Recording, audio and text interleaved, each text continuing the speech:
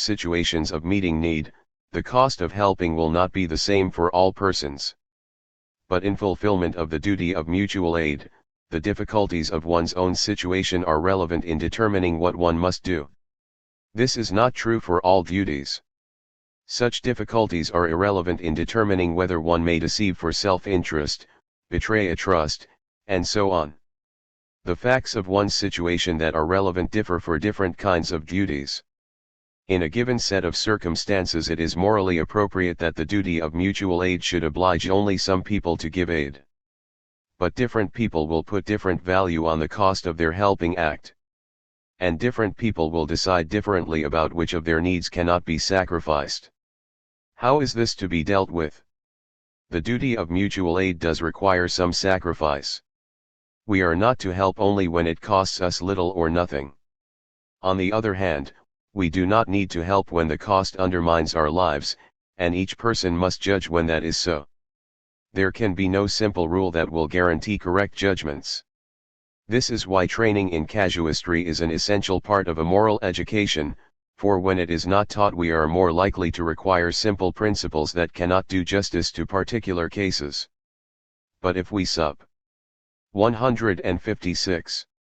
Pose that knowing how to assess one's needs is something that can be taught, to know what one may permissibly ask for as well as what one may legitimately protect, then we may expect sincere and reasonable people, with a proper attachment to their own lives and a commitment to doing what is right, to weigh fairly the cost of the helping act against the gravity of the need it will meet. Differences in circumstances and needs do not weigh at all in the argument for the duty of mutual aid. Since we are all dependent rational beings, we are all equally obliged by the duty of mutual aid. One should not confuse the uniformity of obligation, where all of a kind of rational being must have the same obligations, with the uniformity of what one is obliged to do, which will vary with the kind of circumstances picked out as morally relevant by the duty. If true needs set the content of the duty of mutual aid, not all, not even many, of our normal helping actions fall within the scope of mutual aid. We loan money so that pleasures do not need to be postponed, we stop and give directions, we lend a hand. These are all helping acts that, normally, are not responses to true needs. Are they actions we have a duty to do? Surely it is a good thing that people help each other. But since not everything that would be good to do is something that we are morally obliged to do, it may be that most helping actions are not matters of duty. Given the argument for the duty of mutual aid, there are two possibilities here. Either, on most occasions where we are asked for, or are in a position to, help, it is permissible not to help, or there is some other argument to a duty of aid that would cover these cases. There are passages in the groundwork and in the doctrine of virtue that suggest this stronger version of a duty of beneficence. We are to take the ends of others as our ends, to further them as we can, g. 430. We are to take the happiness of others as an obligatory end, dv. 638-78. It would then seem that we may limit our helping activity only when it would put us in the position of needing help ourselves, or when helping would prevent our doing something else we had a duty to do, or when we disapprove of the pursuits we are to lend a hand in promoting, dv. 6:388, 454. Otherwise, wherever we can help we must. There are considerable grounds for skepticism about such a duty. It involves a radical conception of a community of need and action in which it does not seem to matter whose end an end is. All one would need to know is that a person has an end, that he is unable to realize. 157. It unaided, and that one is in a position to help. Although it is hard to avoid seeing Kant's words as implying such a duty, it is implausible in its own right and at odds with deeper features of Kantian ethics.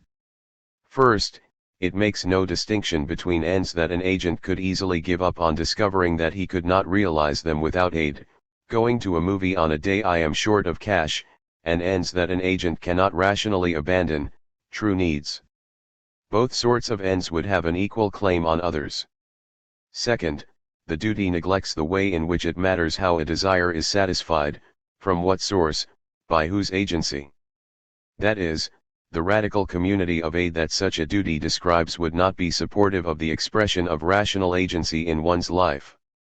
The duty would thus be at odds with a moral conception that stressed the development of capacities for responsible choice and effective action, the practical expressions of autonomy. There is a way of making good sense of what Kant says. One might view the idea of taking another's ends as my own not in the sense that I should be prepared to act in his place, I act for him, I get for him what he wants when he cannot, but, rather, in the sense that I support his status as a pursuer of ends, so that I am prepared to do what is necessary to help him maintain that status. We might say I help him pursue his ends and not I help him in the pursuit of his ends.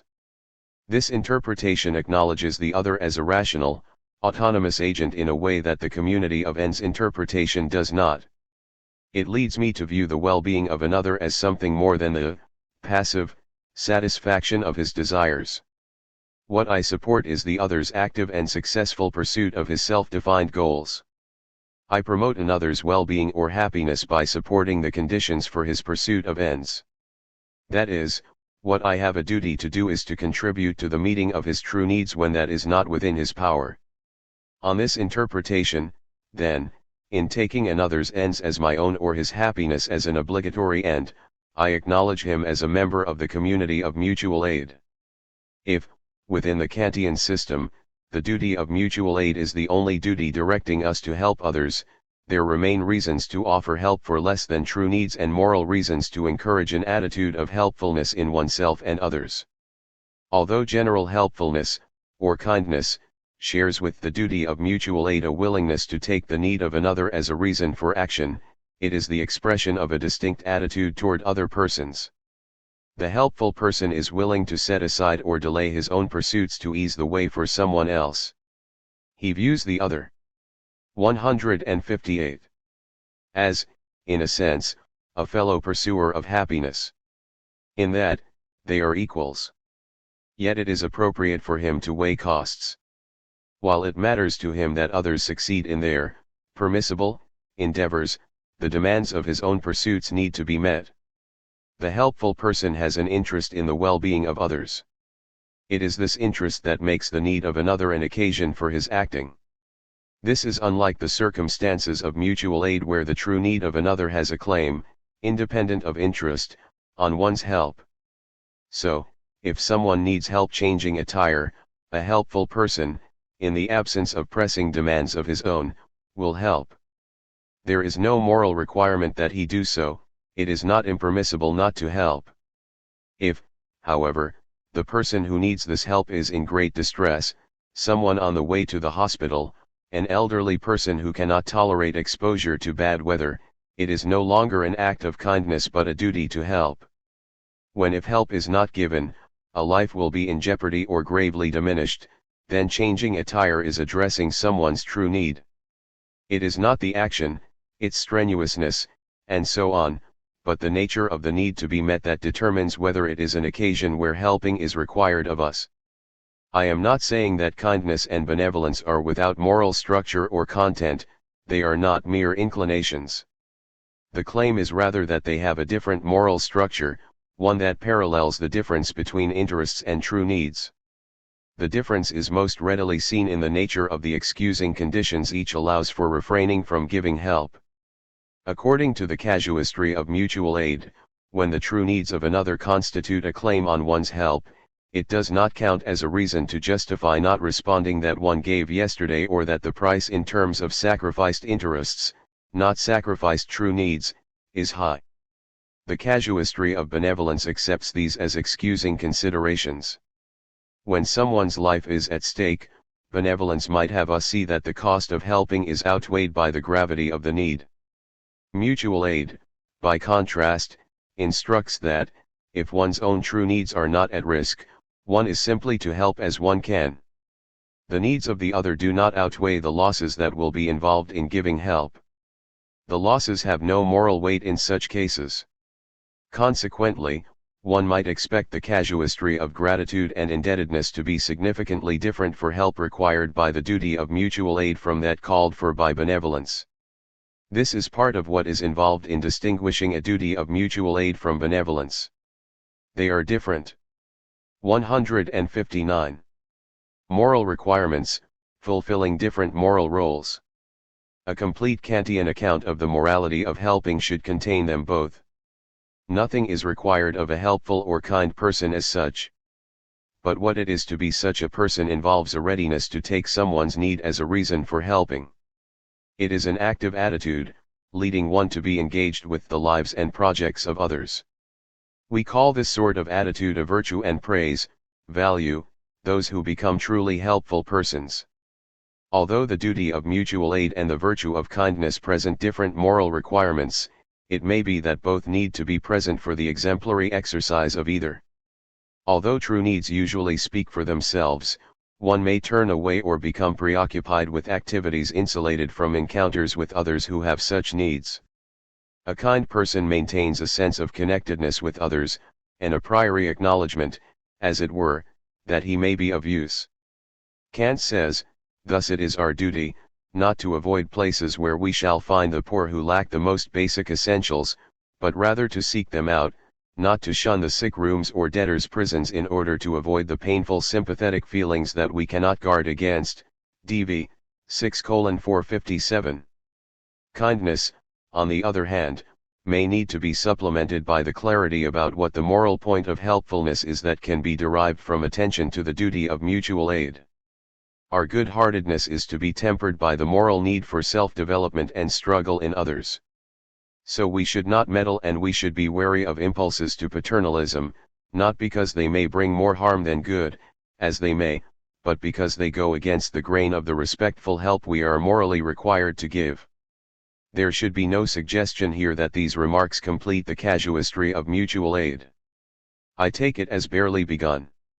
What I have hoped to demonstrate is the power of the argument for the duty of mutual aid to guide reflections on fundamental casuistical questions. 165. 7. Humanity as end in itself. Alan Wood. This paper will discuss Kant's second formulation of the moral law in the groundwork, the formula of humanity as end in itself. Fh. Act so that you use humanity, in your own person as well as in that of another, always also as an end and never only as a means. G. 429. 1. Most people associate Kantian ethics most closely not with Fh but with the formula of universal law. Full, act only according to a maxim by which you can at the same time will that it should be a universal law. G. 421. But there are several reasons for emphasizing Fh. First, there are notorious problems, arising from the criticism of Hegel and others, with full as a procedure for moral reasoning.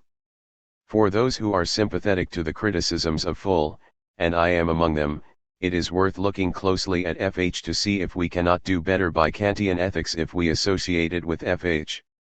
Secondly, the idea of human dignity which grounds Fh is in any case the Kantian principle which arguably has the greatest resonance with our culture's moral consciousness. This idea even has the greatest universal appeal, since it seems to ground the human rights in terms of which decent people everywhere frame both their protests against obvious wrongs and their ideals of a better world. Thirdly, it is to Fh which Kant himself nearly always appeals in the metaphysics of morals when he derives particular ethical duties. Point 2. Fh is also the only formulation of the moral principle Kant ever invokes in 166. Relation to the right of human beings, which makes Fh uniquely pertinent to issues of political right and international law, including the final end of perpetual peace. G. 430, mm. 6:236, 238, 239, 270, 278, 295. Finally, Fh has much to teach us about Kantian ethical theory itself. For, in contrast to common misunderstandings of that theory, it presents ethics as based on an end, whose character, however, clearly distinguishes Kant's theory from all forms of consequentialism. Fh strikes many people as high-sounding but too abstract to yield determinate moral prescriptions, and hence just as formal and empty as full. People wonder what it means to claim that human beings are ends in themselves, and whether Kant has any good argument for according them this special moral status, whatever it may turn out to be. These worries are not entirely without substance, but I think they are due partly to a failure to understand some of the value conceptions employed in FH and the meaning of claims Kant employs in its defense. These are the matters on which I hope to shed some light. In this paper I will try to do three things. First, I will try to say something about what FH means, by discussing the different value conceptions involved in it and their relation both to FH and to one another. Second, I will examine Kant's derivation of FH in the groundwork, his argument that humanity does have the value FH attributes to it, of being an end in itself. Finally, I will try to say something about how FH is to be interpreted and applied. 1. What is an end in itself? FH is introduced by way of an inquiry into the possibility of a will's conforming itself to a categorical imperative or practical law. It is supposed to address a question to which many of Kant's critics think he has no good answer, namely, why, for what reason or motive, or in the name of what value should we obey categorical imperatives? FH formulates the moral law in terms of the value which provides the kind of ground or reason which could motivate a rational being to act on a categorical imperative. In other words, FH provides the content of what Kant described in the first section of the groundwork as the motive of duty, an idea which many have found objectionably cold, empty, and forbidding. It may make that idea more attractive to realize that for Kant, to act from duty means to act out of esteem for the worth of humanity in someone's person as an end in itself. We then see that 167. When Kant regards the cold-hearted man who helps others from duty as more deserving of esteem than the warm-hearted person who helps them from sympathy, he is not saying that it is bad to care about people and good only to follow abstract rules. Instead, he is saying that it is better to care about people because we recognize them as beings with worth and dignity, who have a genuine claim on our concern, than because we just happen to like them or because in our present mood helping them makes us feel good. Kant distinguishes two types of grounds on which a will may act: subjective grounds, based on empirical desire for an object, and an objective ground, which is also an end, but one given by reason alone and valid for all rational beings. A subjective ground is called an incentive, Triebfeder, while an objective ground is called a motive, Bewegungsgrund, g. 427428. The most striking thing Kant says here is that a motive must always be an end, Zweck. This might seem to contradict what he says elsewhere. In the Critique of Practical Reason, for instance, Kant distinguishes between formal principles of the will, whose determining ground consists solely in the legislative form of the agent's maxim, and material principles, whose determining ground is the end of the action.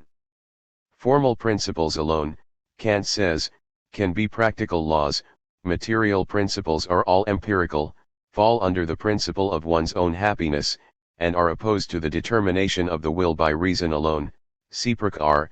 5:21-22. Yet on closer inspection there is no real disagreement between the two texts. The groundwork draws the same distinction between formal and material principles, characterizing material principles as based on incentives, and formal principles as based on motives, g. 427.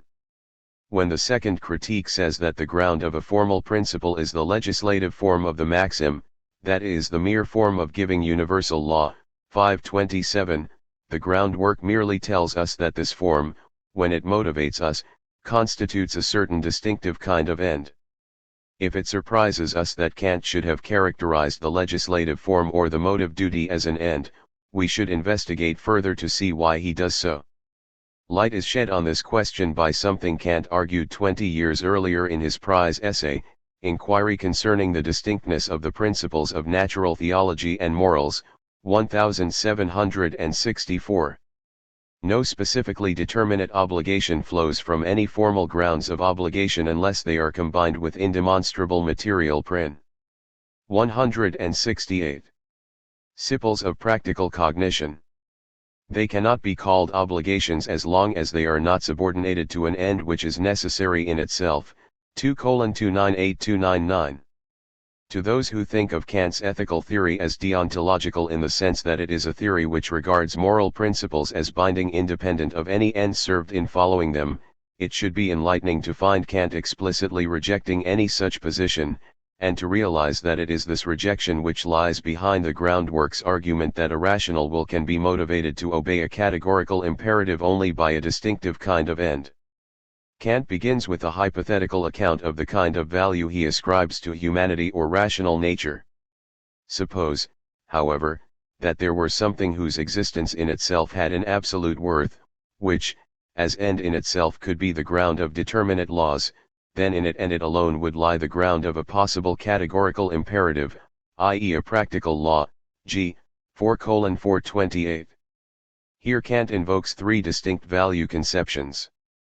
First, there is the conception of an end in itself or objective end, whose worth, as the ground of categorical imperatives, is unconditional, independent of desire and valid for all rational beings, a motive constraining the will through its own faculty of reason. The opposite of an end in itself is therefore a relative end, whose worth is relative to, conditioned by, and dependent on the subjective constitution of each particular rational being, and hence varying contingently from one such being to another. This sort of end would be only an incentive and could ground only hypothetical imperatives, g. 428. Second, Kant introduces the concept of an existent end, or, as Kant also calls it, a self-sufficient end, g. 437. Kant opposes this sort of end to an end to be effected, that is, something or state of affairs which does not yet exist, but is to be brought about through an agent's causality, g. 437. An existent end, by contrast, is something that already exists, and whose existence is in itself an end, having worth as something to be esteemed, preserved, and furthered. This concept perhaps requires a bit of discussion, because people are often tempted to think that the concept of an end is nothing but the concept of a not yet existent object or state of affairs to be brought about. Until this prejudice is overcome, the idea of an existent end may appear nonsensical. 169. Self-contradictory, or at least peculiar and suspicious. But it is nothing of the kind. An end is anything for the sake of which we act, or refrain from acting. Or, what I think amounts to the same thing, an end is something whose value provides some kind of terminus in a chain of reasons for an action. These descriptions fit ends to be effected, since when we build a house, our action is for the sake of bringing the house into being, and the house's value to us is the reason why we build. But they also fit existing things or states of affairs, for whose sake we act. My self-preservation as an existent end, because I cross the street at the crosswalk, rather than charging out into traffic, for the sake of preserving my life, and the value I place on my life is my reason for crossing the street in the way I do. Of people who drive recklessly or put themselves in needless danger, we say that they place less value on their lives than most of us do. Other kinds of existent ends often play a role in our actions. When people bow their heads or doff their hats to their country's flag or to a religious object, they may have no end to be effected, except perhaps the successful performance of the gesture of veneration itself. But they certainly do act for an end, namely, the value of the revered object. It is for the sake of this value that they perform the act of respect or reverence. Finally, when I build a house for myself and my family, I build not only for the sake of the value of the house but also for my sake and that of my family. In fact, I value the house as our dwelling only because I place value on myself, my spouse and my children. The existence of the house is an end to be effected, but we are the existent ends for whose sake the producible end is pursued. Kant's theory maintains that to act morally is always to act for the sake of the value of humanity in a person. FH is based, in other words, on the worth of humanity regarded as an existent end, that is, as an object of respect, esteem, or veneration. From the standpoint of FH, all conduct is regarded fundamentally from the standpoint of what it expresses about the agent's valuation of humanity. Morally good conduct is that which expresses respect for humanity as an existent end, while bad conduct is bad because it expresses disrespect, or lack of respect, for this value. But what is it to value, respect or esteem the value of humanity? We will be misled here if we think of valuing, respecting and esteeming merely as subjective attitudes or states of mind, and interpret FH as commanding only that we put ourselves in such inner states. If I 170 make a promise to you which I don't intend to keep, then I am treating humanity in your person with disrespect, no matter what subjective attitude I may have or what inner state I may be in.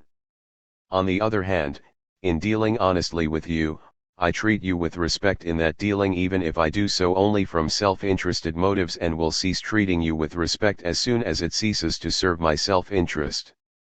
The actions commanded by FH are those which express respect for humanity, whatever the subject's feelings toward humanity may be. Of course, Kantian ethics is not indifferent to what motivates the respect or disrespect shown to humanity. An action which expresses a respect the agent does not feel accords with duty, but it has no moral worth because it is not produced by the motive of duty, which is the worth of humanity as an existent end in itself. Kant famously insists that practical philosophy must not begin with an end or object of reason and attempt to derive the moral law from that, but must instead begin with the law or principle of reason and through it determine the object or end of practical reason, or the good. Seabrook R. 558. He insists that determination of the will by its objects always results in heteronomy of the will, g. 440. In such claims, he appears always to have in mind an end to be produced, e.g. the highest good or summum bonum, as something to be obtained through conduct which follows the law. Seabrook R. 5:108. He is mainly concerned to reject the view that moral principles may be based on the representation of a future object or state of affairs, such as happiness or well-being, the representation of which gives pleasure and stimulates the will to actualize the object of the representation. Seabrook R. 5:2226, 5862. Kant does not mean to deny that conformity to the law itself must be motivated by a value. On the contrary, he claims that only a certain existent end is capable of determining the will to follow the moral law, g. 427. This end, the worth of humanity as end in itself, does not undermine autonomy simply because, as we shall see presently, its value is necessarily connected with autonomy. The worth of humanity as an end in itself, in our own person, may even be seen as the value which grounds autonomy itself, from the standpoint of our motivation to act autonomously. 3. The third value conception we need to consider is that of an end with absolute worth or, as Kant also says, dignity, something whose value cannot be compared to, traded off against, or compensated for or replaced by any other value, g. 434. This is to be contrasted with an end with only relative worth or price, whose value can be measured. 171. Against the value of something else and can be rationally sacrificed to obtain something else of equivalent or greater worth. It is this absolute worth in our own person, and specifically in our rational capacity to set ends and make laws, which provides the motive for obeying the laws we give ourselves through reason. That is the sense in which even autonomy itself is grounded on the worth of humanity as an end in itself. Now let us consider these three value conceptions in relation to each other and to the value attributed to humanity in FH. Kant's position is that there is only one thing, namely humanity or rational nature, which satisfies the concept of end in itself, and humanity is in fact also an existent, or self-sufficient, end having absolute worth or dignity. As far as these three value conceptions themselves are concerned, however, there is no reason the three value properties would have to be found together. There is no contradiction in supposing that an end in itself might be an end to be produced, that is, that there should be something or future state of affairs which we have an objective reason to produce independently of any contingent desire for it. An end in itself might also be an end with only relative worth or price. In that case, rational deliberation would be able to weigh objective ends against the ends which depend on our desires, and a certain amount of what is objectively valuable might be rationally traded away to get a greater amount of what is subjectively valuable. Conversely, we sometimes do things for the sake of non-human animals, regarding them as existent ends, even though they are not, at least in Kant's view, ends in themselves and do not have absolute worth. Moreover, an end having absolute worth could be both a relative end and an end to be effected. This would happen, for instance, if there were an object of inclination to whose satisfaction we gave absolute priority over everything else in our scheme of values. Therefore, Kant's attribution of all three value properties to humanity or rational nature is not a conceptual claim about these value properties. It is instead a substantive value claim about that which in fact possesses the property of being an objective end or end in itself, namely humanity. The claim is that humanity is an end in itself whose objective value takes the form of its being an existent or self-sufficient end which has dignity or absolute worth. What does Kant mean by humanity when he says it is an end in itself? The term refers to the capacity to set ends and choose means to them, g. 437. It is being used interchangeably with rational nature. 172. For this reason, FH in no way contradicts Kant's frequent assertions that the moral law is independent of empirical anthropology. FH also does not privilege the members of our own species over other possible rational beings, and involves no preference toward members of our own species just because it is ours, and therefore is not a form of speciesism, in Peter Singer's sense. Humanity is one of the three original predispositions belonging to our nature, falling midway between animality and 3. Personality, Rel. 626. The predisposition to humanity includes the technical predisposition, which includes all our learned skills and deliberative abilities used for arbitrary ends, and the pragmatic predisposition, which is the basis of our ability to compare our contingent ends and organize them into a systematic whole, which is called happiness, Anth. 7:32224, CJ. 5:426427. Humanity, therefore, refers to the capacity to set ends in general, to select means to them, and to weigh and combine them into a conception of our overall well-being. Personality is the rational capacity to respect the moral law and to act having duty or the moral law as a sole sufficient motive of the will. It is the basis of moral accountability, and what makes it possible for us to have a good will. Rel. 6:2728. Personality therefore seems to be a higher predisposition than humanity. For this reason, it may puzzle us that Kant regards humanity rather than personality as the end in itself. But Kant does not regard personality as distinct from humanity. The rational capacity to set and organize ends necessarily involves the capacity to make comparative judgments of value and therefore an, at least implicit, awareness of standards of value. The foundation of all such standards, if Kant is right, is the dignity of rational nature itself. Therefore, any being which has humanity will have the capacity to recognize the worth of humanity, and will therefore have personality as well. In fact, Kant specifically links the dignity, absolute worth, of rational nature, as distinct from its status as an end in itself, to its capacity to be morally self-legislative, thus to personality rather than to humanity, g. 437,440. So the designation of humanity as an end in itself is not meant to imply that personality has any lesser value than humanity. The point of characterizing the end in itself as humanity rather than as personality is simply to emphasize that this end is rational nature, in all its functions and not merely in its moral function. This follows directly from Kant's argument that the end in itself must ground categorical imperatives. For since such imperatives must be necessarily binding on all rational beings, the end which grounds them cannot have merely 173.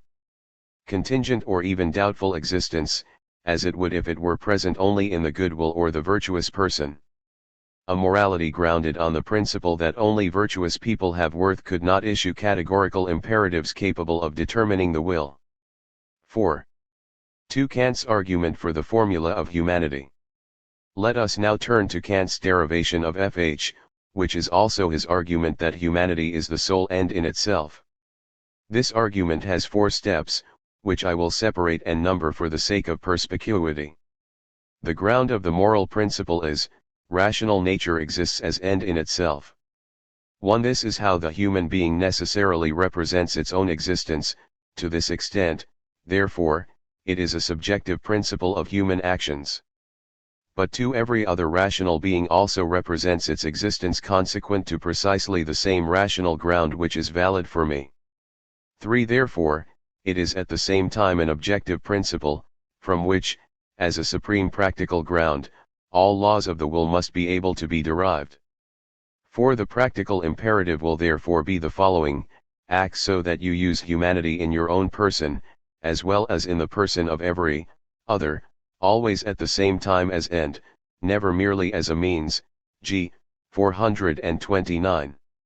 In this argument, 1 and 2 may appear to be independent premises, though as we shall see, 2 is best understood as grounded on 1. In 3, Kant infers that rational nature as an end in itself provides an objective principle, and 4 formulates that principle. The main difficulties with the argument concern the interpretation of 1.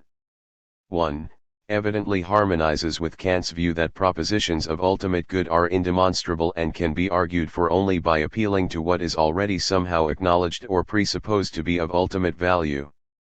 Thus, 1 involves Kant's anticipation of Mill's idea that principles of ultimate value are indemonstrable, though they can be argued for rationally and even proven in a looser sense of proof, by showing that what the principle takes to be valuable is already, in theory and in practice, acknowledged to be an end. 5. Beyond this, however, 1 is difficult to interpret.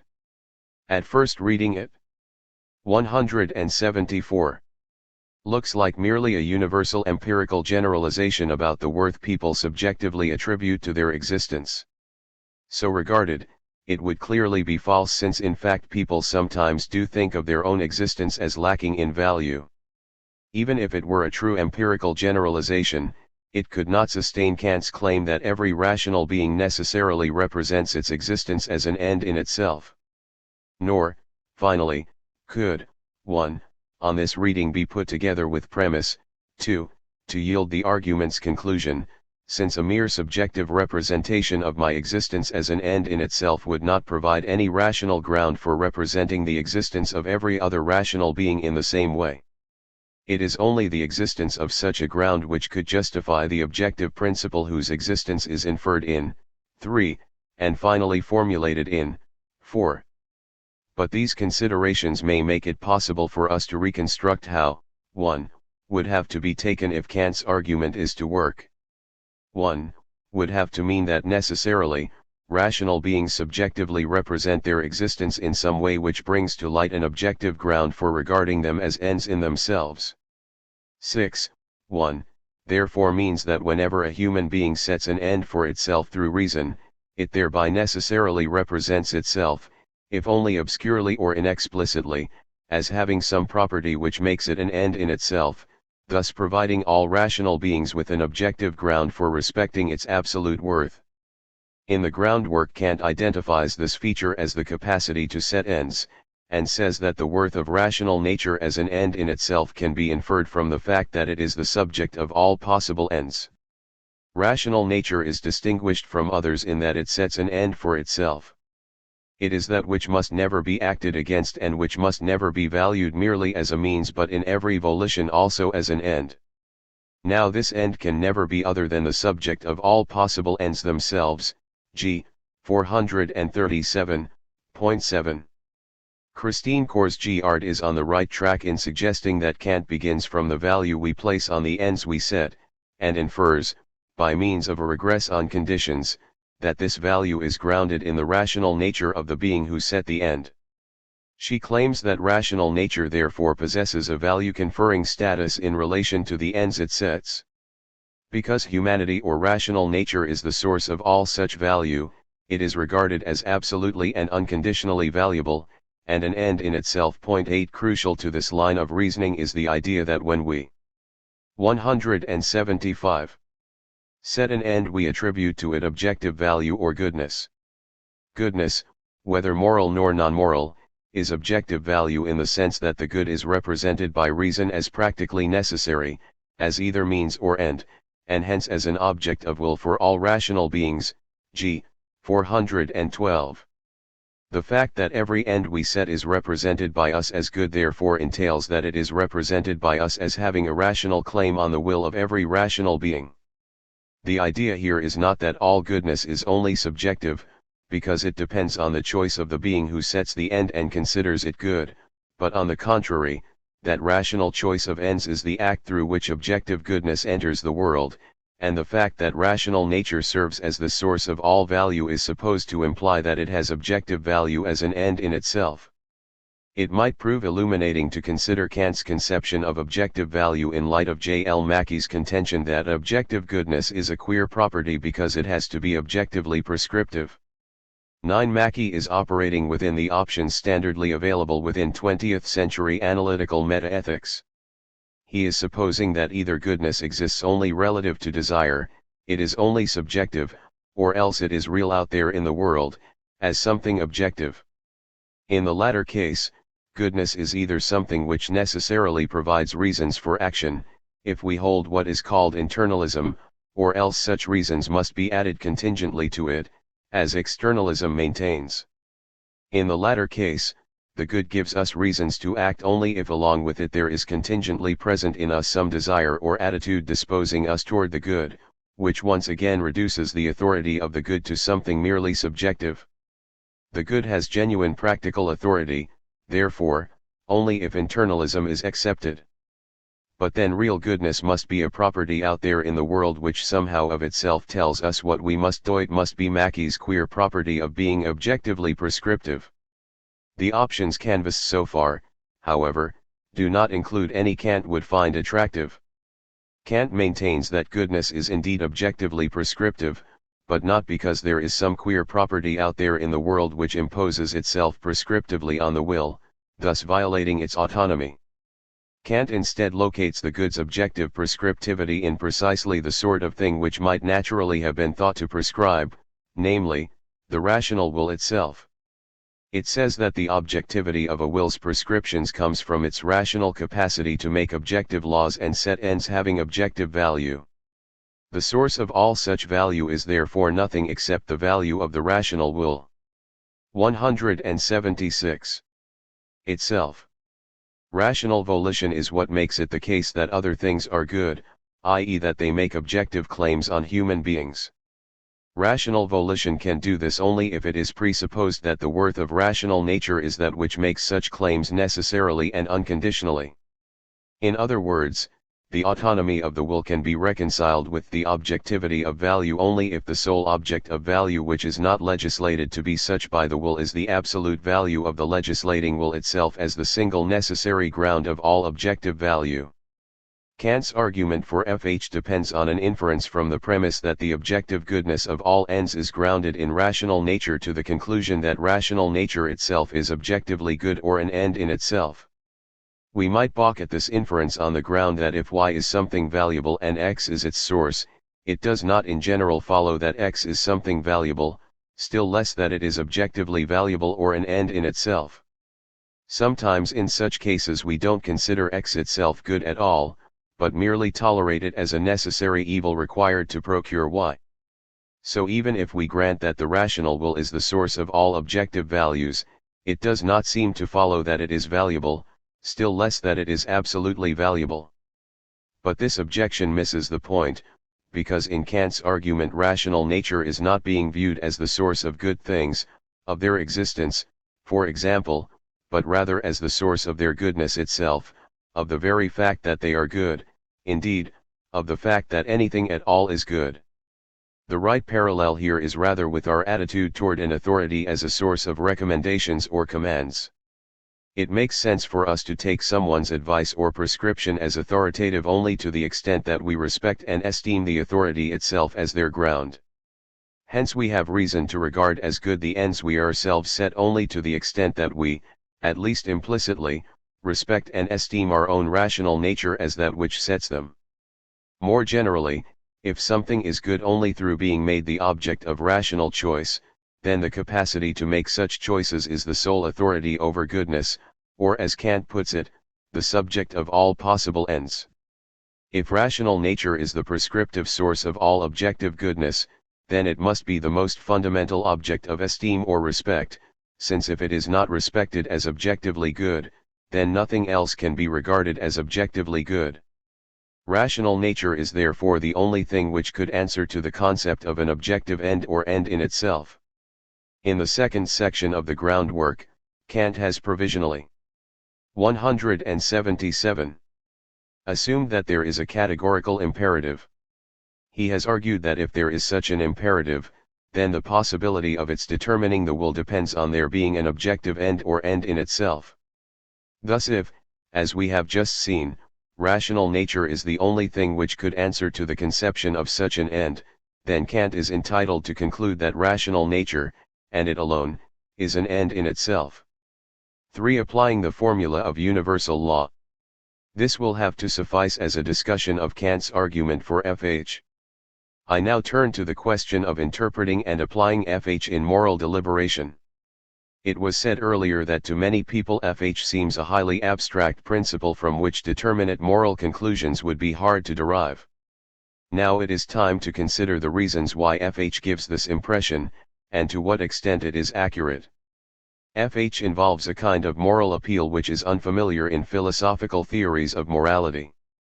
Consequentialist theories represent the fulfillment of our duties as bringing about desirable states of affairs, deontological ones, including Kant's own theory, to the extent that we consider only formulas such as full, represent it as obedience to an obligatory rule or commandment.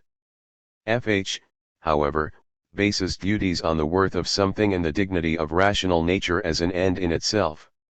This is not a rule or principle to be obeyed, but a value which grounds moral rules, providing an objective rational motive for obeying them. But it is not a value in the sense of a desired object to be brought about through obeying moral principles. It is something existing, whose value is to be respected in our actions. What FH demands of our actions is not that they pursue some good result or obey some obligatory rule, but rather that they express due respect for the worth of humanity. Since FH identifies the end in itself, which is the objective determining ground of the will which acts from duty, it even presents the expression of respect for humanity as the fundamental reason why we should conform to moral laws and pursue moral ends. In ordinary life, people often do things in order to show respect or reverence for someone or something. Often they behave politely toward others, thank them or congratulate them in order to manifest respect, gratitude, or esteem. Earlier I mentioned saluting the flag or bowing one's head as ways of honoring one's country or venerating a religious object. Yet if we think only of these examples, the motives 178 involved in expressing respect or esteem may seem suited only to matters of etiquette or ritual, and therefore an unlikely ground for a comprehensive rational morality. But if we think that expressive reasons for acting are restricted in this way, we are badly misled. For in fact every action which is done for a reason, as distinct from being merely a response to an impulse, is based on regarding something as valuable. The performance of such an action is always an expression of respect or esteem for that value, and this expressive reason for performing the action is even the ground of all the other reasons we have for performing it. From this standpoint, even our furtherance of a producible end is fundamentally a piece of expressive behavior, since it demonstrates or exhibits how much we value the object pursued. We care about someone's good only to the extent that we value that good, and we value it only insofar as we think of the person as worth caring about. This is true even about our concern for our own good. When I choose to satisfy a desire, as distinct from merely reacting to an instinctive impulse, I do so because I judge the desire to be worth satisfying, and this in turn expresses a judgment about my own worth. When people consider themselves worthless, they tend not to care very much about their ends, and even their own happiness may not matter very much to them. This pathology expresses a piece of consequent reasoning, though if Kant is right its premise is necessarily false, since their humanity always has absolute worth. Conversely, the basic reason why it is wrong to harm people, or to fail to help them, is that we thereby show that we place too little value on them. Consider California's Proposition 187, which intends to deny education, healthcare, and other basic social services to undocumented immigrants. Ignoring for the moment issues of legality and right, what is so morally repugnant about the attitude of those who proposed, supported, and voted for this reprehensible measure? 10. It is not merely that they have done something which will cause human suffering. For the thought of such suffering, by itself, makes us only sad, not indignant. Likewise, what makes their conduct blamable is not their lack of compassion. For in many cases they may feel sincerely sorry for those whom Proposition 187 will hurt. Their contention is only that they have a right to deny social services to immigrants, and that, regrettably, the state can no longer provide these services to undocumented immigrants. However, even if we grant that everything they say here is true, there 179 is still something outrageous about their conduct, which no decent person can fail to perceive. Even they themselves cannot have failed to perceive it. This is why such a measure could pass only in a political season in which a sizable proportion of the voting electorate was seized by a fanatical paroxysm of fear, hate and blind rancor, which turned them with aggressive perversity against every impulse in themselves belonging to reason, decency or humanity. Proposition 187 says, in effect, that the state of California does not consider undocumented immigrants valuable enough as human beings that those around them are required to meet their basic needs for education and medical treatment. No doubt the supporters of Proposition 187 meant to say to these people that they should go back where they came from. And perhaps this message, nasty as it sounds, is one which they not only have the right to convey but which it might be morally permissible for them to want to convey. However, the problem with Proposition 187 is that it conveys this message in such a way as to express contempt for the humanity of the immigrants. No one can fail to be aware that humanity in their person is not being treated as an end in itself. 11. But exactly how do we determine that Proposition 187 expresses this contempt for humanity? More generally, how do we know when any sort of conduct treats, or fails to treat, humanity as an end in itself? Let us consider a couple of Kant's own examples. He alleges that suicide is always wrong because it involves disposing of a person, a being with absolute worth, merely as a means to some discretionary end, such as maintaining a tolerable condition up to the end of life, g. 429. Kant regards suicide as degrading to the humanity in one's own person, mm. 6:422423. Our duty not to make promises we do not intend to keep is based on the fact that the making of such a promise uses those we deceive merely as means, without considering that, as rational beings, they must always at the same time be esteemed as ends, g. 430. When we violate these narrow or perfect duties, we have done something which fails to show respect or esteem for humanity or rational nature. Our wide or imperfect duties are based on the fact that proper esteem for rational nature requires us to bring our actions into agreement with the existent end of humanity, by setting ends which harmonize with those of rational nature, even if the precise manner and extent of their pursuit is optional. Kant uses this consideration to argue that we must make it our end to develop our talents, since rational nature is honored by putting these at its disposal for use in pursuing its optional ends, and to help others when they need it, since we 180 honor their capacity to set these ends by helping to further them, g. 430, cfmm 6:445. Every argument from FH depends on an intermediate premise, logically independent of FH itself, which tells us what the action expresses or fails to express concerning the worth of humanity in someone's person.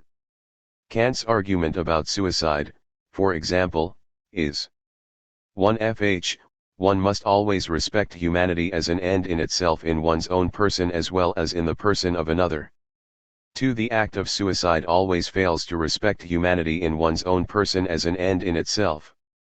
3. Therefore, one must never commit suicide. One cannot reach the conclusion, 3, from, 1, without, 2, or some similar premise connecting FH with suicide. But, 2, is logically independent of FH, as we can easily see from the fact that it is possible to reject, 3, simply because one rejects, 2. For example, some people think that it is demeaning to human dignity for a person afflicted with a horrid and debilitating disease to live on in an agonized and subhuman condition. They might view the suicide of someone faced with this prospect as an act which positively respects the worth of humanity in one's own person. To accept FH, therefore, clearly does not commit one to accepting all the conclusions, about the immorality of suicide, for instance, or lying, that Kant himself would want to derive from it. For two people who equally accept FH may disagree over propositions such as, 2, which purport to tell us what certain kinds of actions express regarding the worth of humanity. Fewer of us will quarrel with Kant's conclusion in the case of the false promise. For coercive or deceptive actions often obviously violate FH because they adopt a means to an end which positively prevents the other person from rationally sharing the end. The use of such a means deliberately circumvents or frustrates the rational agency of the person coerced or deceived in a way which displays obvious contempt or disrespect for the value of that agency. 1. FH, one must always respect humanity as end in itself in one's own person as well as in the person of another. 181. 2. A false promise, because its end cannot be shared by the person to whom the promise is made, frustrates that person's agency and so fails to respect the other's humanity as an end in itself. 3. Therefore, one must not make false promises. 2. Plays the same role in this argument as, 2, did in the argument about suicide. It connects the nature of the action to FH by establishing that action as one which fails to respect humanity as an end in itself. We may be tempted in the case of, 2, as we probably were not in the case of, 2, to think that it follows directly from FH itself or is even part of the very meaning of FH. But this temptation should be resisted. For although, 2, may be more controversial than, 2, it is still possible without contradiction to affirm FH while denying, 2. There are actions which frustrate or restrict someone's agency, for example, having an end that cannot be shared by the patient and nevertheless do not fail to respect the patient's humanity. 12. There are significant controversies, for instance, over the circumstances under which paternalistic interference with someone's agency might be permissible in the name of the worth of humanity, in order to prevent them from harming their own rational capacities or doing things which they will later regard as dishonoring their humanity. It is implausible to assume that the right answer on these issues can always be found right in FH itself. It is those who assume this who naturally infer that the meaning of FH is so flexible and disputable that no moral conclusions could be rationally drawn from it except those imported into it by an interpretation so vulnerable to controversy that FH itself is useless in the context of moral debate. People who understand FH in this way cannot be blamed for regarding it as high-sounding but virtually empty of content. A more plausible way to look at the matter, however, is to insist that the meaning of FH is quite clear and determinate, because the concept of humanity as an existent end in itself possessed of dignity is clear and determinate. The application of FH is sometimes unclear or controversial, however, because every use of FH in moral deliberation requires an intermediate premise, logically independent of FH, which does the work of, 2, or, 2, and in many cases there are legitimate questions about which acts express respect or disrespect for humanity. Controversies surrounding these intermediate premises constitute a legitimate reason for viewing FH as incapable, by itself, of settling the legitimate moral issues to which we might expect to apply it. 182. But it is all too easy to take such suspicions farther than is warranted. It would be entirely mistaken to claim, for example, that FH is empty or formalistic, settling nothing as regards the content of morality but leaving all the substantive moral issues still to be decided. For, in the first place, it is FH alone that serves as a moral principle in the above arguments 4, 3, and 3.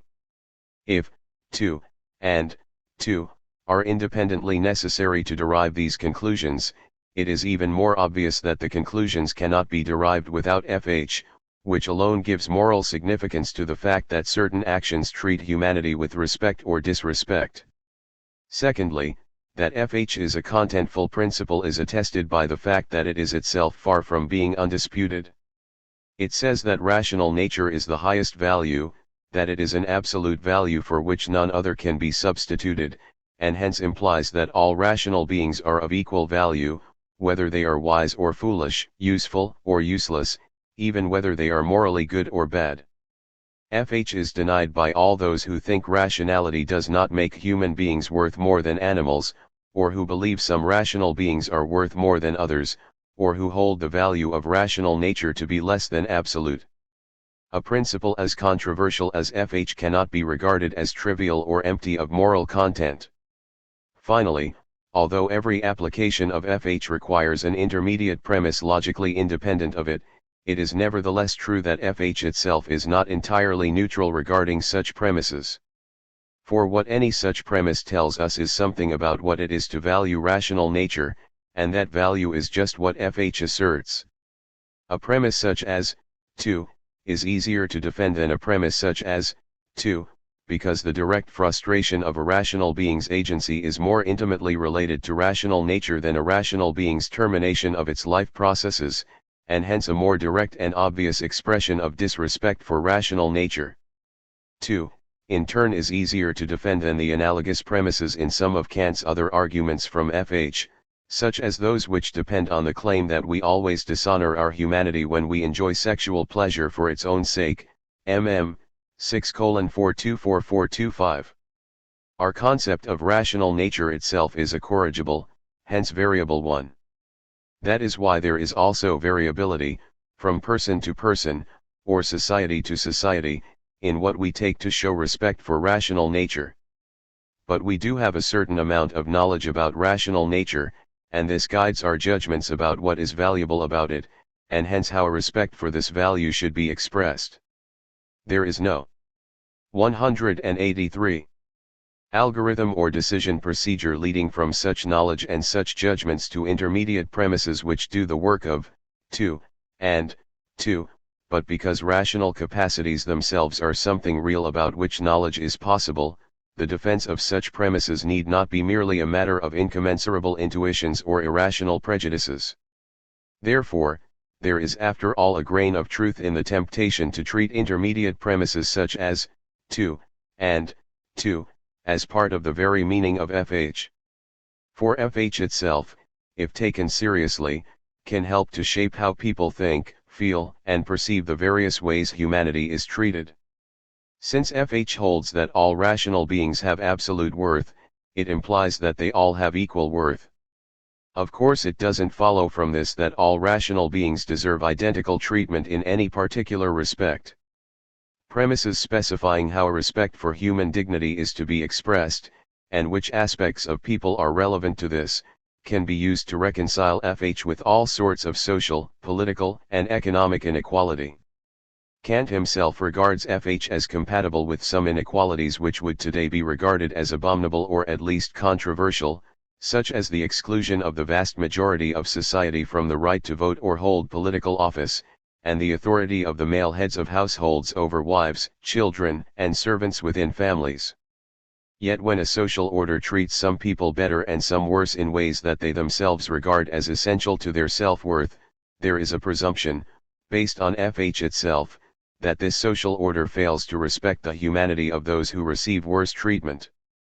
As more people come to regard political participation as an essential function of their rational agency, it becomes harder to regard exclusion from it as anything but an expression of disrespect for the humanity of those excluded.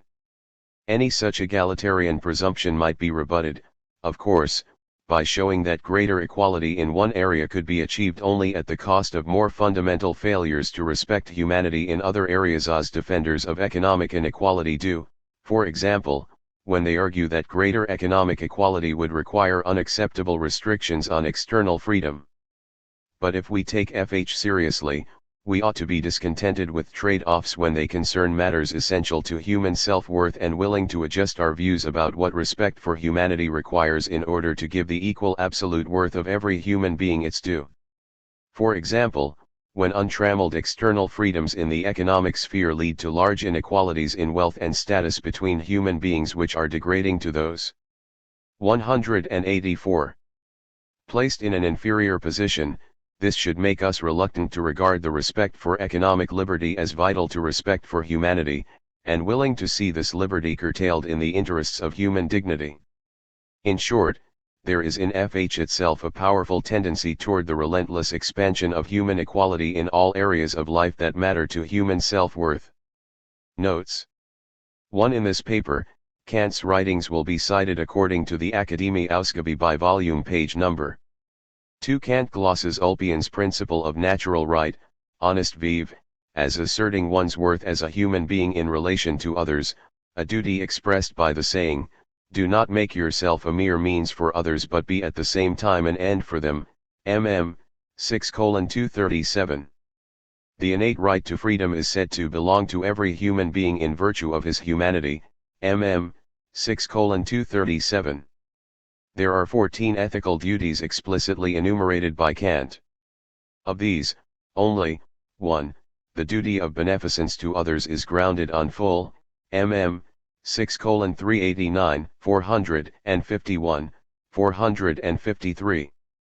9 of the remaining 13 are explicitly based on FH, and the other 4 are based on it by implication. The emphasis on FH is strongest in the case of duties to oneself. 2. The duty against suicide is based on the fact that disposing of oneself as a mere means to some discretionary end is debasing humanity in one's person, mm. 6:423. 3. The duty against carnal self-degradation on the fact that it violates humanity in one's own person, mm. 6:425. 4. That against drunkenness on the fact that the drunkard is like a mere animal, and cannot be treated as a human being, mm. 6:427. 5. Lying violates the dignity of humanity in one's own person, mm. 6:429, and 6. The self-respect opposed to servility is a duty with reference to the dignity of humanity within us, mm. 6:436. 7. The human being's duty to develop our natural perfection is one he owes himself, as a rational being, because it is bound up with the end of humanity in our own person, mm. 6:444, 392. 8. Violation of the duty of gratitude is a rejection of one's own humanity, mm. 6:454, based on pride in the dignity of humanity in one's own person, mm. 6:459, while 9. The duty to sympathize with others holds insofar as the human being is regarded not merely as a rational being but as an animal endowed with reason, mm. 6:456. 10. All duties of respect to others are grounded on the dignity in other human beings, mm. 6:462. There is no explicit appeal to any formula in the case of 4 duties. 11. Our duty to ourselves not to be avaricious, mm. 6:432. 12. Our duty as self-judge, mm. 6:437,440. 13. Our duty to increase our moral perfection, mm. 6:446,447, or 14. Our duty to ourselves regarding non-rational beings, mm. 6:442,443. But 12, 14, are all duties relating to our acting from the motive of duty, which, as we have just seen, is explicitly grounded on our dignity as rational beings, and 11. Our duty to avoid avarice is defended on the ground that it impairs our rational nature in respect of the 185. Use of money. Self-impairment is also used as the basis for 4. Reference to FH also grounds Kant's discussion of 5 of the 6 enumerated vices opposed to duties to others: envy, ingratitude, arrogance, defamation, ridicule, 6:458461461, 465,467. No explicit appeal to any formula occurs regarding the vice of malice, 6:460. 3. I am grateful to Thomas Hill, Jr. for pressing me to clarify this point. 4. The same considerations tell us how Kant's theory should deal with the fact that humanity or rational nature apparently comes in degrees, and also that there are borderline cases of it. A categorical imperative or practical law either has an objective ground or it does not, so the existence of an end in itself cannot be a matter of degree. Every being with the capacity to set ends according to reason is therefore equally an end in itself, irrespective of how well or badly it may exercise this capacity. By the same token, Kant's theory implies that if some members of our biological species lack humanity in this sense, whether temporarily or permanently, then not every member of our species is an end in itself. It seems evident that young children and people whose rational capacities are severely impaired simply do not have the capacity to set ends according to reason. On Kant's theory, therefore, they have to count as non-persons and are not ends in themselves. By itself, however, this does not entail that they should not be treated, as far as possible, as we treat persons, but only requires that additional arguments need to be given for treating them as persons. Most such human beings either have been rational agents at one time or can be expected to become rational agents in the normal course of things. Respect for the worth of humanity does not entail precisely the same respect for beings whose humanity is merely potential, or actual only in the past, or temporarily absent, but it may have some implications just the same. Even human beings who have never been and will never be rational agents are often bound to actual persons by the same emotional ties that other persons are, and the concern that others have for them may be indiscernible from that which they have for other persons. Kant's view implies that such ties and concern are not morally required, but where it exists, the theory entails that it has moral consequences, since respect for the humanity of those who have this concern requires us to share their morally permissible ends. It is a complex question how we should treat various beings, human or non-human, born or unborn, who lack humanity in the strict Kantian sense but for whom moral claims can still be made in the name of humanity. Kantian moral theory sheds light on such problems by placing them in a theoretical context, but it would be a misunderstanding to think that it can or should pretend to a simple or neat solution of them.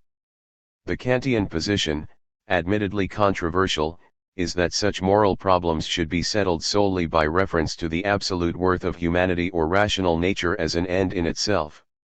Mere sentience, for example, considered apart from the worth of rational nature, is not a basis for moral status. But it does not follow that there could not be indirect reasons, grounded in the value of rational nature, for giving moral weight to the pleasures and pains of non-rational creatures, 6:44243. 5. John Stuart Mill, Utilitarianism, ed. George Scher, Indianapolis, Hackett, 1979, pages 45, 3440. 186. 6. That Kant believes something like this is indicated in his essay Conjectural Beginning of Human History, where he provides an imaginary account of how human beings first left the path of animal instinct and began to use reason to set ends.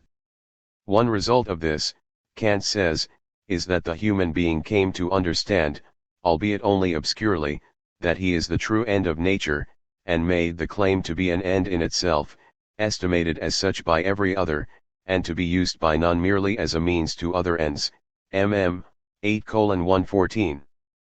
7. A similar thought is expressed in the Critique of Judgment, where the status of rational beings as the ultimate end of nature is inferred from their capacity to conceive of ends and organize them into a system.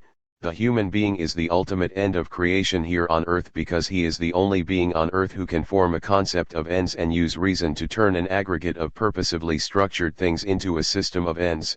See Prakar, 5:427.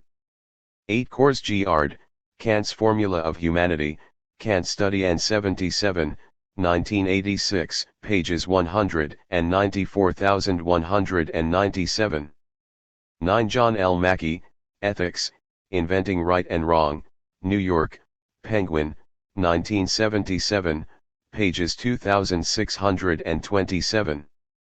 10 We need to distinguish the question whether Proposition 187 is constitutional, that is, in conformity with the Constitution of the State of California and with the United States Constitution, from the further question whether it is consistent with natural right. But even supposing, what is far from evident, that Proposition 187 is not objectionable on either of these grounds, we may still ask whether those who support it and vote for it are performing actions which are morally objectionable because they thereby fail to treat humanity in the person of the undocumented immigrants as an end in itself having dignity or absolute worth. It is only this last question that I am concerned with in the present discussion. It is worth focusing on this sort of question because in political discussions in states with a liberal ethos there is often a peculiar tendency to infer from the premise that we have the right to do something, for example, to agitate for a certain change in laws, or to vote for it, that it is morally permissible for us to do these things, as though anyone who points out to us that we are violating a moral duty in using our political rights in a certain way is trying to deprive us of those rights. The point that seems to me obvious is that even granting that the voters of California were acting within their rights in passing Proposition 187, they were behaving shamefully and blamably in doing so.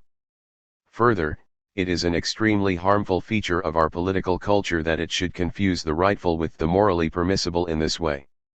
For on the one hand, it encourages people to think that when they morally disapprove of something, some type of sexual behavior, for example, then what they disapprove of is a fit object of legal coercion, or at least that there can be no right, subject to legal protection, to engage in it.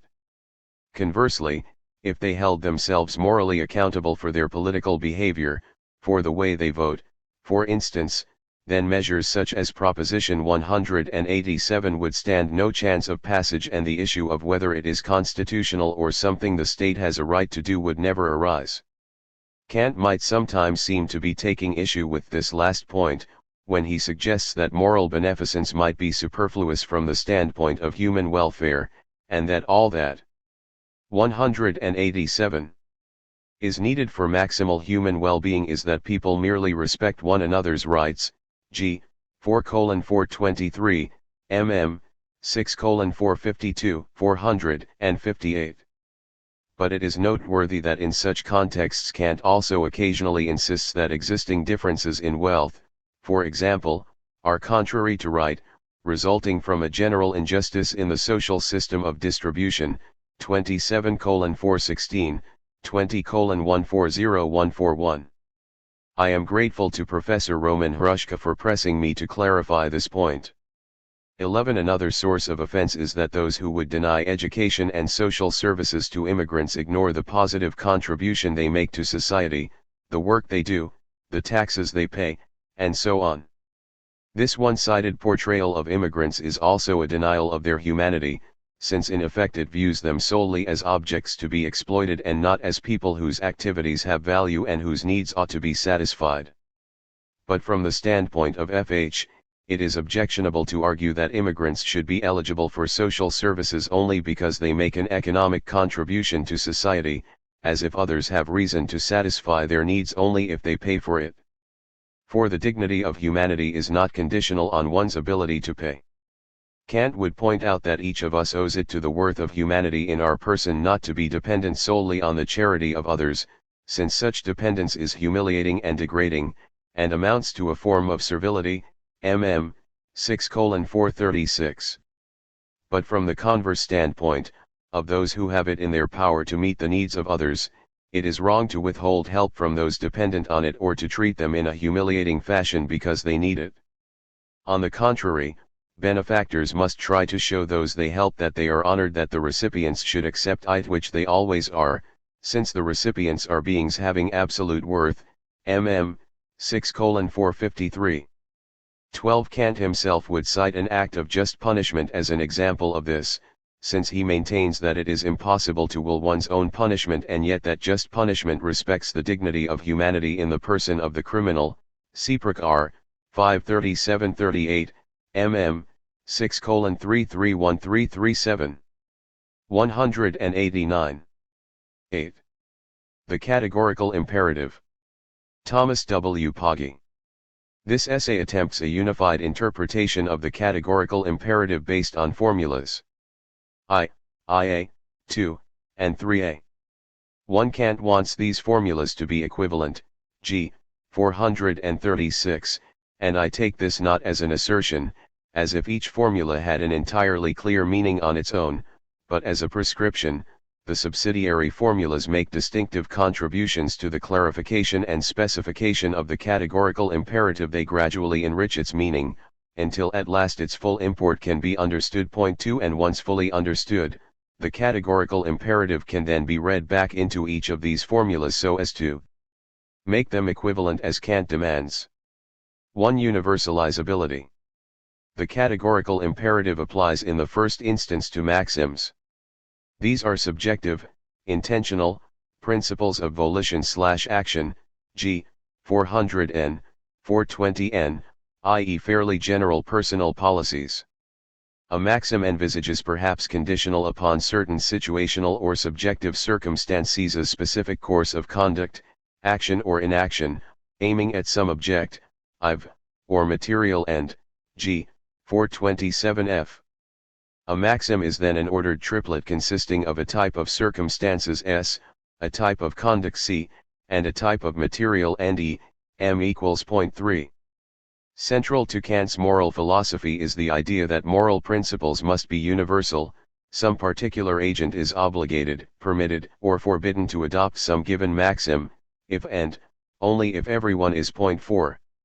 The categorical imperative is postulated as a necessary and sufficient. 190. Scient condition for the permissibility of maxims. It is a necessary condition. Formula I prescribes that we act only on that maxim. G. 421, my emphasis, cf 402, 434, 437, 440. It is a sufficient condition. Kant never mentions any further condition and writes that without far-reaching ingenuity I need ask myself only. G. 403, my emphasis. And it cannot be a sufficient condition for obligatoriness, as this would have the absurd consequence that every permissible maxim is also obligatory. Taking the two preceding paragraphs together, we arrive at a somewhat atypical reading of the categorical imperative. An agent is permitted, or can reasonably will to, adopt some given maxim just in case he can will that everyone be permitted to adopt it. Strictly speaking, it is then not his maxim that the agent must be able to will as a universal law, but the availability of this maxim, other things being unchanged, can he will our world to be such that everyone feels, morally, free to and those so inclined, by nature, actually do adopt his maxim? This differs from what the categorical imperative is usually taken to demand, namely that the agent must be able to will that everyone actually adopt his maxim. 5. Clear traces in the text confirm that Kant appreciated this distinction, and meant to impose the former requirement. Thus he asks, could I really say to myself that everyone may make a false promise when g. 403, and he speaks of the universality of a law that everyone believing himself to be in need can make any promise he pleases, g. 422, my emphases, point 6. Moreover, this reading helps to make the categorical imperative intuitively plausible. If enough others are enjoying physical labor, then the maxim to lead the life of a scholar would seem unobjectionable. If, on the other hand, the scholarly life is what most others would also be inclined to favor, then my success in leading such a life without physical work is necessarily parasitic upon the morally motivated or coerced sacrifice by others producing the necessities for human existence. Similarly, if enough others prefer having children, then forming the maxim to have no children so as to save time for my chosen projects is perfectly reasonable. However, if my fellows were just as reluctant to raise children as I am myself, then it could be morally incumbent upon me to start a family. 7 So it makes a crucial difference in our intuitive moral reflection how others are naturally disposed toward the maxim at issue. We do not ordinarily think it wrong to adopt even if its adoption by many would be unsustainable when those actually in 191 inclined to adopt it are so few that their adopting it would pose no problem. And just this feature of our ordinary moral thinking is captured by my reading of the categorical imperative. 8. By contrast, suppose we consider it irrelevant that our world displays neither an abundance of scholarly ambition nor a widespread reluctance to have children. Then both maxims would presumably be classified as forbidden. And this in turn would be rather unfortunate for Kant, who, it seems, had adopted them both. The interpretive problem now appears in this form: suppose an agent is contemplating a maxim prompted by her inclinations, i.e. a maxim that stipulates some desired type of material end together with some plausible way of attaining it. How is she to decide whether she can will a universal permission to adopt this maxim? In view of Kant's adamant insistence that the categorical imperative is not a version of the Golden Rule, g. 430n, we cannot take literally the paraphrase in his first discussion of the promising example: would I really be content that g. 403. A real inability to will must be required to reject a maxim. In order to understand this locution, we must recapitulate in what sense Kant was using the verb to will. As a first step, we may suppose Kant to have thought, plausibly enough, that one cannot will, though one can wish for, what one supposes to be impossible. But even if we take this to include not just logical, but also physical impossibility, this would still not suffice to reject any maxims at all. For consider Kant's second example: in the world to be imagined, everyone would feel free to adopt the maxim when in need, to make deceitful promises so as to alleviate my difficulties. Thus, people in need would be known to have no reason not to make deceitful promises, potential promises would be known to have good reason to reject promises made by persons in need, and most people in evident need might thus not even bother to offer promises deceitfully or otherwise. But this shows at most that, if the maxim in question were universally permitted, it would fall into disuse, as it were. It does not show that the world we are imagining is impossible. 9. To reaffirm Kant's conclusion about the example, we must then look for a second step that strengthens the test. Such a step is suggested by his insertion into formula I of the word zugleich. 10 Kant surely wants to say that, for any of one's maxims, one must be able to will m's universal permission. However, this point is equally well expressed when zugleich, at the same time, is omitted. So the presence of the word must indicate a further point, which is, quite literally, that the 192 agent must be able to will his maxim together with its universal permission. M's universal availability must not make it impossible to will, to adopt, M. The agent must be able to will M even while M is available to everyone. He may choose a maxim only if he can, not would, will it on that condition. This demand that M and its universal availability must be willable together may indicate a second respect in which to will differs from to want or to wish. Willing something involves an exclusive commitment. While one may want to eat one's cake and have it too, it is impossible to will both. In our case, the agent cannot will both his maxim and its universal permission. 11. But how might the agent, once he wills M's universal availability, be unable to will, to adopt, M? What I think Kant has in mind is that M's universal availability might subvert the material end envisaged by the maxim. We have already seen how the maxim of deceitful promising when in need would be pointless, would not alleviate one's difficulties, if universally permitted. This leads to the rejection of that maxim, because, as we can now say more precisely, its universal availability would block the agent's attainment of the material end of his conduct under the maxim. And, with the objective out of reach, the agent cannot will the maxim, if it cannot satisfy his interest in its material end, the agent loses his only possible, heteronymous, motive for adopting it. Point 12. As Kant well puts it, such a maxim, universalized, would annihilate, or destroy itself. Seprakar, 27 sich selbst vernichten/aufheben, would make promising, and the end one might thereby pursue, itself impossible. G. 422.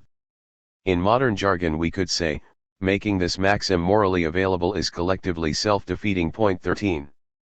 This reading has the virtue of showing how the application of the categorical imperative is not parasitic upon practices, like promising, whose moral necessity is simply presupposed. Point 14. Rather, adoption of a forbidden maxim brings the agent into conflict with himself.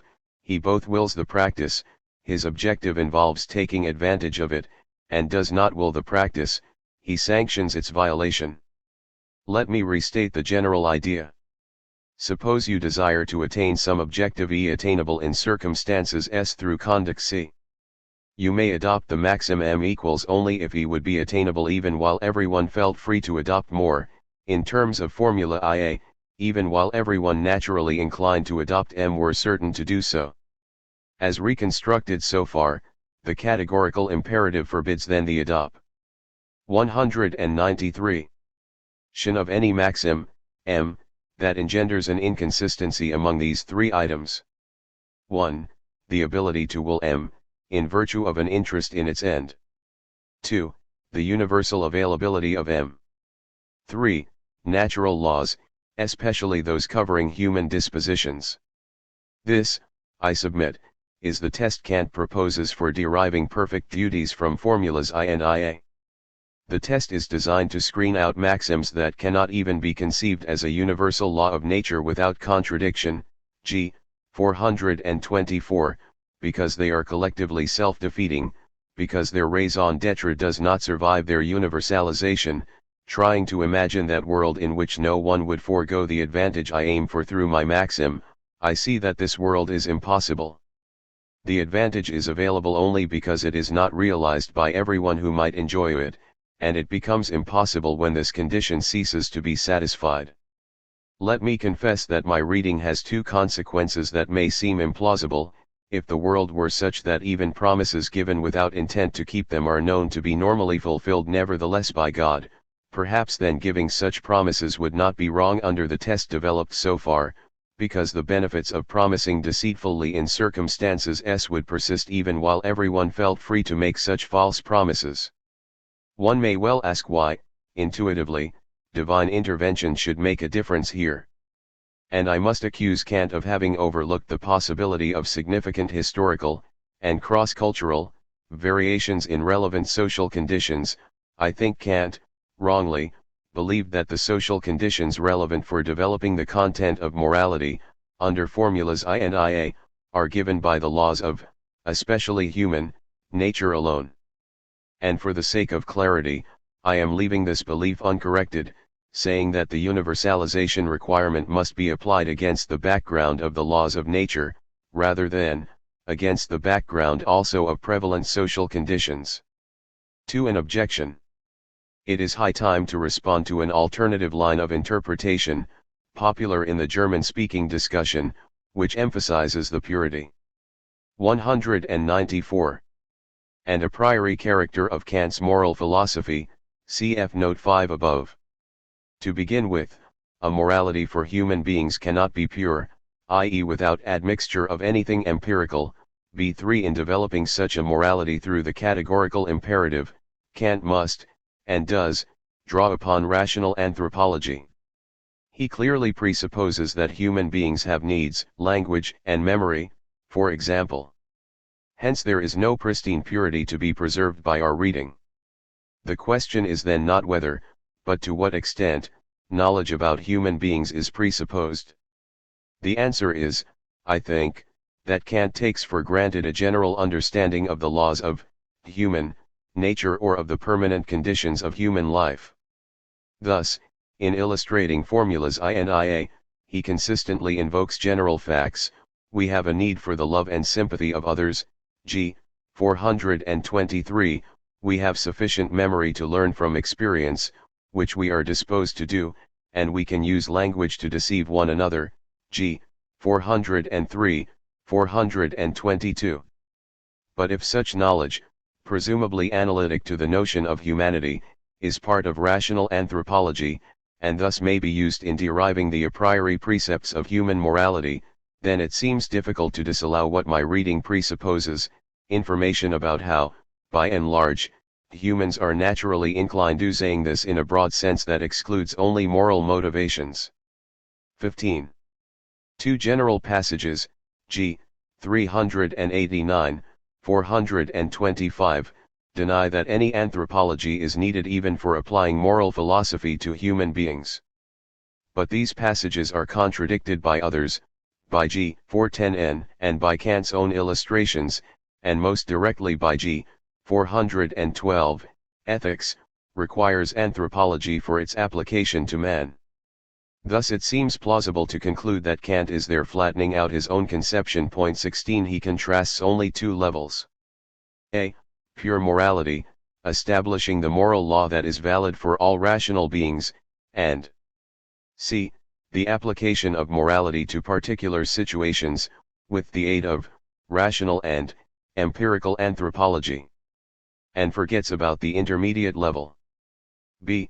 The application of pure morality to a world of human beings for purposes of developing human morality, with the aid of rational anthropology. 195. There are further general passages stressing the purity of morality. However, I think most of these can well be read as emphasizing the purity of only the supreme principle of morality, not of particular moral precepts for human beings. For example, G. 425, uses the singular throughout, insisting that the practical law, this principle, etc., must not be derived from the special characteristics of human nature. Other passages, G. 410n, 411f, 442, it is true, emphasize the purity of moral laws and moral principles, plural, but I do not find this conclusive. Why cannot Kant be talking about the general properties of moral laws, a species, while arguing elsewhere that this species has only one member? This reading is particularly encouraged by G. 410n. Moral principles are not grounded on the peculiarities of human nature, but must be established a priori by themselves, and yet, from all such principles it must be possible to derive practical rules for human nature as well as for every kind of rational nature. This suggests that the practical rules need not be the same for all species of rational beings, especially since he writes, in the same footnote, that we can distinguish pure from applied moral philosophy, applied to human nature, that is. So I take Kant's considered view to be that moral philosophy, though entirely based upon its pure part, is not entirely pure. We don't need any empirical knowledge to see that the permissibility of our maxims hinges on their meeting the test of the categorical imperative. But we may need some general knowledge in order to see whether some given maxim does meet this test. Kant's question is not whether I can will my maxim to be universally available in any context, but whether I can will this in our world, against the background of the actual laws of nature. 17. The possibility of this reading is obscured by Kant's commitment to universality. This means that the same maxims are obligatory, permissible, or forbidden for all agents interacting in the same world, and thus presumably sharing some general characteristics. Contrary to the common view, it need not mean that the same maxims are universally obligatory, permissible, or forbidden regardless of what the relevant species of agents and their world may be like. Formula requiring me to imagine that my maxim, atemporally, becomes a law of nature assumes that this new law is added, as it were, to the laws of nature that are already in place. And one may therefore need to know what these other laws are, in order to assess that new, fictional, order of nature. These other laws govern what people are naturally inclined. 196. To do, and hence determine how they would act if their conduct in a particular matter were demoralized. 3. The second formula. As developed so far, the categorical imperative is still too weak to yield imperfect duties. It is quite possible, for example, to will the maxim of indifference to the needs of others together with its universal availability, the maxim's material end to avoid trouble and expense remains attainable even when everyone so inclined adopts the maxim. Kant's discussion of this fourth example under Formula IA offers no convincing idea for strengthening the test. He asserts that one cannot will a universal law of open indifference to the distress of others, because cases might often arise in which one would need the love and sympathy of others and in which one would deprive oneself, by such a law of nature springing from one's own will, of all hope of the aid one wants for oneself. G. 423. However, we can hardly accept this as conclusive. 18 Given that an analogous argument would defeat any maxim of helping others in distress, once again, many a situation might arise in which I would urgently want not to have to help. And Kant's point cannot be that one should ask which of the two eventualities constitutes the greater danger for oneself, or for the average agent, as this would reduce the test to a rule egoistic, or rule utilitarian, calculus. What Kant needs to show is that human agents must will, not merely that they do want, help in certain situations. Point 19.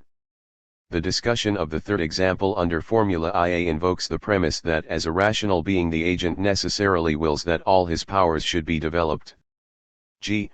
423, and a little later Kant says that with maxims violating imperfect duties we do not find this inner impossibility, but it is still impossible to will. G. 424. Looking at the preceding parts of the groundwork, these assertions must seem quite unfounded, and so we should consider whether they might anticipate arguments yet to be made. To show that this may indeed be the case, let me extend the discussion to Formula 2, which, I believe, offers a textually and systematically plausible way of strengthening the categorical imperative in this regard. The second formula demands, so act in relation to every rational being, that he may at the same time count in your maxim as an end in itself. G. 437, or, as I will paraphrase, as an ultimate source of 197 value. As Kant applies it, this is a very powerful principle. But how does he think it can be established? I can see two main readings. A. As a rational being I consider myself an end in itself, and so cannot reasonably will the permission to treat me merely as a means. Therefore, I cannot reasonably will universal legislation permitting that any rational being be treated merely as a means, and thus, by universality, must not adopt a maxim pursuant to which any rational being may be treated merely as a means. 20. On this reading, Kant, taking Formula I for granted, brings it to bear upon the premise that as a rational being, or person, one must consider oneself an end in itself. I believe that, while some version of this reasoning may figure in Kant's argument, this reconstruction is systematically unsatisfactory, as can be seen by considering the following analogous reasoning. As a sentient being I am sensitive to suffering and pain, and so cannot reasonably will the permission to confine or to kill me. Therefore, I cannot reasonably will universal legislation permitting that any sentient being be confined or killed, and thus, by universality, must not adopt a maxim pursuant to which any sentient being may be confined or killed. For better or worse, this is not an argument Kant would accept. Universalizations are to range over the domain of rational beings only. But the fact that all and only rational beings can apply, and are bound by, the universalization requirement does not entail that all and only rational beings are protected by it. Formulas I and IA, though providing the form of the supreme principle of morality, offer no suggestion for how the scope of the required universalization is to be determined. Point 21. My alternative interpretation views Formula 2 as contributing precisely this determination, in two steps. B1 As rational beings, we recognize as ends in themselves exactly those beings who have a telos that is of absolute value. Point 22 However, only a good will has absolute value. Therefore, exactly those beings who have the potential for a good will qualify for the status of ends in themselves. 198. This argument provides what Kant needs, a way of showing just whom moral reasoning must take into account, and on what grounds. The argument singles out human beings, or rather, persons, i.e. beings who are rational, and thus capable of acting from duty. 23. This interpretation receives some support in G. 4279. Kant asserts there that persons are objective ends, the rational grounds on which I necessarily think of my own nature as an end in itself do not refer to me essentially. They are rational grounds for thinking of anyone's rational nature as an end in itself. We cannot but recognize that rational beings, and they alone, objectively are ultimate sources of value or ends in themselves. And so we must acknowledge and treat one another as such by adopting only maxims all of us can contain, endorse, consent to. Insofar as one is reasonable, one cannot will that any rational being be treated merely as a means. On this reconstruction, it is Formula 2 that brings out and justifies what is implicit in the categorical imperative, namely that moral concern is due to person-seen virtue of our capacity to act freely and morally, to choose ends in complete independence from the ends we find ourselves inclined toward by nature. 24. So the demand that all and only persons must be able to endorse my maxims does not follow from, but rather supports and specifies the universalization requirement. B2 Rational beings must treat one another as ends in themselves, i.e. each must choose maxims so that all can contain or endorse them, even while the maxim's end remains attainable for him. However, I may assume that all persons can endorse my adopting M, if and only if they can endorse M's adoption by any other person as well. In order to test M, I must therefore ask, can all persons endorse that M should be available to any person, even while M's end remains attainable? I cannot reasonably will M if it fails this test. Kant did think of this argument as a rationale for the universalization requirement. Suppose, however, there were something whose existence has in itself an absolute value, then in it, and in it alone, would there be the ground of a possible categorical imperative. But if all value were conditioned, then no supreme principle could be found for reason at all. G. 428. The ground of this supreme practical principle is, rational nature exists as an end in itself. G. 428f. There is also evidence that he thought of this argument as providing 199. A non-arbitrary way of fixing its scope. Earlier formulations of formula I, G. 402, 421, merely speak of universal law, while later ones, G. 437f, expand this to universal validity for every rational being and universal law, for all rational beings, respectively. 25. Through B1 and B2, whether I, the prospective agent, can will M to be universally available comes to depend on whether all persons can endorse M's availability to any person. The answer is negative, if action pursuant to my maxim would fail to recognize any person as an ultimate source of value, i.e. as a being whose, permissible, ends have value simply in virtue of her free choice. Here Kant distinguishes a narrower and a wider sense in which a person could be treated merely as a means. First and most fundamentally, an agent might subvert the very conditions of free choice which, Kant says, conflicts with humanity as an end in itself. This case of treating someone merely as a means is closely related to the ordinary sense of using someone, or his actions, as a means for the furtherance of one's own ends. As examples of this sort of offense, Kant mentions deception and coercion, G. 430.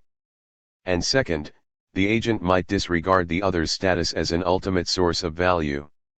And in order to display this failing she need not go so far as to use him, it is enough that she ignore him, be indifferent to his dignity, needs, or chosen ends. 26.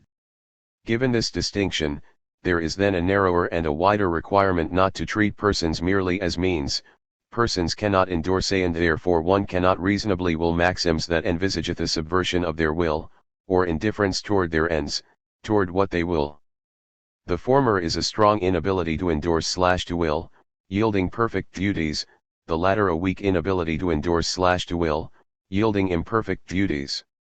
The second, wider requirement supports the assertion that we had earlier found groundless, namely that I cannot reasonably will indifference to the permissible ends of persons, to the development of my own talents and to other persons' need for help. My maxims must positively agree, or harmonize, with humanity as an end in itself, g. 430. The permissible ends of persons including those of my own, future, self, cf. 27, must also for me be ends 27 or immediate, not mediated by self-interest, reasons for action. Point 28. Surprisingly, Formula 2 also makes a contribution in the area of perfect duties. We can begin to appreciate this by observing that it offers a new rationale for the prohibition on deceitful promising. Formulas I and IA had suggested the following thought: the agent can will to 200. Adopt the relevant maxim only if a functioning practice of promising exists. However, this practice would, among human beings, not persist, if everyone felt free to give deceitful promises. Hence the agent's success in making a deceitful promise is dependent upon the compliance of others who, restraining their inclinations, refrain from giving false promises.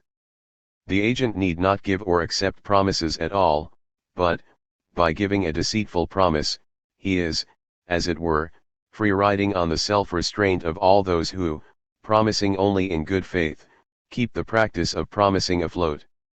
Now Kant could easily have restated this thought in terms of Formula 2, taking advantage of a practice without accepting the burdens it stipulates uses and exploits others and thus conflicts with their status as ends in themselves. The deceitful promiser treats merely as means, in the strong sense, all those who forego the advantages of deceit. But Kant does not do this. Instead, he contends that deceitful promising is forbidden, under Formula 2, because of how it treats the promisee, who, if she is to accept the promise, cannot be aware of, and hence cannot endorse, the promiser's maxim, g. 429. But this plainly makes the categorical imperative more powerful than a straightforward reading of Formula I would have suggested. To illustrate, adopting the maxim to coerce others to serve my desires certainly conflicts with their status as ends in themselves and thus constitutes a violation of perfect duty, under Formula 2. Yet, adopting this maxim is not forbidden by formulas I and IA, as initially interpreted I can will the maxim together with its universal availability.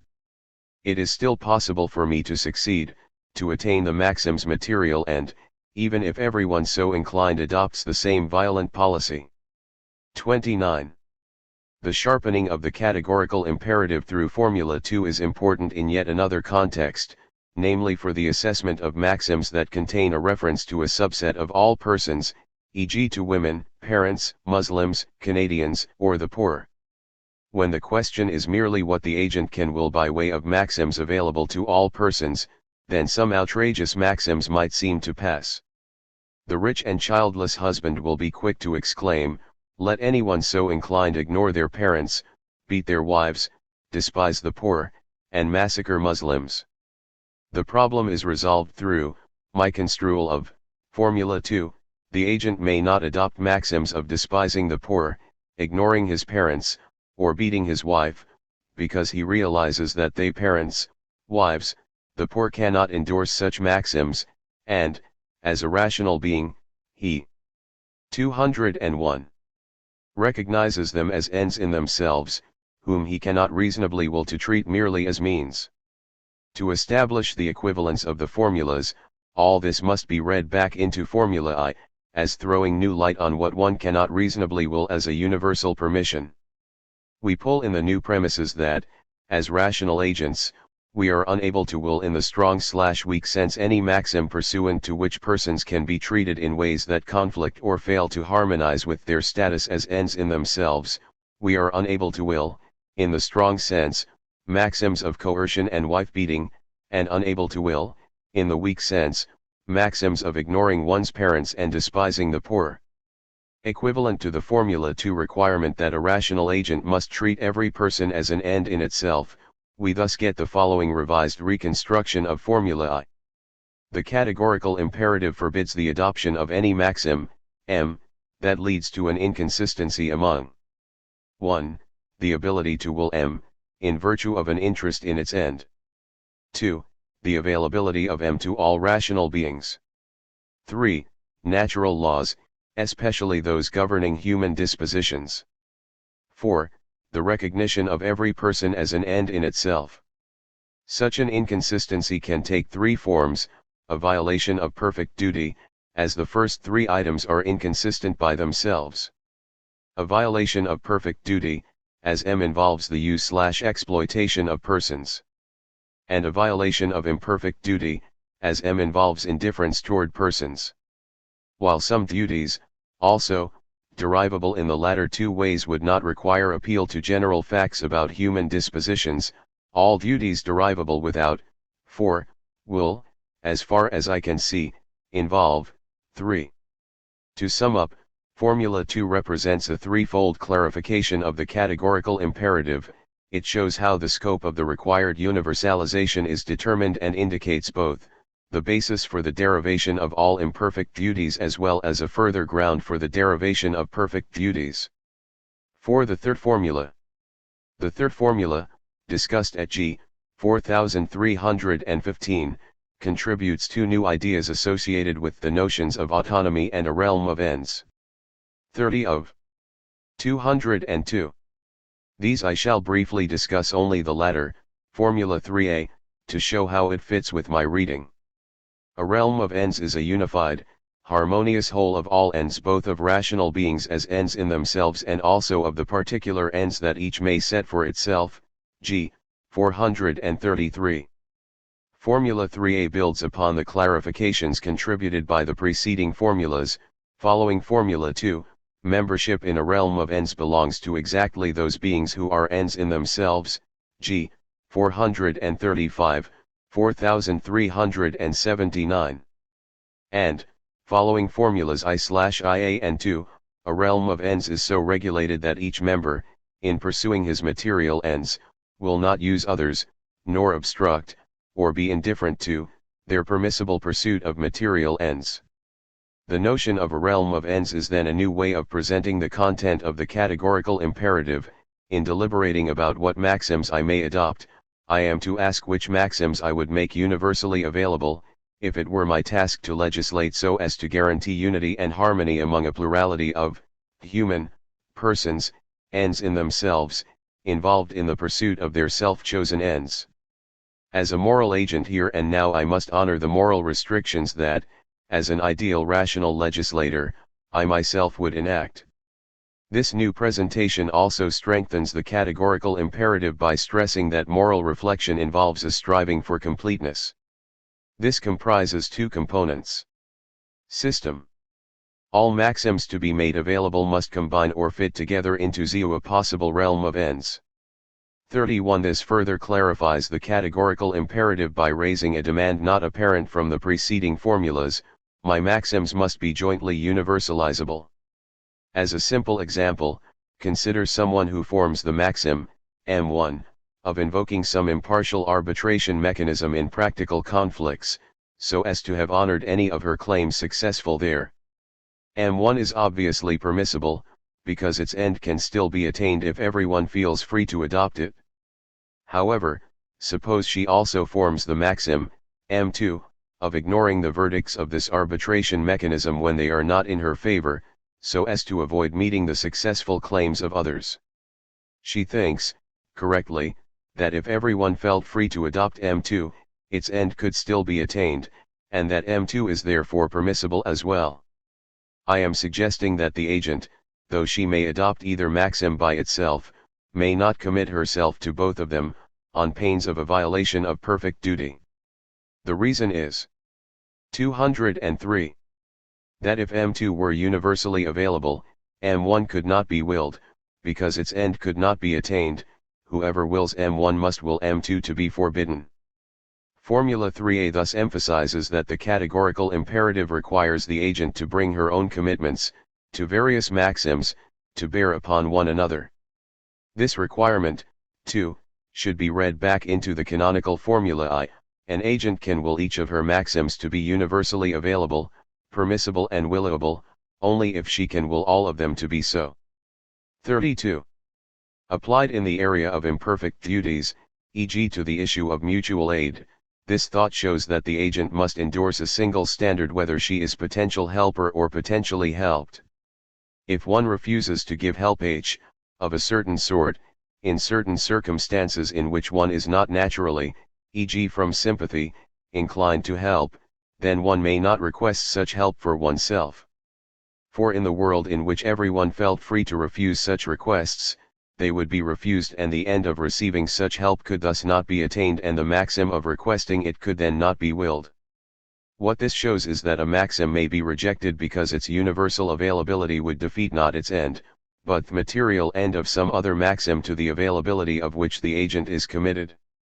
What it does not show is which of the incompatible maxims the agent must give up. As regards mutual aid, for example, the system component, though it forbids a double standard, is still compatible with the full range of attitudes left open by Formula I from rugged self-reliance, the belief that help is called for only in genuine emergencies, to a utilitarian policy prescribing help whenever the benefit to the helped exceeds the cost to the helper. Extension. The requirement to construct a universalizable system of maxims becomes more demanding through the second component, which requires that the laws springing from one's legislative will must cover all aspects of human life whether or not these play a role in one's own life.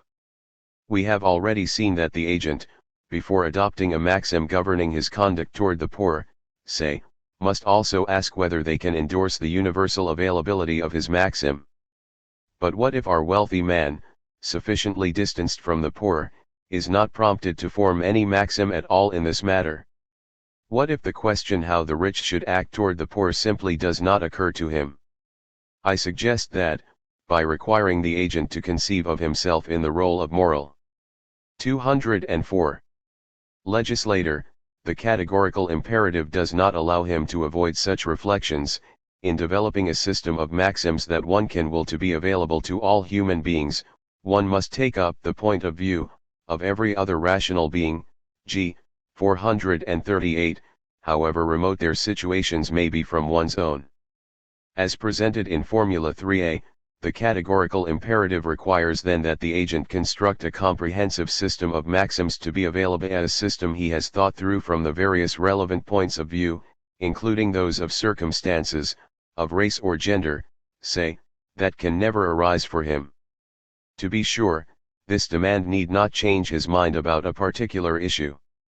But it does render maximally effective the idea that the agent's morality can, partly, be reformed from the inside through the realization that, if these maxims are to be available, permissible and willable, then those maxims must not be.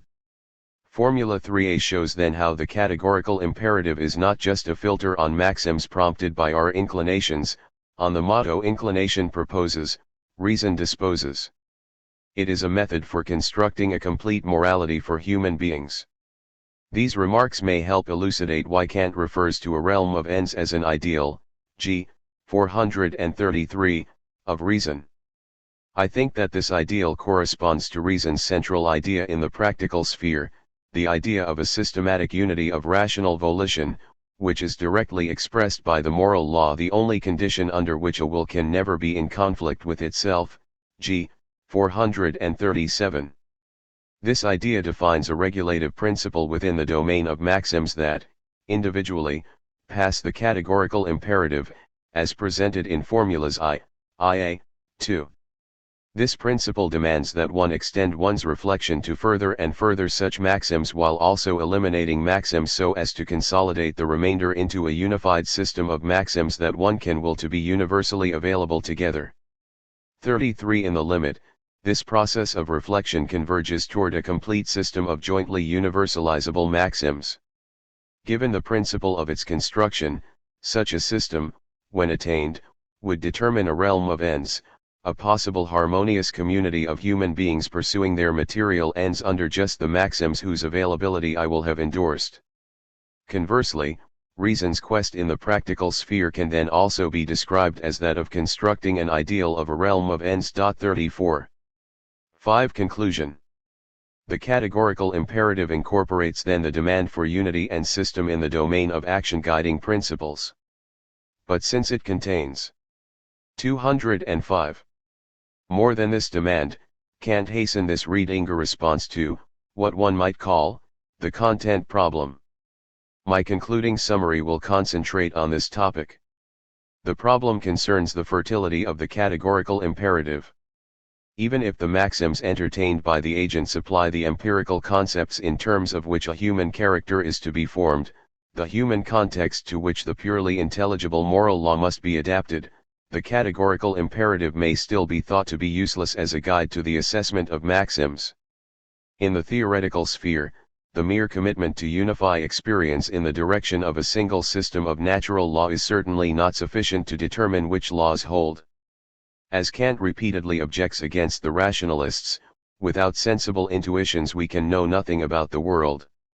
Yet in the practical sphere he specifically enjoins us to ignore the content of our sensibility, our inclinations, cfg, 428. How then can Kant do in the practical sphere what he declared impossible in the theoretical sphere, namely squeeze substantive content out of the merely formal commitment to unity, as expressed in the moral law? The question must be rejected, of course, since Kant is not attempting to derive answers to all practical questions from an empty formal principle. The misreading needs correction from both ends. First, as we have seen, the categorical imperative is not purely formal. It has a form, expressed in the demand for universality. But it also contains the specification of this requirement to the domain of rational beings capable of moral agency, and the demand for completeness within this domain. Moreover, Kant does not leave the construction of a system of moral restrictions to unguided intuition. Rather, the constructed system of maxims to be available must be such that they are willowable in three senses. A. It must be possible to attain each maxim's end within the context of the entire system of available maxims. B.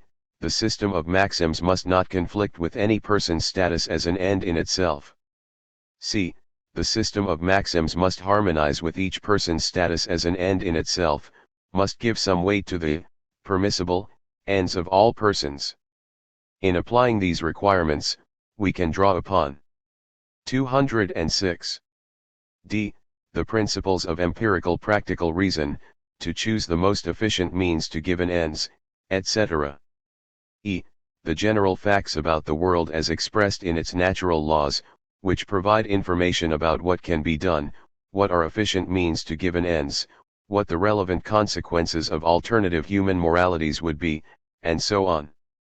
F. The various material ends that particular persons freely choose, which ends help specify the two broad, imperfect duties under C. Even when these six elements are pulled together, the categorical imperative, though it can furnish firm moral fixed points that any construction of a unified system of maxims must accommodate, does not yield a precise determination of our duties. But then this is the other end from which the misreading must be corrected. Kant fully understands that we need some intuition and judgment to complete the legislative task, and that different persons with good will might yet arrive at different ideals of a realm of ends for human beings. The categorical imperative is not proposed as an algorithm for settling all moral questions with precision.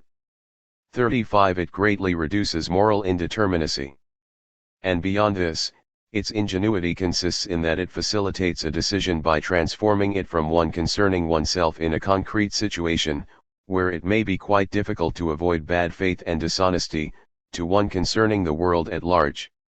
Here the categorical imperative is, as it were, a general procedure for constructing morally relevant thought experiments.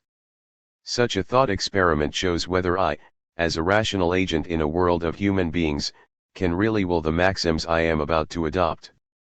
In this way, the categorical imperative amplifies my conscience by transforming the decision from one of marginal significance into one concerning the world at large, and also isolates my conscience by screening out any personal considerations that might affect my choice of maxims but are irrelevant to my decisions about how through legislation to specify a realm of ends. For Kant, conscience is not some independent faculty. It is practical reason itself, i.e. the will, g. 412, Seeprock R. 55, in its attempt to unify itself in accordance with elements, a. f. Kant writes, our duty with regard to conscience is only to cultivate it, to sharpen our attentiveness to the voice of the inner judge, and, an indirect duty, to utilize every 207 means to obtain a hearing for it, DV 6:401. I assume it is this duty that we discharge by considering our contemplated maxims under the various formulas. 36. Now the fact that not all moral issues are algorithmically resolvable by appeal to reason is not, from Kant's point of view, a terrible defect. While writing the groundwork, and the Seeprock R, he is not interested in a realm of ends as a real social world to be brought about, but employs it only as a vivid image designed to secure a unified structure for the individual agent's will. Kant's focus is on the individual agent's quest for moral excellence, which is shown to require the quest for a reorganization of his will toward its complete unification. Given this emphasis, there is no need that all moral agents should arrive at precisely the same ideal of a realm of ends. 37.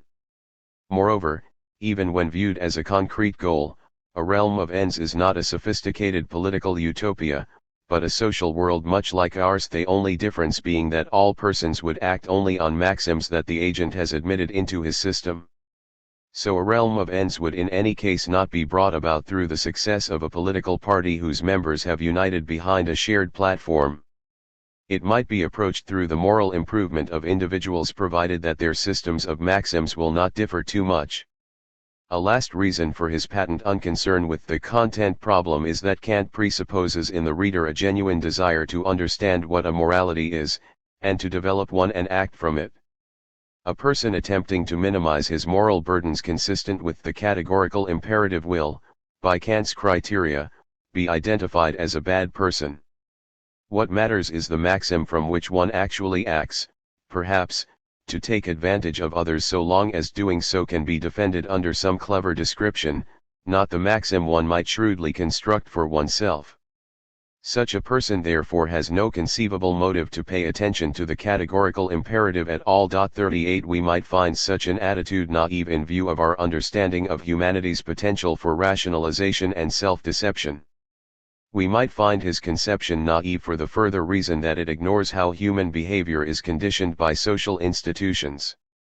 This latter objection Kant would, however, have rejected. From an empirical standpoint we may well be conditioned to the point of total determination, yet from a practical point of view we can and must view ourselves and one another as perfectly free, and hence as fully responsible for our character.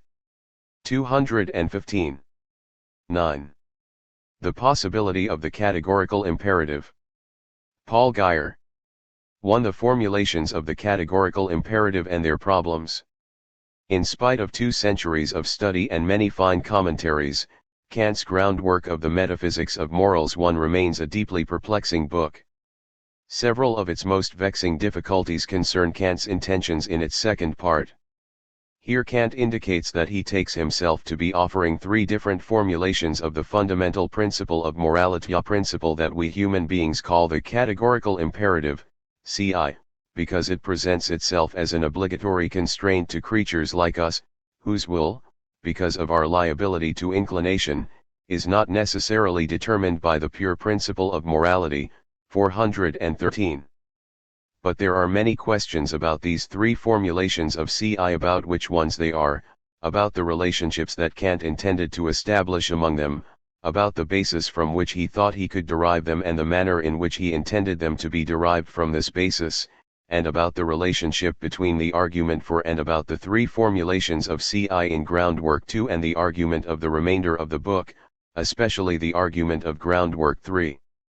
The first difficulty is the question of just which statements of CI Kant takes to be its 3 primary formulations. In his initial enumeration of the formulations, Kant suggests that the 3 fundamental formulations are what have come to be known as the principle of universal. 216. Law, pool, act only on that maxim through which you can at the same time will that it should become a universal law. 421. The principle of humanity as an end in itself, phe, act so that you always use humanity, in your own person as well as in the person of every other, never merely as a means, but at the same time as an end.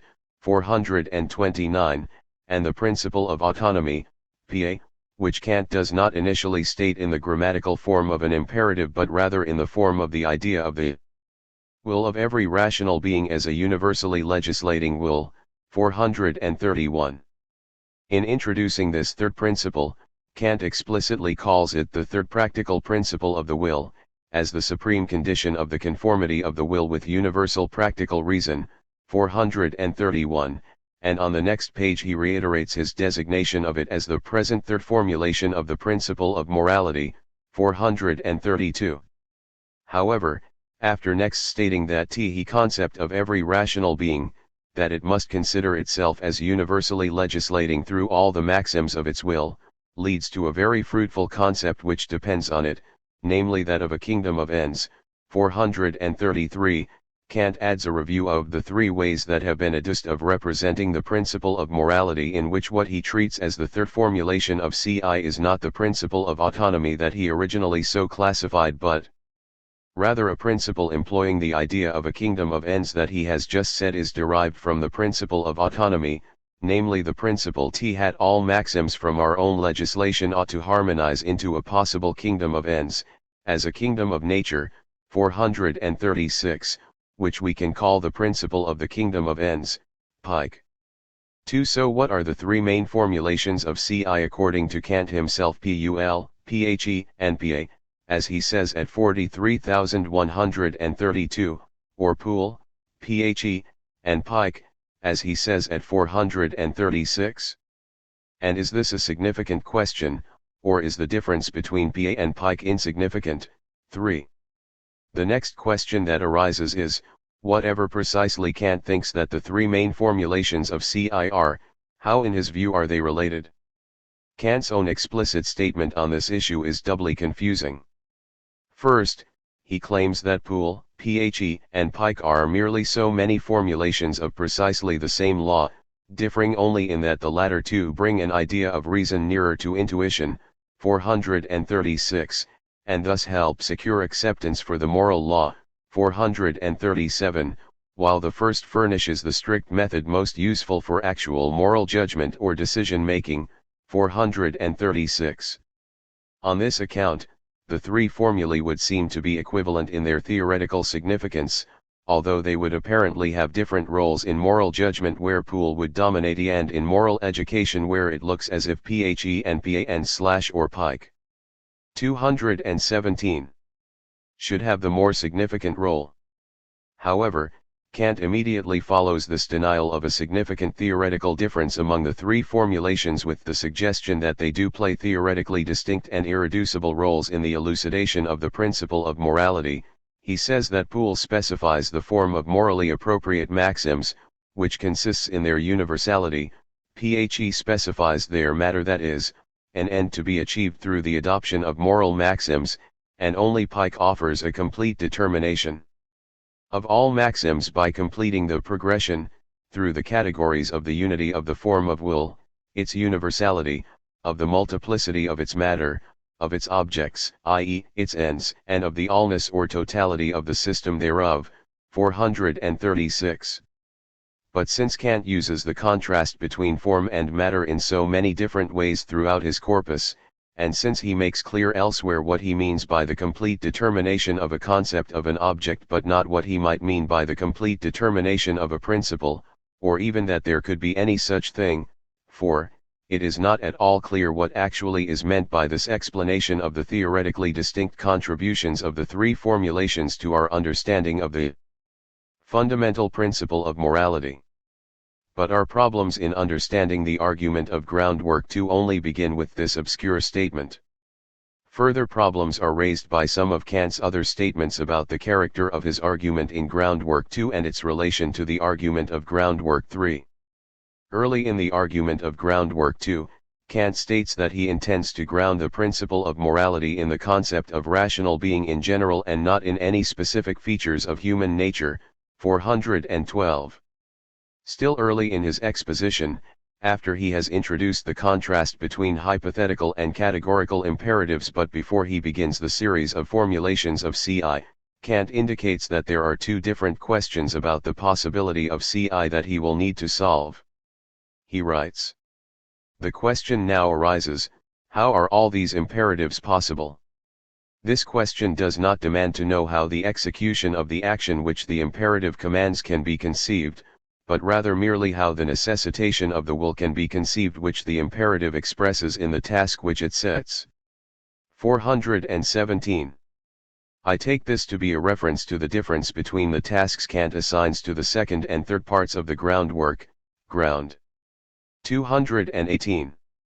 Work 3 will be concerned with the question of how it is possible for us human beings actually to execute CI, that is, act in compliance with it, but before that question can be reached there is a more general question about how it is possible for any rational being to will to act in compliance with CI that must be answered. This brief remark does not make very clear exactly what this preliminary question is. Likewise, in the transition from discussing Poole to discussing PHE and then again in the transition from PHE to PA and Pike, Kant each time suggests that there is a question about the possibility of a categorical imperative that needs to be resolved within groundwork 2 and its discussion of rational being in general, thus prior to the argument of groundwork 3 that we are beings to whom this concept of rational being does apply. Kant concludes his discussion of Poole and his presentation of the four examples of the kinds of duties that arise from it by saying, "We have thus at least shown that if duty is a concept which is to have meaning and real legislation for our actions, this can be expressed only in categorical imperatives, by no means in hypothetical ones. But we have still not come so far as to prove a priori that there actually is an imperative of this kind." 425. Considered by itself, this might be taken as an allusion to the issue that remains to be settled in groundwork 3, but a page later Kant says, "The question is therefore this, is it a necessary law for all rational beings always to judge their actions in accordance with maxims which they themselves can will that they should serve as universal laws? If there is such a law, it must already be connected, entirely a priori, with the concept of the will of a rational being in general. But in order to discover this connection one must, however much one may bristle, take a step beyond it, namely, into metaphysics, although into a region of it which is different from speculative philosophy, namely, into the metaphysics of morals." 426. The second remark suggests that there is a fundamental question about the possibility of any rational being willing to adopt Poole that must be answered within the confines of groundwork 2 and its metaphysics of morals 5 before we reach the question of whether we are rational beings bound by CI. Kant then immediately proceeds to the discussion of PHE, thereby suggesting that the introduction of the idea 219 of an end in itself is a necessary step in the demonstration of the very possibility of any rational agent, not just us, being bound and moved by CI. Again, however, it remains unclear just what question about the possibility of any rational being acting in accord with CI Kant is raising. Similarly, Kant's transition to PA after his second discussion of his four examples following his statement of PHE also suggests that there is an outstanding question about the possibility of the principle of morality for any rational being that must be answered within groundwork 2 rather than within groundwork 3. Kant's characterization of PA as the supreme condition of the conformity of the will with universal practical reason, 431, suggests that now this third principle adds another essential condition of the possibility of any rational being actually willing in accord with CI that must be in hand before it can be demonstrated that we ourselves are rational beings subject to the moral law and capable of complying with it.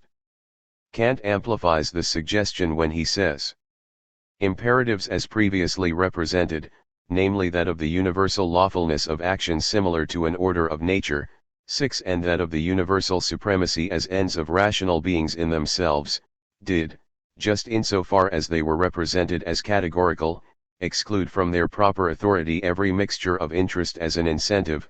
7 They were, however, merely assumed to be categorical. But that there were practical propositions, which commanded categorically, could not itself be proved, any more than it can be proved in this chapter generally, but one thing could have been done, namely, to show that the renunciation of all interest in willing from duty, as the specific mark distinguishing a categorical from a hypothetical imperative, was expressed in the imperative itself by means of some determination that it contains, and this is what is done in the present third formulation of the principle. 43,132.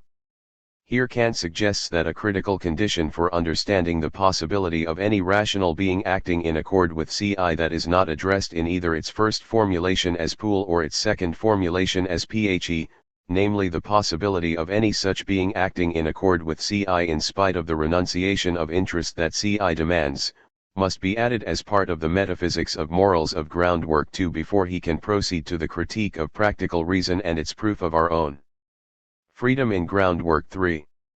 Is this the question about the possibility of Ci he has been referring to since 417, and is it the only such question? 220. Just as he suggests that there are two different questions about possibility that are to be answered in groundwork 2 and 3 respectively, Kant also suggests that there are two different synthetic a priori propositions to be demonstrated in these two parts of the work.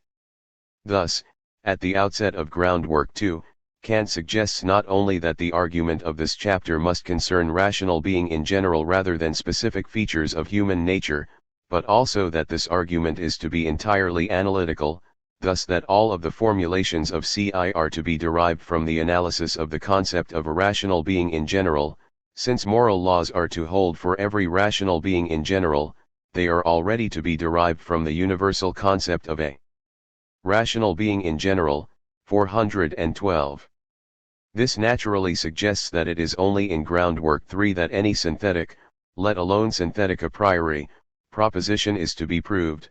Thus, groundwork 2 seems to be intended to derive its several formulations of Ci from an analysis of a concept of a rational being, and groundwork 3 to prove that Ci in its several formulations is binding for us by a proof of the synthetic proposition that we are rational beings who instantiate the concept that was analyzed in the preceding section. Yet in spite of Kant's claims that the argument of groundwork 2 is entirely analytical and that a possible synthetic use of pure practical reason remains to be demonstrated in groundwork 3 in order to demonstrate that morality is something and not merely a chimerical idea without truth, 445, there are also several passages in which he clearly suggests that there is a synthetic a priori proposition connected to Ci that must be proved within groundwork 2. Thus, immediately preceding his formal introduction of Poole, Kant says that with the categorical imperative we have a synthetic practical proposition a priori, a claim he explains by saying that in the categorical imperative, without a presupposed condition from any inclination, I connect the deed with the will a priori, thus necessarily, although only objectively, i.e., under the idea of a reason which has full power over all subjective motivating causes, 420 and 420n. This statement suggests that the connection of the categorical imperative to the will of any rational being is synthetic rather than analytic, and that the synthetic proposition asserting the connection of the categorical imperative to the will of any rational being is not identical to the synthetic proposition to be demonstrated in groundwork 3 that we humans are rational beings. But how can an analysis of a concept of rational being in general yield a synthetic connection between its will and Ci? We now see that we need to answer both a substantive question of 221. What conditions of the possibility of action in accord with Ci Kant believes are added to Poole by Phe and Pan/or Pike, and a technical question about how an analysis of the concept of rational being in general can yield a synthetic a priori connection between that concept and the categorical imperative. I will use an analogy to the distinction between logical and real possibility in Kant's theoretical philosophy to frame my answer to these questions. According to this distinction, which Kant first used at the outset of his polemic with rationalism 2 decades before the publication of the Critique of Pure Reason, 8. The requirement that a concept satisfy the logical condition that it contain no self-contradiction is only one necessary condition for judging that it represents even a possible object.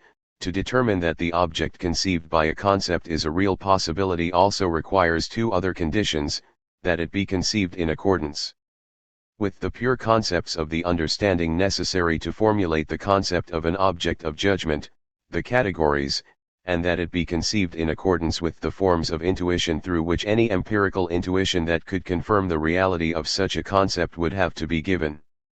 As Kant puts his point in the first Critique's postulates of empirical thought, where he is showing how the pure concepts of possibility, actuality, and necessity are to be schematized, or put into empirically applicable form 9, the requirement that in a concept of anything as possible there must be contained no contradiction is, to be sure, a necessary logical condition, but far from enough for the objective reality of the concept, i.e., the possibility of such an object as is thought. Through the concept, A 220/B 26768, instead, if the concept of possibility is not to have a merely logical significance and express the form of thought analytically, but is to concern things and their possibility, it must reach possible experience and its synthetic unity, in which alone objects of cognition are given, A 219/B 267. Of course, the theoretical requirement that the concept of an empirically possible object must satisfy all the constraints imposed by the categories and the principles of judgment derived from them, as well as those derived from the forms of intuition, cannot be carried over without modification into practical philosophy, for it is no part of Kant's thought that we need to prove the empirical possibility of pure morality. Point 10. Rather, the analogy that I intend is that while Kant's initial formulation of Ci as pool states a purely formal constraint on practical reasoning, which we can compare to the logical constraint of non-contradiction in theoretical reasoning, and which may even suffice as a rule for moral judgment, as Kant Sug. 222. Jests at 437. The further formulations of Ci state conditions that are also necessary to make intelligible how the adoption of pool by any rational agent can be possible in both of two different ways, bearing a loose analogy to the two different ways in which the categories and the forms of intuition are conditions for the real possibility of a theoretical concept. These conditions of possibility must be specified before it is proved in groundwork 3 that we ourselves are rational beings, a further step that would be analogous to proving the objective reality of a theoretical concept after it has been shown to define a real rather than merely logical possibility, although, of course, in theoretical philosophy that further step would consist in adducing or constructing an actual intuition for the concept, while the proof of the reality of human freedom does not involve any appeal to intuition. The two stages in the proof of the real possibility of Ci for any rational being may be conceived in the following way. First, we may take Kant to be making tacit appeal to a concept of rational being from which it follows that any action of such a being must have not only a form or rule but also an end or object and also an incentive or motive, although of course not an empirical end or motive. Thus, while pool may be seen as being derived from an analysis of the specific concept of a moral or practical law, Kant's argument for PHE presupposes an analysis of the broader concept of a rational being that states that a rational being never acts without an end, or a goal to be achieved by its action, even where the action is one of adopting a principle, so that a rational being never adopts a principle without it being possible to characterize an end that is realized in or through that principle. 11. And his argument for PA turns on the need to specify a motive that can make it rational for such a being to adopt pool. Thus, the very action of adopting pool itself cannot be shown to be rational unless an end valid for rational being as such that can be realized both in and through compliance with pool and a motive that can be satisfied by this compliance can be identified, a task quite distinct from showing that we human beings with all our sensuous inclinations are actually capable of complying with Ci, the issue in groundwork 3 and the critique of practical reason. However, to make sense of Kant's claim that the connection of Ci to the will of any rational being is synthetic, we need to assume that while an analysis of the concept of rational being is supposed to reveal the need for such an objective end and motive, Kant's designation of rationality, in the form of humanity, as the only end in itself that can give a reason for any rational being to accept pool. 223. And his account of the dignity of autonomy as the basis of any rational being's interest in adopting pool are intended to be seen as synthetic rather than analytic claims, even though his brief arguments for PHE and PA may leave obscure just why their conclusions should be synthetic rather than analytic.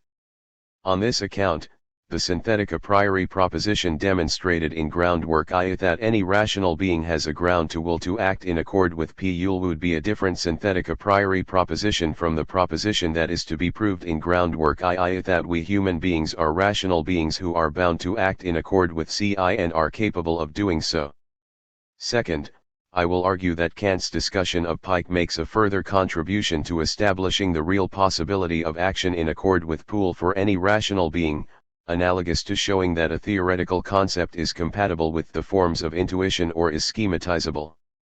While PA may provide an account of how any one rational being can have an interest in acting in accord with PUL, and thus adds to the account, begun in the discussion of PHE, of what it is that makes it rational for any being to adopt CI, it does not yet show that the formal requirement of universalizability and the end of respecting rational being as an end in itself are realizable in a domain consisting of a manifold of moral agents.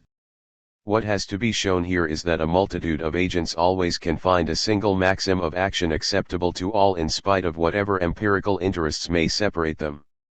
By postulating the systematic combination of different rational beings through common laws, a whole of all ends, of rational beings as ends in themselves, as well as of the individual ends that each may set for himself, which requires abstraction from all personal differences of rational beings as well as all content of their private ends. 433, Pike expresses the further assumption that must be made in order to ensure that a multitude of agents can actually formulate a universally acceptable maxim of actions, and thus that PUL can actually be applied to a domain of multiple agents. This is again a theoretical question distinct from the factual question of whether we human beings with our divergent inclinations can actually comply with CI. Thus, PHE and PA on the one hand, and Pike on the other, describe two different essential conditions for the possibility of adopting PUL. My argument will thus be that only the four formulations of CI taken together display all the conditions necessary to show that action in accord with CI is a real possibility for any rational agent, a fortiori a real possibility for ourselves if we are or are capable of acting as rational. 224. Agents. In other words, my claim will be that while PUL alone may suffice to define the form of CI, only PUL, PHE, PA, and Pike taken together suffice to conceive of the possibility of a realm of rational agents acting in compliance with CI, or to conceive of a possible object for the concept of CI. This paper is hardly intended to provide a complete assessment of Kant's arguments for his four formulations of CI and their plausibility, but only to provide an account of the relationship among these formulations that could serve as a framework for such an assessment. 12. To the principle of universal law. In particular, my interpretation does not claim anything novel about PUL itself, so I will here make only 2 points necessary for my subsequent argument. There is no doubt that PUL is supposed to be reached by a strictly analytical argument, but there is room for question about what concept it is that the argument is supposed to analyze. However, we should notice that although Kant begins the argument of groundwork 2 as a whole by saying that moral principles must be derived from the concept of a rational being in general, 412, he introduces his first explicit statement of PUL by stating that the formula, that contains the only proposition that can be a categorical imperative can be derived analytically from the mere concept of a categorical imperative, 420, or of a moral law. His argument is that since the very idea of a CI excludes the possibility that the validity of its command is conditional upon any contingently occurring particular desire for an end, only the universal validity of an agent's maxim, as a purely formal feature of it, remains as that which can be commanded by the imperative. For since besides the law this imperative contains only the necessity of the maxim to conform to this law, but the law contains no condition to which it is limited, there is nothing left but the universality of a law in general to which the maxim ought to conform, which conformity alone the imperative properly represents as necessary. 42,021. This analysis turns on the prior definition of a categorical imperative as one which would represent an action as objectively necessary for itself, without relation to another end. 414. This argument itself can 225. Be seen as deriving from a prior stipulation that any genuine moral law must hold for all rational beings. If one does not wish to deny to the concept of morality all truth and all relation to any possible object, then one cannot dispute that its law is of such widespread significance that it must hold not merely for men but for all rational beings in general, not merely under contingent conditions and exceptions, but absolutely necessarily. 408. This suggests that Poole is reached by a two-staged analysis. First, the concept of morality entails the validity of its fundamental principle for all rational beings, then the argument continues that a principle valid for all rational beings cannot depend upon any empirical condition, so an imperative that cannot depend upon any empirical condition can only command conformity to the idea of the universality of maxims as such. On this account, the analysis of the concept of morality or moral law would stipulate the validity of a moral law for all rational beings, but would not itself require a complete analysis of the more complex concept of rational being. Thus, while Kant's argument seems simply to assume that any rational being should adopt the requirement of universality without mentioning an end that is served by so doing, this is not an objection to it, because the analysis of the concept of rational being itself that stipulates that a rational being must always have an end and a motive for its action has not yet been introduced. Only when this analysis has been broached does Kant need to introduce PHE and PA in order to explain the rationality of adopting Poole itself. But before we can consider how PHE is introduced into Kant's argument, we need to consider whether Kant's analytical argument for Poole will preclude his subsequent argument for PHE. In the analysis thus far considered, Kant is clearly claiming that the idea of acting for any empirically given reason, thus, acting to bring about any empirically given end or objective, is incompatible with the idea of the universality of moral law. But he also seems to suggest that CI commands action without regard to any end at all, or that the requirement, established in groundwork I, that the goodness of virtuous action lie within the action itself and its relation to CI as its principle means that its goodness is not connected to any end intended to be achieved by such action. The following seems to preclude a virtuous action's being a means to any end. 226. All imperatives are formulae for the determination of an action which is necessary in accord with the principle of a will which is in some way good. Now if the action would be good merely for something else as a means, the imperative is hypothetical. If it is represented as good in itself, thus as necessary in a will which is in itself in accord with reason, as the principle thereof, then it is categorical. 414. And so does this claim, that a CI does not concern the matter of action and that which should result from it, but rather the form and the principle from which it itself flows, and the essentially good in it consists in the disposition, let its consequence be what it may. 416. Such remarks seem to assert that a rational being acts without any regard to ends at all, and that the goodness of its actions is entirely independent of any end that may be achieved through them, arising instead solely from the kind of principle that is the motivation for them. In fact, however, the idea that a rational being wills in the absence of any end whatever is not only incompatible with the fuller analysis of the idea of rational agency Kant is going to introduce, but is also not implied by the analysis that has led to Poole. First, the argument by which Kant reaches Poole actually excludes from the grounds for adopting a fundamental principle of morality only empirically given ends, not any sort of end altogether, for the obvious reason that a maxim adopted only in order to attain a particular empirically given end would be contingently rather than universally and necessarily valid. 13. What the concept of a CI excludes is not purpose as such, but any arbitrary purpose. That which it is necessary in order to do merely for the attainment of an arbitrary aim innerbeleibigen Absicht can itself be considered as contingent, and we can always free ourselves from the precept by giving up the aim. The unconditional command, on the contrary, leaves the will no arbitrary choice belieben in regard to the opposite, thus it alone brings with it that necessity which we demand for a law. 420. Kant will make exactly this point when he subsequently introduces phe, the ends which a rational agent arbitrarily knock-belly-eben sets as effects of his action, material ends, are all only relative, for only their relation to a faculty of desire in a subject which is determined in a 227. Particular way gives them their value, 427. Thus what needs to be excluded by Ci is not all ends whatsoever, but only ends that agents arbitrarily adopt because of their contingent desires. 14. The same pattern of argumentation is found in the Critique of Practical Reason, where Kant begins with the assumption that a practical principle must be universally valid. 1.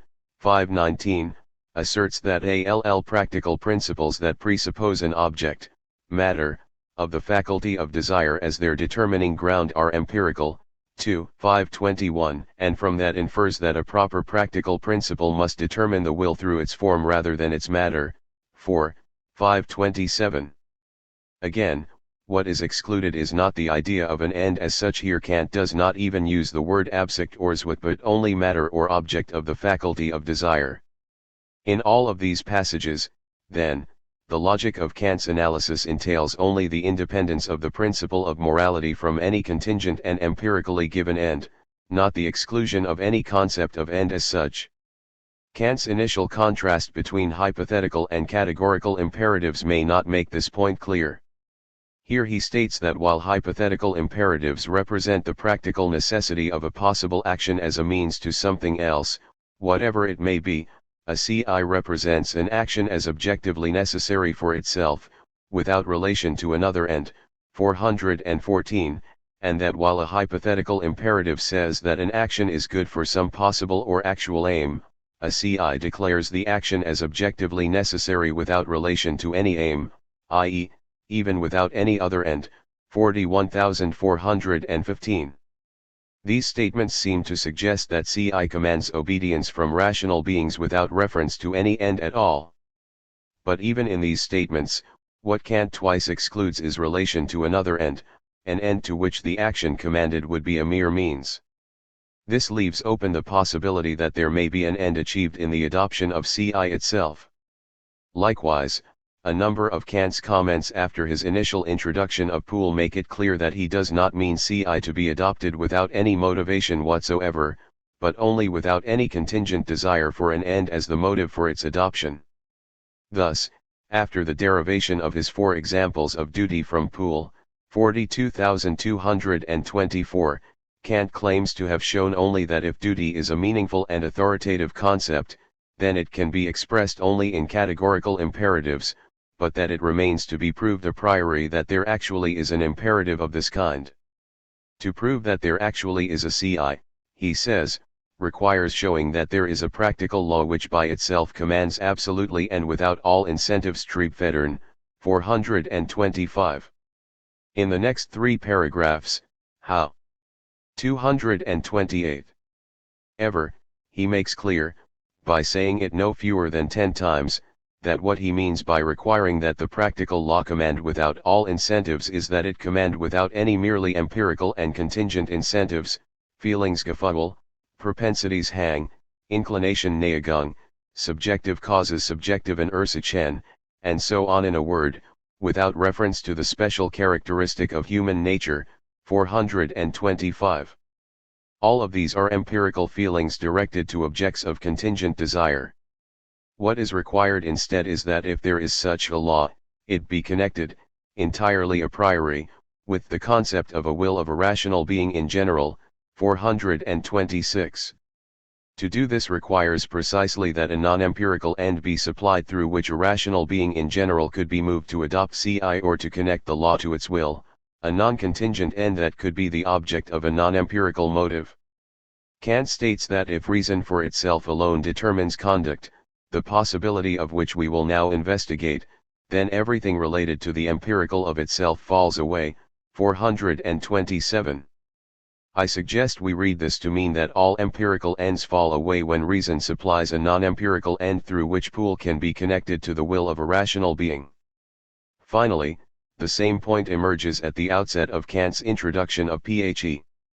Here Kant says, Practical principles are formal if they abstract from all subjective ends, they are, however, material if they are grounded on the latter, thus on certain incentives. 427. This implies that a formal principle such as pool does not have to be adopted without regard to all ends whatsoever, but only without regard to subjective ends, that is, those set by merely empirical incentives. 3. The principle of humanity as an end in itself. My next claim is that Kant's discussion of PHE represents the first step beyond pool into the metaphysics of morals announced at 426, or, better, a two-step, in which he first asserts that a fuller analysis of the concept of the will of a rational being in general than has yielded pool shows the necessity of a non-empirical concept of an end for a rational being as such, produced out of the resources of reason alone, and then, in a move that is intended to yield a synthetic proposition, argues that rational being itself is the only such non-empirical end. The provision of this end thus supplies a further necessary condition for the rationality of any agent's adoption of CI, or for the real possibility of CI. 229. Kant makes it plain at the outset of his discussion of PHE that his analysis of rational agency is more complex than has been revealed by Poole. He first characterizes the will, a faculty to be encountered only in rational beings, as the faculty of determining oneself to action in accord with the representation of certain laws, which may be taken to sum up Poole, but then adds that there must also be an end, which serves the will as the objective 15 grounds of its self-determination. 427. A rational will does not act on a law without any end in sight. That would be the paradigm of irrationality. If CI were already connected to the will of a rational being, then any end compatible with it might suffice for rational action, but if CI itself remains to be connected to rational willing, then what is needed is an end that can itself make acceptance of this law reasonable for any rational being. Thus, if there is to be a universally valid practical law, there must be an end that is universally valid, and such an end must be given by reason itself. Such an end would have an absolute value or be an end in itself, in that its value would not derive from any subjective, arbitrary, or material desire. And, Kant plainly states, in it and it alone would lie the ground of a possible categorical imperative. 428. Without the existence of such an objectively and universally valid end, it would not be possible, on an analysis of a rational agent as one that both conforms its will to a law and has an objectively valid end, for such a being to adopt CI, in the sense that it would not be intelligible why such a being should do so. Thus the provision of an objectively valid end is a necessary condition of the real possibility of action on CI. Kant characterizes in at least 4 different ways the objective end of reason he now introduces: man and in general every rational being, rational beings which can be called persons, both 428, rational nature, and humanity in your own person as well as in the person of everyone else. Rational nature is the fundamental characterization, and the other formulations are derivative from this. A being is a person insofar as it has rational nature, and humanity here connotes not the properties essential to humans as members of a biological species, but rather the rationality that makes biological humans persons. 16. Thus, Kant's claim is that rationality itself is the end for rational willing in general, objective in the 2 distinct senses of describing an end for action and being universally valid, which makes it possible for a rational being to adopt CI as its maxim. For the purposes of this paper, I will assume without further argument that making rational being an end in itself requires the preservation and promotion of freedom, and that the 230 realization of this end is achieved, at least in part, through the adoption of Poole, whose requirement of universal acceptability preserves the possibility of consent on the part of all agents affected by any agent's proposed maxim. 17. Here the only issue I can discuss is how we are to understand the way in which Kant introduces this claim into the argument of groundwork 2. Kant introduces PHE by blandly stating, "Now I say, man and in general every rational being exists as end in itself." 427. But what is the status of this assertion? Kant might seem to be reaching this assertion by an argument by elimination, in which case his procedure in arguing for PHE would be analogous to his method of argument for pool. Just as there the formal requirements of universalizability was reached by the exclusion of all empirical maxims, so here the idea that reason itself is the end of reason could be seen as being reached by the exclusion of everything else as an end for universally valid willing simply on the ground that any other end would be empirically given and therefore not universally valid. This might look like another merely analytical argument, yielding a merely analytical conclusion rather than a synthetic connection between pool and the will of any rational being. However, we must be intended to see the proposition that rational being is an end in itself as a fundamental synthetic a priori proposition, which could give rise to the further synthetic a priori proposition that the adoption of pool is rational for any rational being, because pool gives the form of the law that must be adhered to if the end of preserving and promoting rational being is to be attained, but that cannot itself be deduced by any antecedent argument. There are two ways in which we might be supposed to be intended to see this proposition as synthetic a priori. On the one hand, Kant's method in the groundwork might be intended to be analogous to his method in the prolegomena to any future metaphysics of 2 years before, in which he assumes the synthetic a priori status of propositions of mathematics and pure natural science in order to prove the existence of a priori forms of intuition, but does not attempt to give a transcendental deduction of the former propositions themselves. On this account, we would just have to see that the proposition is synthetic a priori. Alternatively, in analogy with Kant's method in the principles of judgment in the first critique, we may be intended to see not the proposition that rational being is the end in itself but rather the proposition that the only possible ends are empirical ends or rational being itself as a synthetic a priori proposition, with 231. The elimination of the first disjunct then following from the earlier requirement that a moral law be universally valid. 18. In any case, the assumption that there can be no direct and positive argument for the identification of reason as the objective end of rational willing is consistent with Kant's earliest and never retracted characterization of the methodology of moral philosophy in the essay on the distinctness of the principles of natural theology and morality. Point 19 here, where he already works with, though does not yet name, the distinction between hypothetical and categorical imperatives. Kant claims that a moral theory requires both a formal and a material first principle. This is because it is impossible, by contemplating a thing or a concept of any kind whatever, to recognize or infer what one ought to do, if that which is presupposed is not an end. 20. So he holds that moral action may require a formal constraint, but also requires an end, because otherwise no specifically determinate obligation flows from the rules of the good.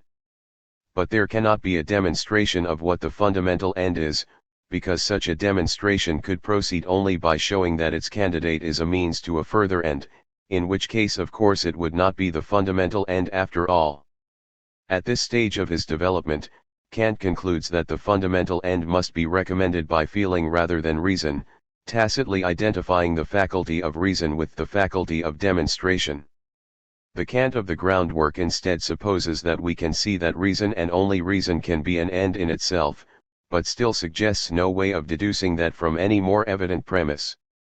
So we still seem to be left with the conclusion that there is no direct way to argue for PHE, although its assertion as a fundamental synthetic a priori proposition may be confirmed by the way it illuminates the examples of the 4 classes of duty that have already been derived from Pool. Point 21. Even though the nature of Kant's argument for PHE remains obscure, the significance of his introduction of it into the sequence of formulae in groundwork 2 can be further clarified by contrast to a complementary but distinct move in the introduction to the doctrine of virtue of the later metaphysics of morals.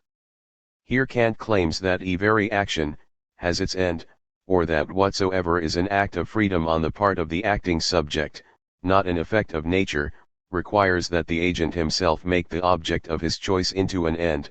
6:385. Point 22. From this he infers that there must be ends that are also duties, and that can be universally commanded, for otherwise a CI would not be possible. For were there no such ends, then all ends 232 would hold for practical reason only as means to other ends, and since there can be no action without an end, a categorical imperative would be impossible. 6:385. 23. Kant then searches among the general classes of all our possible ends for some that could qualify as duties, excluding, for different reasons, those that cannot, namely our own happiness and the perfection of others, and leaving those that can, our own perfection and the happiness of others. These then furnish the basis of the more specific duties of virtue. This argument can be seen as based on the assumption that a rational being cannot perform any particular action without a particular end, and thus that there must be ends compatible with the adoption of Ci if the latter is itself to be a possible rule of action for rational beings. But this assumes that the necessity and therefore the possibility of adopting Ci has already been established.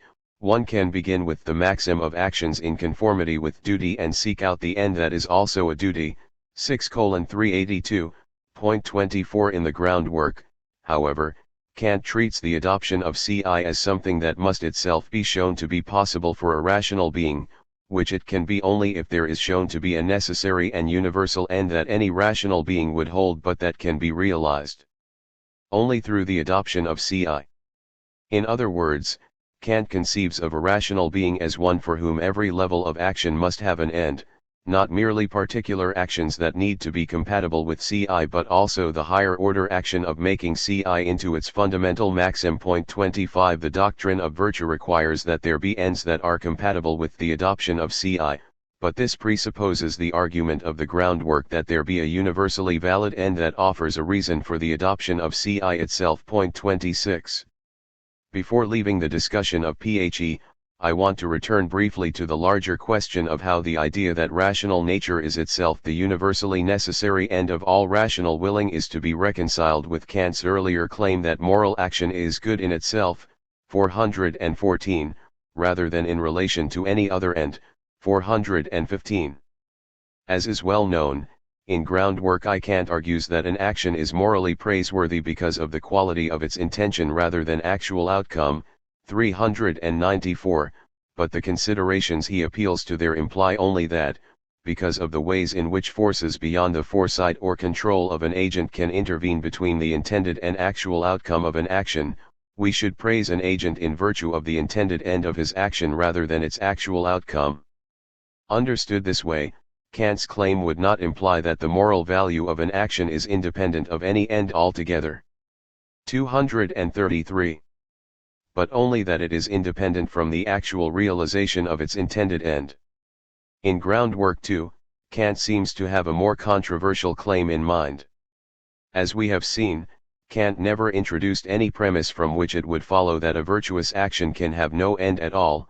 Rather, his requirement that the adoption of Ci depend upon no arbitrarily given end will be satisfied if the adoption of Ci depends on the adoption of an end that is non-contingent.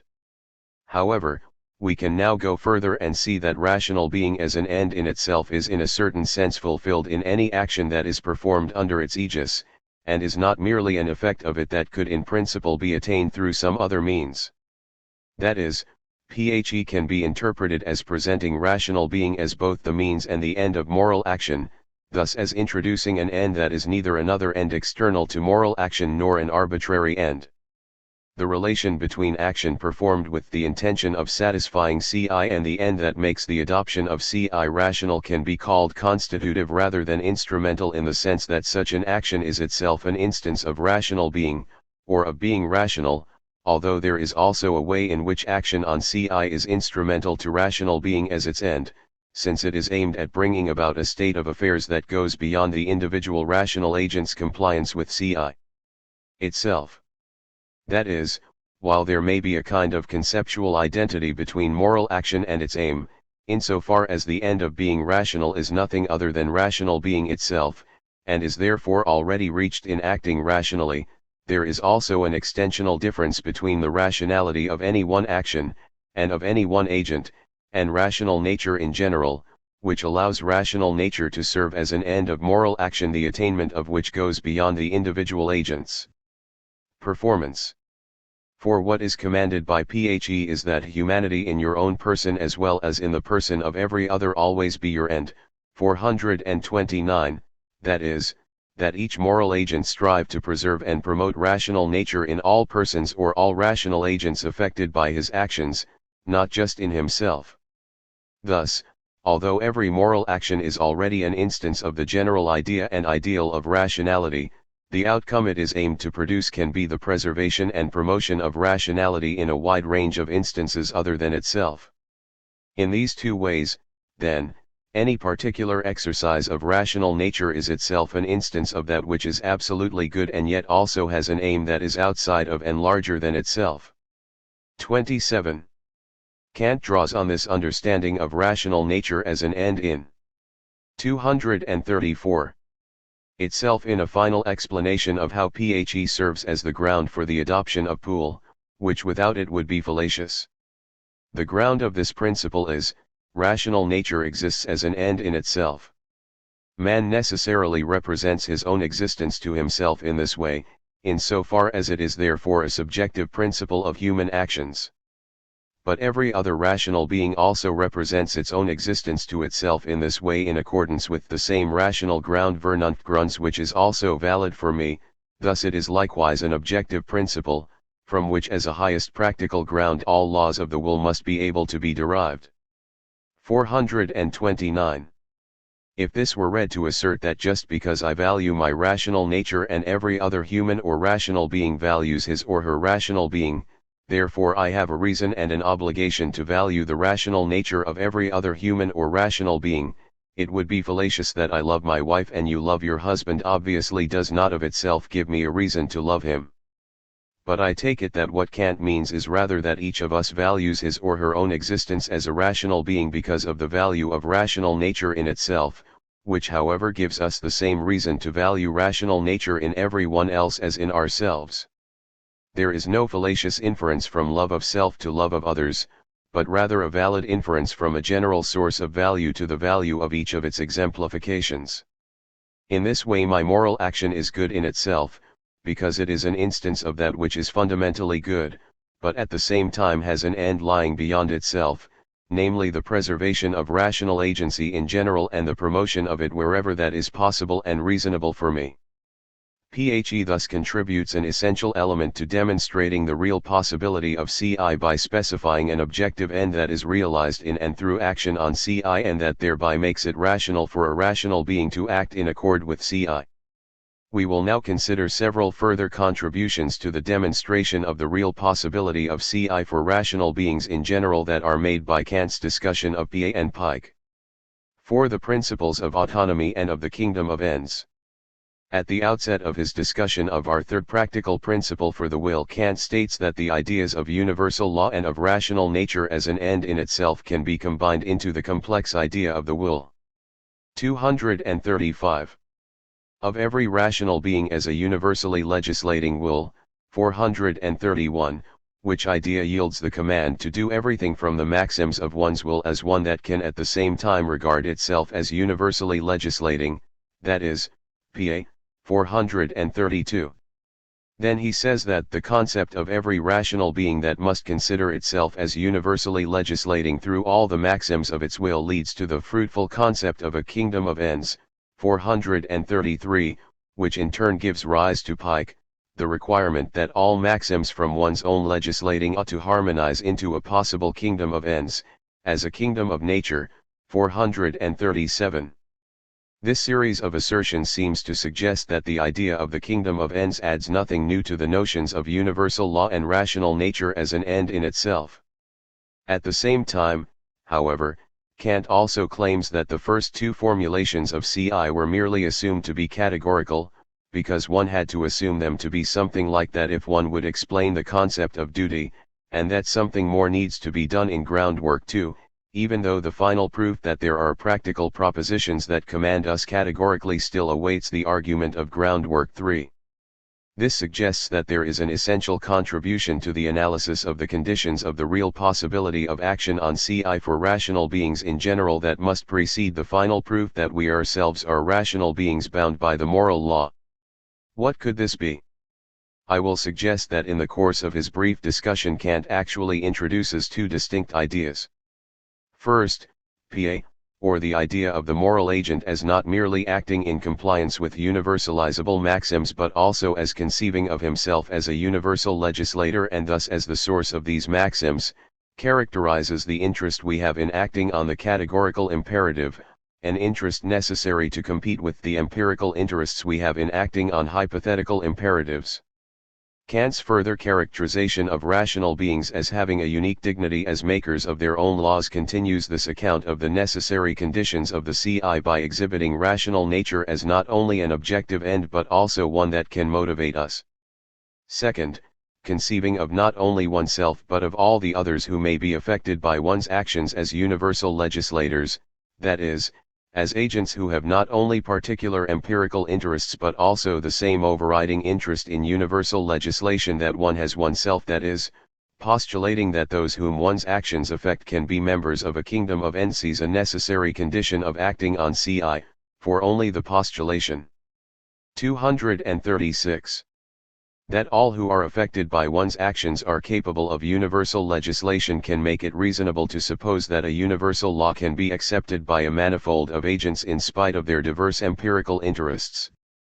Thus Pike is necessary to prove that CI is not just, as it were, intentionally non-contradictory and coherent but also extension-ally realizable final requirement for a demonstration of the real possibility of CI. Analogous to the proof that a pure concept of understanding can actually be realized in a manifold of intuition given the form of such a manifold. Kant begins his discussion of PA by claiming that the idea of the will of a rational being as one capable of universal legislation is necessary in order to explain the possibility of the renunciation of all interest required for action on a categorical rather than hypothetical imperative. 431. Kant's explanation of this claim is that prior efforts at moral theory have failed to see the human being as subject only to his own yet nevertheless universal legislating, and thus have only been able to conceive of him as subject to a law, whatever it might be, because it carries with it some interest as an attraction or compulsion reis oder zwang, since it does not arise as a law from his will, but the latter is necessitated in a law-like way to a certain course of action by something else. 43,233, what Kant called heteronomy rather than autonomy. 433. That is, on prior theories the moral agent would be capable of action in accordance with hypothetical imperatives, the adoption of which is always dependent on the presence of contingent aims or interests, but not capable of action on CI, which may require disregarding any contingent incentives. For if agents conceive of themselves as having merely empirical incentives, they may be able to conceive of themselves as using reason instrumentally in the pursuit of contingent goals, but only if they conceive of themselves as legislators or as having a will which is itself supremely legislative. 432, will they be able to see themselves as having an interest in using their reason for universal legislation rather than for the pursuit of contingent and private aims. In other words, the idea of oneself as a universal legislator rather than as a mere subject of universal laws imposed from without allows one to conceive of oneself as having an identity that is fulfilled by universal legislating. When we so conceive of ourselves, action in accord with CI seems like the realization of our own identity rather than submission to an external constraint, and is in this way well motivated. Thus, the idea of oneself as a universal legislator essential to PA introduces a self. 237. Conception that is a condition of the possibility of being motivated to act on a categorical rather than merely hypothetical imperative. The depiction of a motive necessary for the intelligibility of the adoption of CI is continued in Kant's account of the dignity of autonomy. The real bedrock of Kant's moral thought is his vision of the value of autonomy, the idea that an incomparable dignity attaches to freeing oneself from nature and being one's own master in the most general possible sense. Lawmaking has dignity, as opposed to mere market and fancy price. 43,435, because only through it can the will avoid being imposed upon or wheedled into doing something not of its own choice. 435, and lawmaking can determine value for other things or even transmit it to them because it itself has the incomparable dignity that attaches to self-mastery. Rational nature can be seen as an end in itself when it is interpreted as not merely subjection to but the willing of universal law, because then it can be seen as the means by which agents capable of being rational free themselves from natural law and attain the dignity of self-mastery. 28. The thought that there is an incomparable value or dignity in self-mastery over nature, which can be attained only through the willing of universal law, is what is ultimately necessary in order to explain why rational being is an end both in one's own person and in that of everyone else. The dignity of autonomy is what makes the preservation and promotion of one's own rational nature an absolute end, but it makes humanity an end in everyone else as well, because one's own autonomy is not desired merely as a matter of personal preference, but as something of incomparable dignity wherever it occurs. In Kant's words, autonomy is not an object of self-love, but is rather the ground of the dignity of human and of every rational nature. 436. It can here be noted only in passing that this conception of the goal of morality is the ground of the constraint on what one can do for others that Kant emphasizes in all his writings on ethics from his early lectures to the late doctrine of virtue, namely that since the end of morality is self-mastery, one cannot directly realize this end for others, but can at best help them in realizing it themselves. As Kant puts this point, it is a contradiction for me to make another's perfection my end. For the perfection of another human being, as a person, consists just in this, that he himself is able to set his end in accordance with his own concepts of duty. 6:386.29. This overlooks the ways in which I may make it my goal to help others in realizing their own freedom, but just as clearly emphasizes that it is the rational exercise of 238. Freedom that is itself human perfection and thus the necessary and objective end of moral action.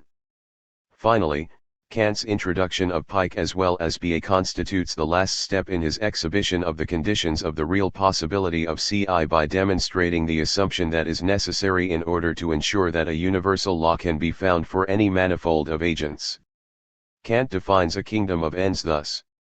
I understand, however, by a kingdom the systematic combination of different rational beings through common laws.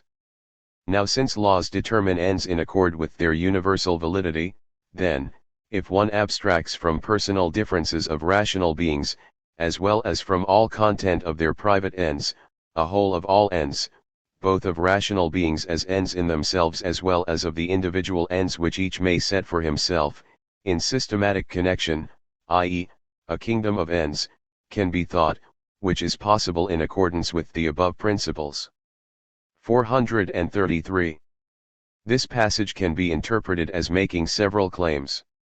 First, if one is to conceive of rational beings as abstracting from all personal ends but still as agents, that is, as still having some reason to act, then one must also conceive of them as universal legislators, that is, as agents who see their reason and capacity for universal legislation as itself a reason to will. This reiterates the point previously made, although it applies it to all members of a kingdom of ends and not just oneself. But second, it is only if one sees both oneself and all others who may be affected by one's actions as having not only personal ends but also both the capacity for and interest in universal legislation that one can be sure that a systematic connection of ends is always possible, that is, that for any set of circumstances there is indeed some universalizable maxim that can be adopted by oneself and others. If agents have only individual ends and merely instrumental reason, there is no guarantee that in any given circumstances there will be any maxim of action that could be adopted by any single agent that will also be compatible with all those ends. But if all the agents involved have the capacity for an interest in universal legislation, they will all be able to abstract from the content of their personal ends and come up with a universally acceptable maxim, even if in some particular situations that will only be the maxim that in those circumstances everyone must refrain from seeking to fulfill any merely empirical interest. In other words, only in a community of universal legislators, where universal legislation itself is avail. 239. Able as an end in addition to particular empirical interests, will it always be possible to formulate a universal law, and thus for any individual rational agent to comply with pool, only in a community all of whose members see themselves as universal legislators and not just as pursuers of individual ends will there always be some maxim that is indeed not only acceptable to but well motivated for all. Thus, just as the absence of logical contradiction in the idea of a figure enclosed within two straight lines does not prove its possibility in the space permitted by our form of intuition, 30 and only figures actually constructible in that space are really possible, so too the practical concept of a universal law can be proved to be a real possibility only for a domain of agents all of whom are universal legislators capable of setting aside personal interests and acting out of their common interest in being such legislators. 31. Thus, both Bie and Pike bring out crucial features of Kant's analysis of the full conditions for the real possibility of action on CI that need to be in place before the demonstration that we are actually capable of satisfying all those conditions, to be offered in groundwork 3, can be contemplated. He took a first step towards the exhibition of these conditions in going beyond the formal requirement of the universalizability of one's maxims by introducing rational nature as an end of action, but the conceptions of the moral agent as a universal legislator and of the community of moral agents as a kingdom of ends are necessary in order to explain how an individual moral agent could possibly act apart from personal interest and how a community of moral agents could possibly arrive at a systematic union of maxims and ends. Thus, Kant was wrong when he said that the formulations of CI beyond Pool are necessary just in order to bring morality closer to intuition, and in a lesser way wrong when he suggested that 3 formulations of CI are necessary for a complete determination of the principle of morality, a complete account of the real possibility of action in accord with CI for any rational being requires reference to the 4 formulations Pool, PHE, PA, and Pike. 32. 247. Part 4. The categorical imperative and the freedom of the will, groundwork 3. 249. 10. Kant's argument for the rationality of moral conduct. Thomas E. Hill, Jr. Kant is known as a champion of the idea that moral conduct is demanded by reason, but, despite a remarkable revival of interest in Kant's ethics, surprisingly little attention has been paid to Kant's explicit argument for the idea. This neglect is understandable but unfortunate. The misfortune is not that we have overlooked a sound and lucid proof which could have effectively settled all contemporary controversies about whether it is rational to be moral, it is rather that we have missed, or misread, a text which is crucially important for understanding Kant's groundwork of the metaphysics of morals and which contains ideas worth considering in their own right. The argument in question is what is summarized in the opening paragraphs of the notorious 3rd chapter of the groundwork. The usual reading not only makes Kant appear careless and unbelievably confused, it reinforces an interpretation which has Kant holding the outrageous view that immoral acts are unfree and not even willed. Moreover, common readings of the argument have Kant arguing from a forbidden empirical premise, regarding a feeling of freedom, confusing natural laws and laws of conduct, and committing an obvious non sequitur by overlooking the fact that he can only prove freedom from a practical point of view. In what follows I will sketch a reconstruction of the main features of Kant's argument, a reconstruction which I believe avoids these gross difficulties and yet remains, largely, faithful to the text. My discussion, however, will concentrate more heavily on the earlier stages of the argument, for 2 reasons. First, those early stages, in which Kant argues that rational wills have autonomy, offer an intriguing proof that 250. Humeans and Hobbesians are mistaken about the nature of practical reason, and the proof is quite independent of Kant's belief that he has identified the supreme moral principle. Second, though the earlier stages have drawn the heaviest ridicule, I think they are both more crucial to the interpretation of the groundwork and more promising than the later stages. Though focusing upon the earlier parts of Kant's argument, I will however comment briefly on a step at the end where I believe Kant goes wrong. 1. Aims of the argument and possible reasons for its neglect. The task Kant undertakes in Chapter 3 of the groundwork is nothing less than proving that moral constraints are requirements of reason. His argument, then, amounts to an answer to the contemporary question why be moral. But Kant's aim is easily obscured by the fact that his imagined audience is not the sort of moral skeptic with which we are most familiar today. Kant does not see himself as addressing, for example, those who are indifferent to morality and demand that philosophy supply them with a motive to be moral, for Kant's own theory denies that anyone rational enough to ask the question could really be so indifferent. Nor, I think, is Kant addressing an audience that doubts that common sense duties, as opposed to some revisionary standards, are genuinely moral, g. 4034. He does not imagine that anyone who clearly understood his supreme moral principle would need to wait for a proof before he felt its rational force. The intended audience, I think, is rather those whose moral commitment is liable to be called into question by philosophical accounts of practical reason which imply that morality could not be grounded in reason. To these Kant argues, first, that their theories of practical reason must be mistaken and, second, that the only alternative shows moral requirements to be rational. The argument, if sound, has important implications for contemporary moral skeptics, but its focus, its style, and perhaps even the degree of care devoted to its parts are influenced by Kant's own conception of his audience. That audience may have picked up ideas of Epicurus, Hobbes, and Hume. Nietzsche comes later. The aim of the third chapter, in Kant's terms, is to establish the supreme moral principle. This is the second of two main aims stated in the preface of the groundwork, namely, to seek out and establish the supreme principle of morality, g. 39192. Seeking out, or identifying. 251. The principle, is accomplished in the first two chapters, which also analyze the principle, reformulate it in various ways, and relate it to ideas of moral worth, dignity, etc.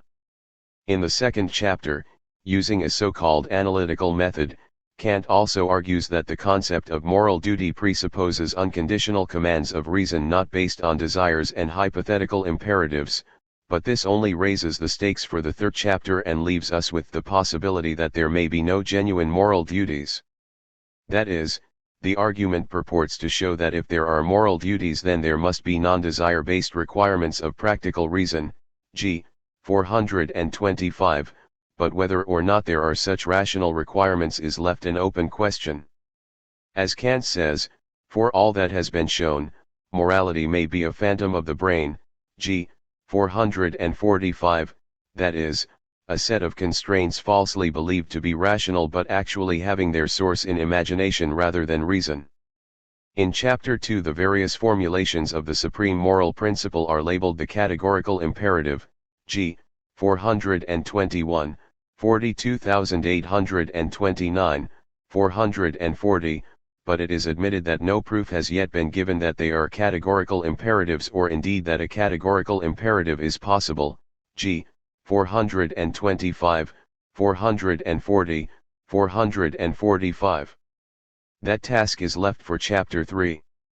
If my reading is right, the argument of the third chapter is obviously important. Why, then, has it been so often overlooked or maligned? The most obvious explanation lies in the fact that the argument is extremely compact, unclearly stated, and deeply entangled with aspects of Kant's metaphysics that have little appeal today.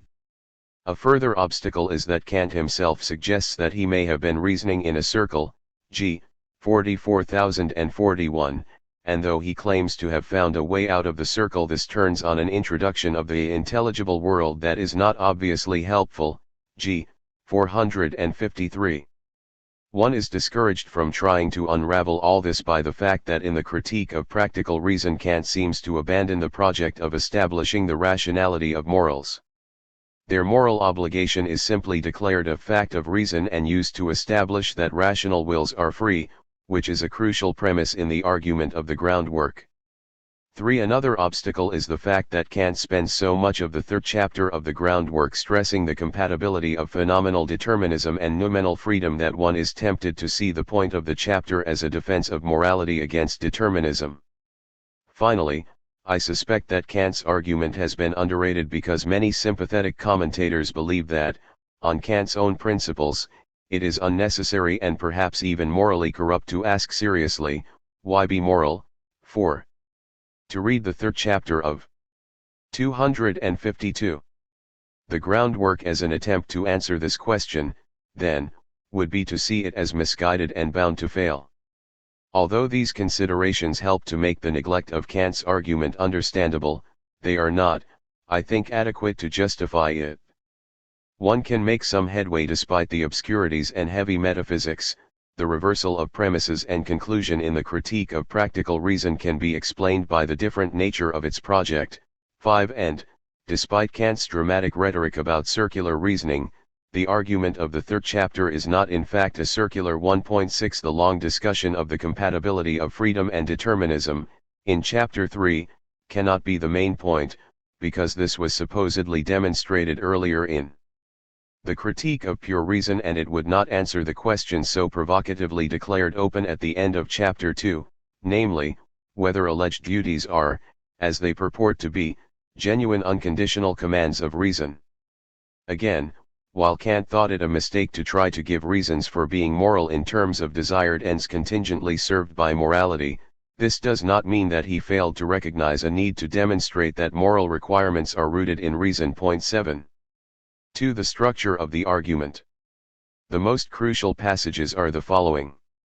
Will is a kind of causality belonging to living beings so far as they are rational. Freedom would then be the property this causality has of being able to work independently of determination by alien causes. The above definition of freedom is negative and consequently unfruitful as a way of grasping its essence, but there springs from it a more positive concept, which, as positive, is richer and more fruitful. The concept of causality carries with it that of laws, Gesetze, in accordance with which, because of something we call a cause, something else, namely, its effect must be posited, Gesetz. Hence freedom of the will, although it is not the property of conforming to laws of nature, is not for this reason lawless. It must rather be a causality conforming to immutable laws, though of a special kind, for otherwise a free will would be self-contradictory.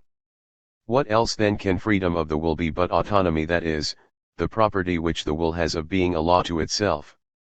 The proposition will is in all its actions a law to itself expresses, however, only the principle of acting on no maxim other than one which can have. 253. For its object itself as at the same time a universal law. This is precisely the formula of the categorical imperative and the principle of morality. Thus a free will and a will under moral laws are one and the same. G. 44647.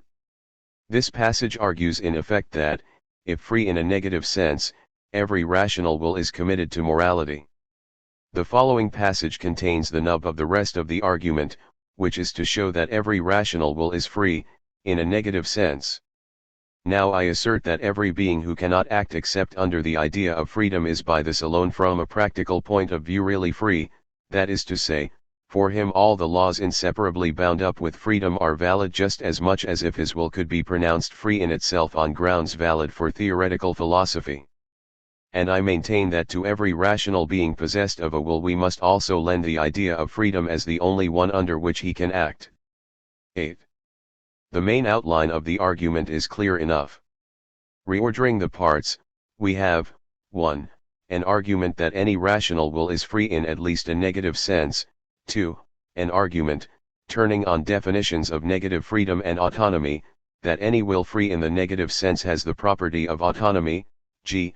446. 3. An assertion, relying on earlier arguments, that any rational will with autonomy is committed to the principle act only on maxims you can will as universal laws. 9. 4. An assertion, again relying on earlier arguments, that this last principle is the supreme principle of morality. 10. From all this it follows that any rational will is committed to the supreme principle of morality. Thus we can conclude that anyone who acts immorally is acting contrary to a principle which he himself accepts. If we assume that the principle in question is an unconditional and not merely prima facie 1,11, then such immoral acts must be irrational because contrary to an unconditional commitment of the agent. If we assume further that the argument shows that rational autonomous agents are committed to the supreme moral principle qua rational and autonomous, then immoral acts will be irrational not only because they are contrary to the agent's commitments but also because they are contrary to a principle the agent acknowledges to be rational. Point 12. Each of the major steps, of course, depends upon subsidiary arguments, some of which I shall consider shortly. But before that, a few preliminary remarks may be helpful. 254. First, in steps 1 and 2, Kant aims to show that any rational will has autonomy, and these stages presuppose nothing about morality. Now, though these stages are parts of a larger argument that it is rational to be moral, they are of interest independently of that larger project. They are concerned not merely to affirm a freedom unthreatened by causal determinism but to argue the necessity of acknowledging rational principles of conduct other than those which prescribe efficiency in satisfying our desires or in coordinating our means and ends. The conclusion, even at this earlier stage, is that anyone who acts for reasons must acknowledge at least some reasons other than facts about what is needed to achieve his ends and to satisfy his desires. If so, then regardless of what we think of morality there must be practical reasons which are not hypothetical imperatives. Hobbesians will be wrong to construe all rational principles as rules of rational self-interest. Modern decision theorists will be wrong if they suppose that all rational choice principles are relative to intrinsic preferences themselves uncriticizable by reason, and Humeans will be wrong to suppose that reason merely calculates and discovers facts rather than prescribing conduct. The conclusion is a strong and controversial one. A striking feature of the groundwork is that Kant's argument for it does not depend upon claims about morality. As a final preliminary, I must say a few words about the interpretation which I shall try to avoid. 13. According to this, the will is practical reason and so cannot will anything contrary to reason. Morality is prescribed by reason and so no one wills to be immoral. The will, which is thus always good, is free negatively and wills unequivocally perfect conformity to the laws of autonomy. Thus, on this view, one who acts to satisfy desire contrary to morality, and perhaps even one who acts to satisfy a morally neutral desire, does not really will so to act and does not act freely in any sense. His behavior is a product of natural forces, like that of animals or, better, animals with complex built-in computers for calculating the best means to satisfaction. We are strange hybrids, sometimes governed by freely acknowledged rational moral principles and sometimes in the grip of natural forces beyond rational control, and what switches us from the one mode to the other is inexplicable. It could not be a free choice because to be capable of free choice is to be in one mode rather than the other. When we act from desires we act heteronomously, which is to say unfreely and non-rationally. When we act from moral principle, we act autonomously, which is to say freely. 255. And rationally. And there can be no free choice between the two, for free choice is always for the rational and moral. Kant does say things in the groundwork which suggest this strange picture, but I am convinced that the textual evidence, on the whole, is opposed to it. However, in order to lay out my reconstruction of the argument under consideration even in the present sketchy form, I must leave detailed examination of particular passages for another occasion. For now I must be content to offer an alternative reading which, I hope, makes more sense of the compressed and puzzling argument in the third chapter and to call attention to the disparity between the interpretation I reject and the views Kant makes more evident in his later ethical writings. These later works, 14 with the explicit distinction between Wille and Wilker, make clear that Kant then thought the adoption of ends in general and certainly the adoption of immoral maxims were free choices of a rational agent, even though not maximally rational choices. To understand the groundwork in the context of Kant's work as a whole without regarding it as a radical deviation, we must see if we can understand his argument without having to attribute to him the bizarre picture I have sketched with its consequence that immorality is unfree and unwilling. 3. From negative freedom to autonomy. Conceptual analysis, Kant suggests, should suffice to show that any rational will which is free in a negative sense is also free in the positive sense, autonomy. The crucial definitions are those of will, negative freedom, and autonomy. Will is a kind of causality, distinct from causation by prior events and natural laws, a sort of ability to make things happen peculiar to rational agents, g. 446. Elsewhere, importantly, Kant characterizes the will as a power to act in accordance with his idea of laws, that is, in accordance with principles, g. 412, 427. The idea is that to be an agent, or a rational being with a will, one must be able to make things happen in such a way that the appropriate explanation is reference to the principles, laws, or reasons on which the person acted.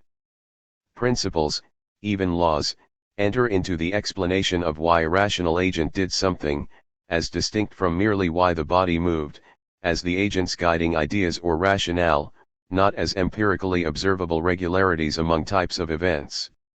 In fact, the will for Kant, in contrast, say, to 256. Hobbes and Hume, is not an event, a mental episode occurring prior to action, which explains that action in the ordinary empirical way. 15. Kant believed, of course, that explanations of an act by reference to the agent's reasons, and so his will, were compatible with accepting deterministic explanations of the corresponding behavior by empirical laws, but that belief is not essential to the important distinction between the two types of explanation. This conception of the will has several important implications.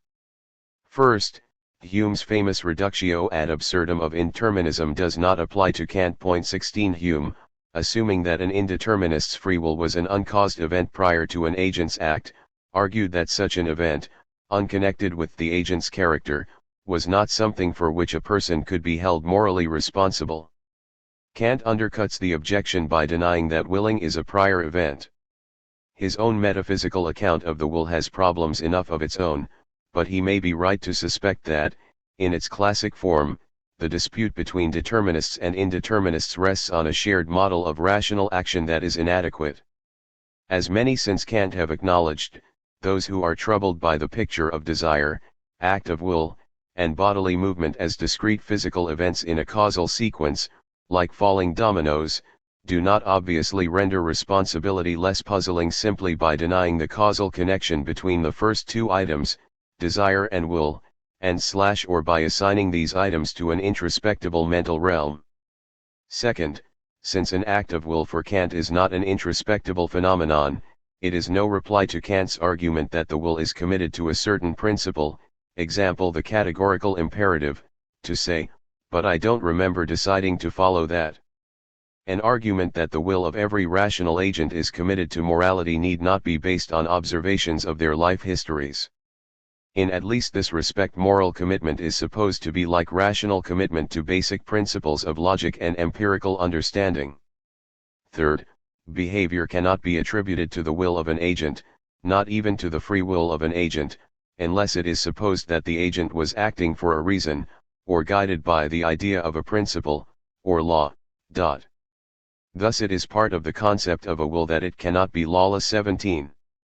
Next we need to look at the negative concept of freedom, which is the property, the will, has of being able to work independently of determination by alien causes.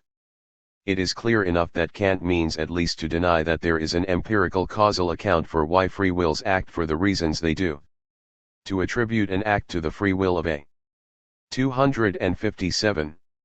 Rational agent is not to cite its empirical causes or to refer to an empirical mechanism or power, caused or uncaused, which explains how an observed behavior came about. The critique of pure reason is supposed to have established the possibility that such a will is in some sense responsible for what we do despite Kant's insistence, and supposed proof, that empirical science can in principle give causal explanations of all phenomena, mental as well as physical. The first critique also makes clear the price Kant is willing to pay for this compatibility, namely, conceiving the will as something apart from the spatio-temporal order which we can comprehend, but that full price, I think, is not essential to the main thrust of our argument. The preceding remarks reflect the usual, though still vague, understanding of a will's capacity to work independently of determination by alien causes. But, importantly, there must be more than this to Kant's conception of negative freedom if the step from negative freedom to autonomy is at all plausible.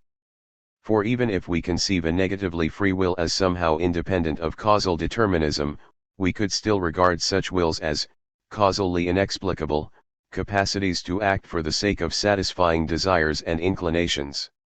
In other words, though acting for reasons is not to be understood as being causally determined by one's given desires, nevertheless one's capacity to act for reasons might be limited, perhaps even by the concept of reasons, to policies aimed at satisfaction of some of the desires and inclinations one happens to have. We might speak of such a will as incapable of motivation by anything but inclination and desire, where motivation refers not to what causes the willing but rather to the range of things the will can count as reasons or rational objectives of its policies.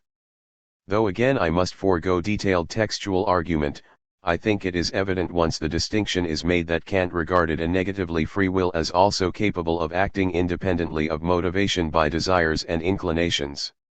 There is a sense, perhaps unfortunate, in which Kant regarded even the agent's own desires as alien, and determination of the will, even by alien factors, does not refer exclusively to having a place in a deterministic nexus of causes.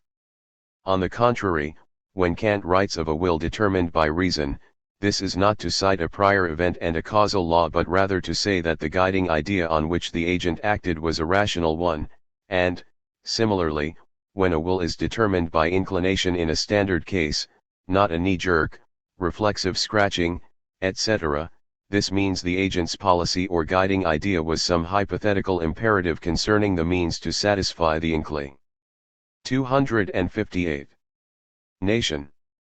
In the latter case there is a misleading sense in which alien causes determine the will. It is not that the agent's inclination deterministically causes the agent to will what he does, but rather that the agent's chosen policy makes a certain causal connection, or strictly his belief in a certain causal connection, be a decisive, or determining, factor for what he does. His full rationale, not a causal event, is, I shall do whatever is necessary as a means to satisfy my inclination B. A is a necessary means to satisfy B, hence I shall do A. The agent has let the causal law, or strictly his idea of the causal law, between that sort of means and end be the dominant or determining factor in his choice, but this does not mean that the willing itself was subject to causal explanation. Notice that the interpretation I have pledged to avoid does not make this distinction between being caused to act by one's inclination and choosing to act on policies which make satisfaction of inclination the rationale for acting. Once it is made, however, it seems clear that Kant's conception of freedom, even negatively defined, encompasses not only capacity to will without the willing being explainable by causal laws and prior events. Crucially, freedom also includes the ability to will, or act for reasons, where the agent's rationale is not a hypothetical imperative indicating the means to satisfy an inclination. Without this stipulation the argument that negatively free wills necessarily have autonomy would fall flat, for autonomy, as we shall see, implies a capacity/disposition to follow principles other than desire-based hypothetical imperatives. The most difficult definition in the argument is that of autonomy, or freedom positively conceived. Part of the difficulty in understanding this stems from the fact that the misguided picture I am trying to avoid is rather deeply entrenched in commentaries and is encouraged both by ambiguities in Kant and by everyday, non-Kantian, talk about autonomy. On that picture autonomy is an ideal achieved by some and not others, or perhaps by some people some of the time but not always. Rather than a property of all human wills, it is seen as a property of purely conscientious wills when willing out of respect for the moral law.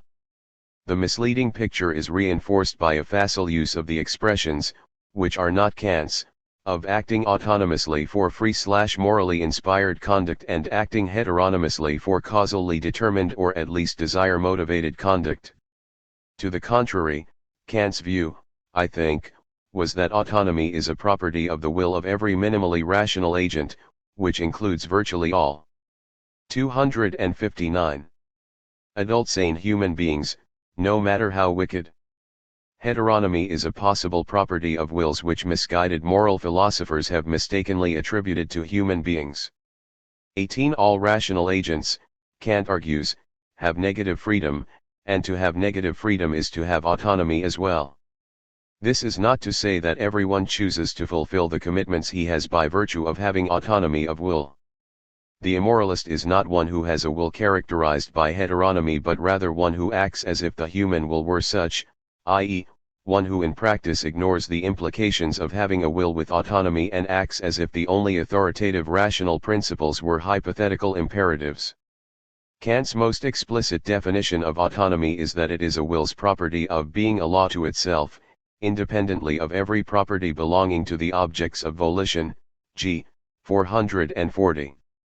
Though by itself this is not so illuminating, what is meant, I think, can be plausibly reconstructed as follows: a will with autonomy is not only negatively free but is committed to at least one principle acknowledged as rational to follow but such that, a. one is not causally determined to accept or follow it, b. it does not merely prescribe taking the necessary, or best, means to one's desired ends, c. the rationality of accepting it does not depend upon contingent facts about what means will serve one's ends or about what ends one happens to desire, and, d. the principle is one's own or given to oneself by oneself, i.e., it expresses a deep commitment from one's true nature as a rational and, negatively, free agent rather than, say, expressing respect for an external authority, tradition, conventions, etc. All this is simply a long way of saying what is, more vaguely, summarized by saying that a will with autonomy accepts for itself rational constraints independently of any desires and other alien influences. With these preliminaries and definition in hand, we can see how that argument from negative freedom to autonomy must go. Negatively free rational wills can act for reasons without being motivated by desires and hypothetical imperatives.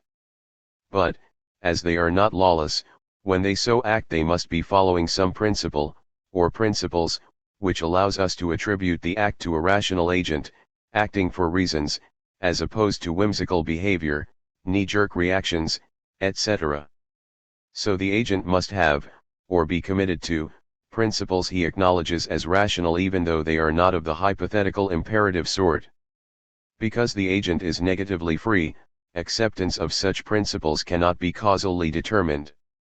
Since principles adopted because of external authorities, example God, tradition, convention, etc., would be based on 260. Hypothetical imperatives, these cannot be the rational principles in question.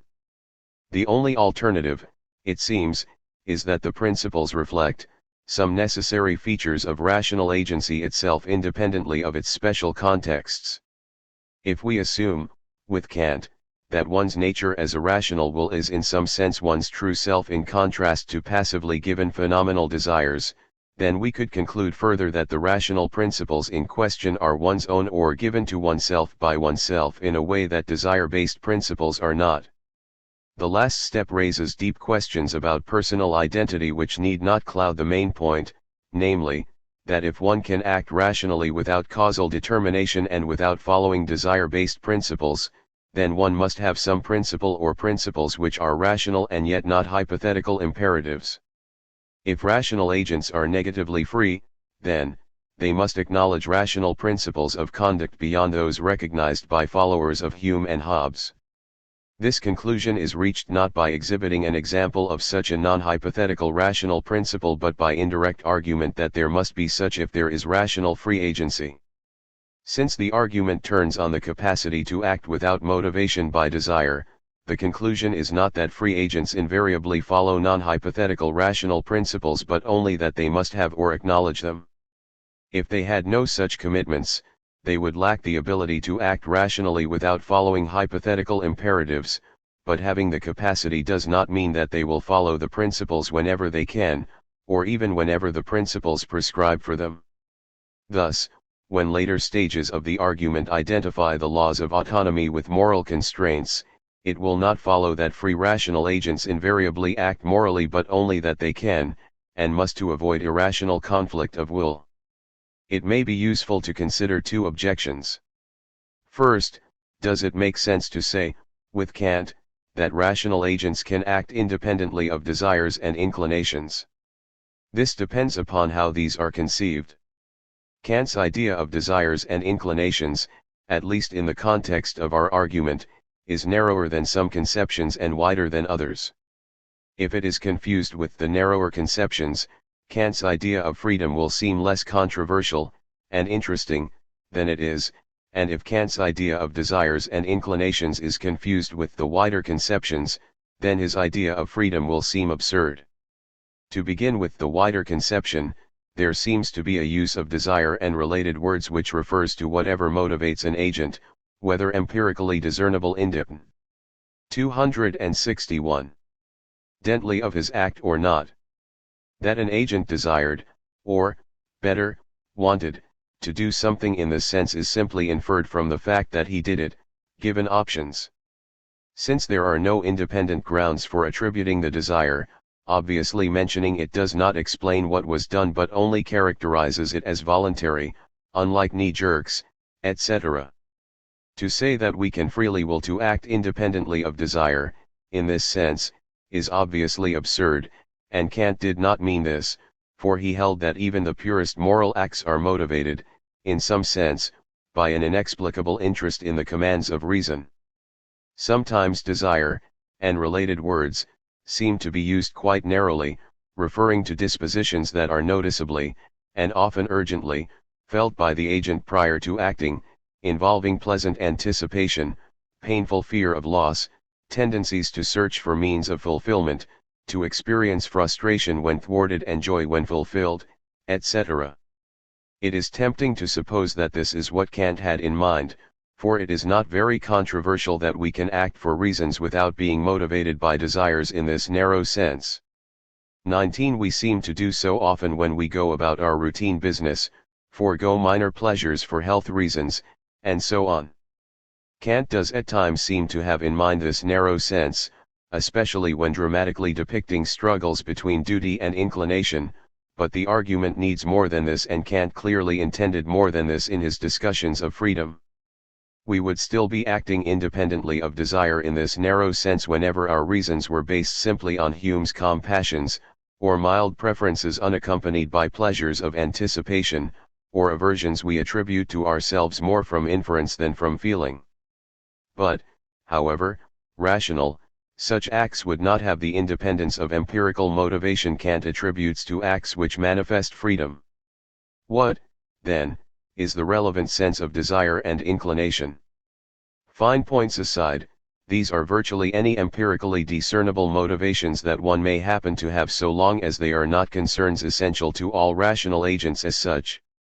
They include desires in the narrow sense but also Hume's compassions and any other preference, liking, aversion, love, hate, etc. which rational agents might lack and which is not attributed solely because they acted voluntarily. Negative freedom and autonomy imply capacity for rational action in which the agent's reason is not to achieve or do something desired in this intermediate sense. Since Kant repeatedly grants that any behavior may also be empirically explained, example by desires, by the feelings associated with respect, or by physical science, his point is not to deny this but to say some. 262. Thing about reasons, namely, that the status of the rational agent's end as a reason for the agent does not always depend upon the agent having towards it an empirical disposition of the sort rational agents might or might not have. The thesis that we are free agents in this sense is controversial, of course, but not obviously absurd, as on the wide conception of desire, or uninterestingly true, as on the narrow conception of desire. A second objection should be mentioned. 20. For all that has been said, is it not possible that a will with autonomy has for its one and only rational principle the pure hypothetical imperative? This is the principle that it is rational to take the necessary and available means to one's ends or else abandon those ends. I call this the hypothetical imperative because it is a version of the principle behind Kant's particular hypothetical imperatives, and I call it pure because it does not specify that the ends are willed because desired, or for some other reason, or indeed for any reason. It might seem that my characterization of autonomy leaves open that this is the only non-desire-based rational principle. One problem with this suggestion is that the principle in question, as the name suggests, does not unequivocally prescribe any act even given full information about the situation, one's preferences, etc. It says only, take the means or drop the end, giving no standards for the rational assessment of ends. Now conceivably this principle, in a more carefully stated version, is the only necessary principle of rational agency, but then agents who followed it, selecting their ends according to their inclinations or for no reason at all, would never act for sufficient reasons, as, I believe, Kant thought a rational free will could do. Admittedly, in a sense such a will would not be lawless, for it would have the pure hypothetical imperative as a necessary rational principle, but, unless we assume something further, reason would at best prescribe an option rather than a course of action. Point 21. Though Kant does not raise the issue explicitly, I take it that he conceived rational free wills as sometimes more definitely constrained than this. If we could assume, as many do, that all preferences, or all preferences that survive a process of informed reflection, have some weight as reasons, then ends could be rationally assessed by the likelihood and costs of achieving coherent sets of preferences. But this would presuppose a putative principle of rationality beyond the pure hypothetical imperative, which is the only principle of practical reason Kant recognizes as analytic. Since that further principle assigning prima facie 263 rational force to our empirically given preferences, or informed preferences, is non-analytic, unless it could be given a synthetic a priori justification. Kant would deny its status as a necessary principle of reason just as he denies the status to the substantive principles satisfy the promptings of your, supposed, moral sense and do all you can to satisfy your desire to be happy. Assuming, then, that such principles are not necessarily rational and also that free wills independently of their given desires and inclinations can nonetheless have sufficient determinate reasons to act, one whose reasons were fixed solely by the pure hypothetical imperative and de facto preferences, or informed preferences, would not have a will with autonomy. These remarks reveal a heavy burden left for the next stage of the argument, i.e., the attempt to show that rational wills necessarily have negative freedom, and so autonomy, but we should perhaps not expect the conditions for freedom to be so easily satisfied that the concept is of little use in Kant's ultimate project of showing that the basic standards of morality are necessarily rational. 4. From rational agency to negative freedom. Now, more briefly, we need to consider the notoriously compact argument that every rational will is, negatively, free. First, some preliminary comments. Though Kant does not explicitly refer to freedom negatively conceived in presenting the argument, this is what the argument requires, given that the transition from negative freedom to autonomy is argued separately. Further, we should not think of the argument as concerned with some new sense of freedom, practical freedom, as some have suggested. The qualification from a practical point of view which Kant attaches to the argument refers not to a sense of freedom but to the type of argument given and a restriction on the legitimate use of its conclusion. Again, we should note that the argument, strictly speaking, is not that we, or any particular individuals, are free, it is that every rational agent, as such, must be free. Later, after raising the objection that his reasoning may have been circular, Kant supplements the basic argument under consideration with the contention that even in our theoretical judgments, apart from practical questions, we must take ourselves to be members of an intelligible world, in some sense independent of given sensuous inclinations, g.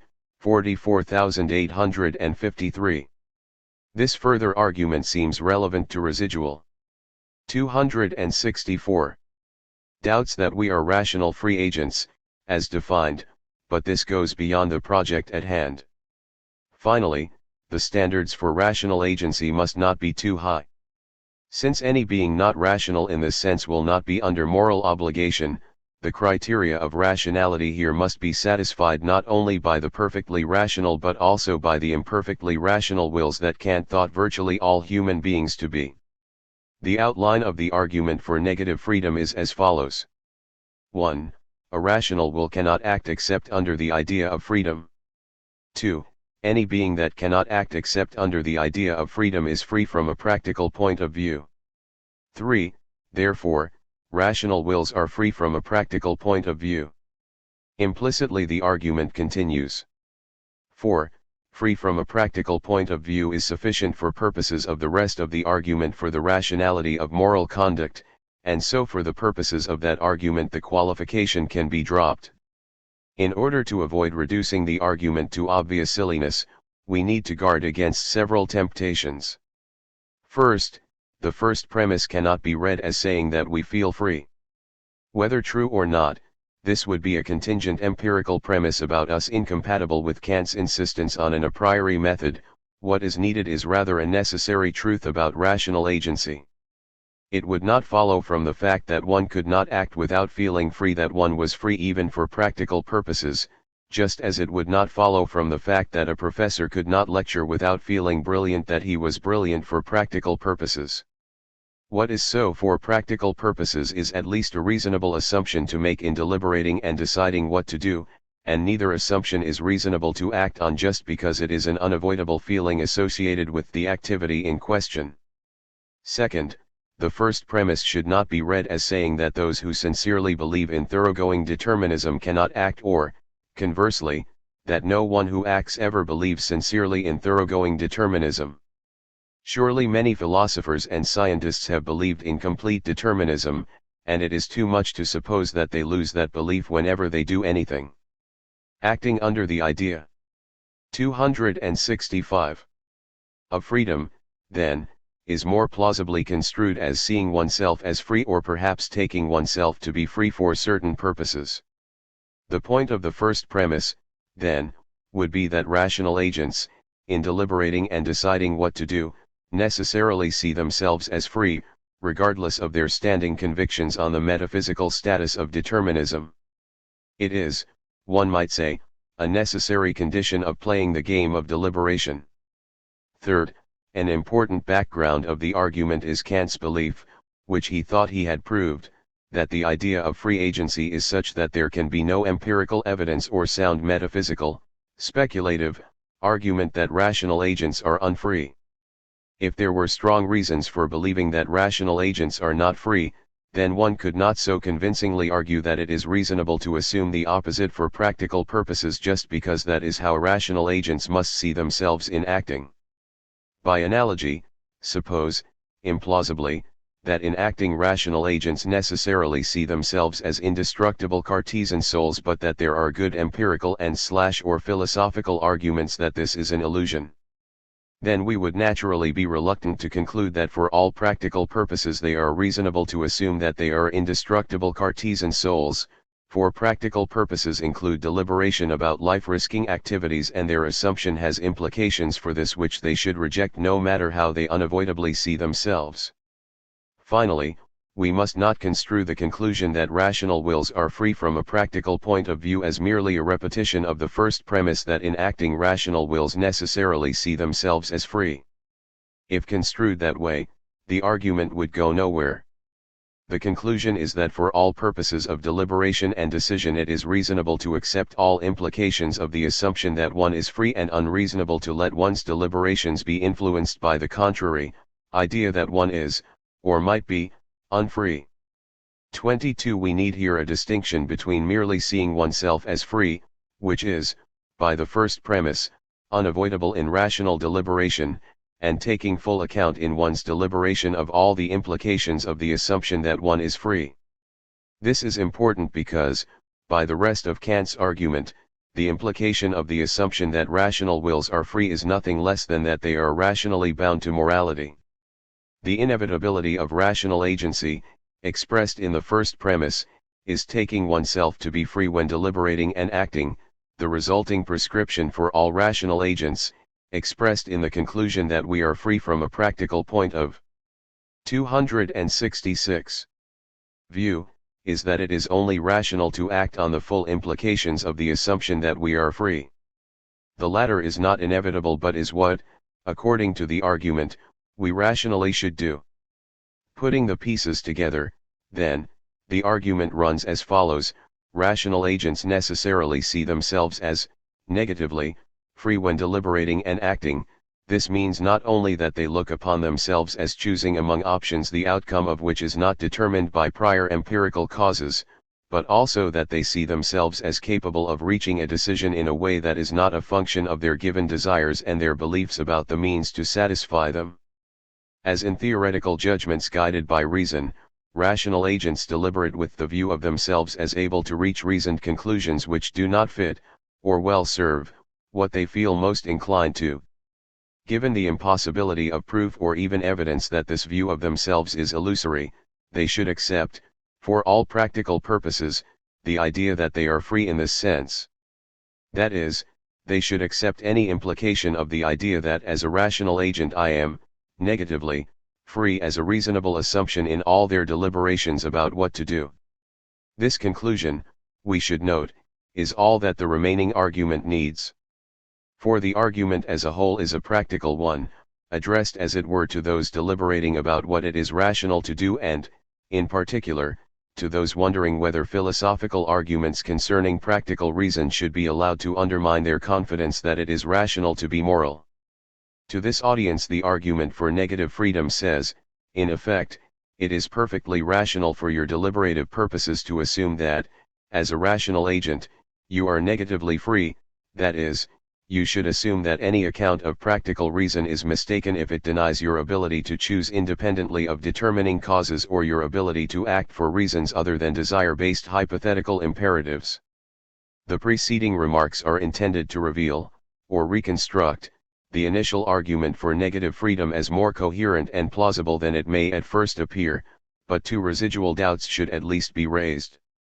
First, now that so much seems built into the first premise, what reason do we have to accept it? In particular, why suppose that rational agents must see themselves in deliberation as capable of being guided by rational standards other than maximum preference satisfaction? Kant believed that the latter standard could not be established as necessary by either the analytic or synthetic a priori methods he acknowledged, but has this been shown? Second, even if the sort of rational 267 wills Kant had in mind necessarily see themselves as Kant says, why believe that we have rational wills of this sort? Perhaps we can form an idea of such rational agency but have to content ourselves with more mundane standards.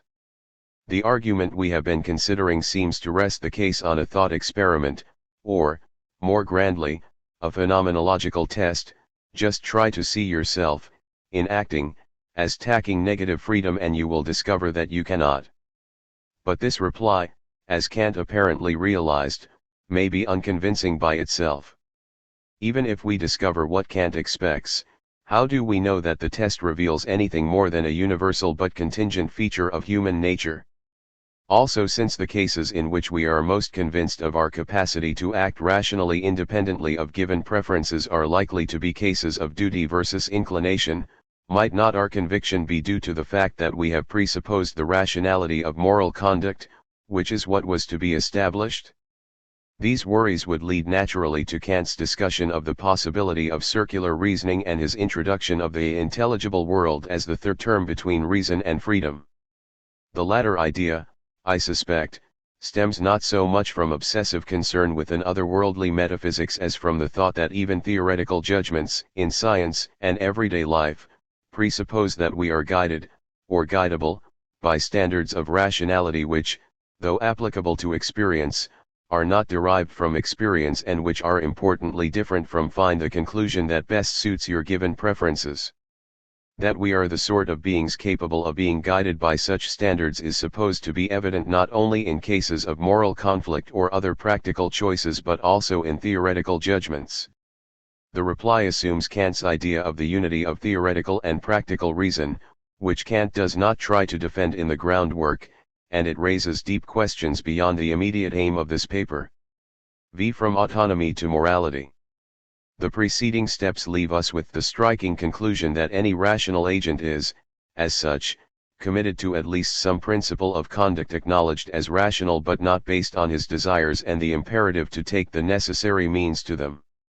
The underlying idea is that practical reason, like theoretical reason, enables us to reach conclusions on some basis other than that they get us what we most want. 268. The next step, of course, is to identify the rational principles acknowledged by wills with autonomy as moral principles, the supreme moral principle and, perhaps, its derivatives. Kant attempts to do this in the first and second chapters of the groundwork by a. arguing that the supreme moral principle is act only on maxims which you can will as universal law and b.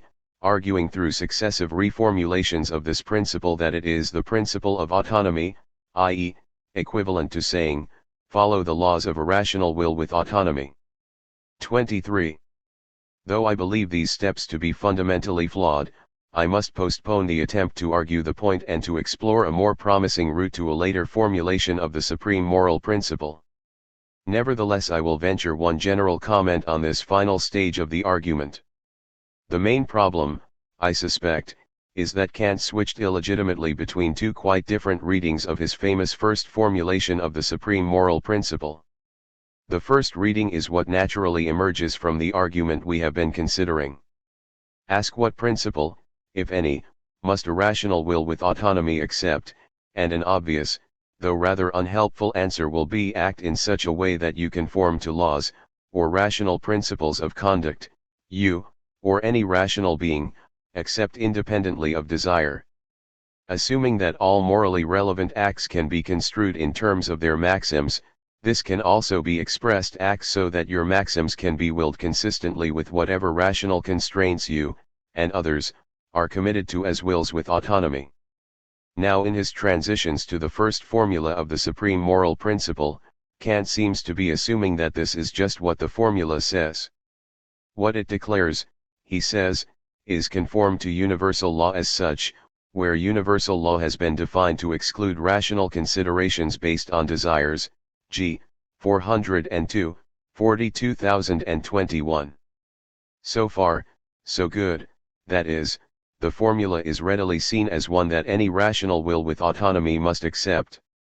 But now the trouble begins when Kant treats the same first formula as identical with, or as entailing, a principle that one must act only on maxims which one can will as universal laws in the sense that it is, rationally, acceptable that everyone act on the maxim. This moves from an undeniable formal principle to a dubious substantive principle, and despite all the brilliant aid Kant has received from sympathetic commentators, I fail to see how this transition can be made legitimately. I conclude, however, with a more modest point. If I am right that Kant's transition to a substantive supreme moral principle is illegitimate, this would be quite in line with my main reading of his argument. 269. For my hypothesis has been that the task which Kant saw as most difficult and most sorely needed was not to convince anyone to accept his supreme moral principle or even to believe that if there are laws of autonomy they must be the familiar moral constraints. These matters, I suspect, he considered relatively easy, and perhaps for this reason he did not bother much about his argument for them.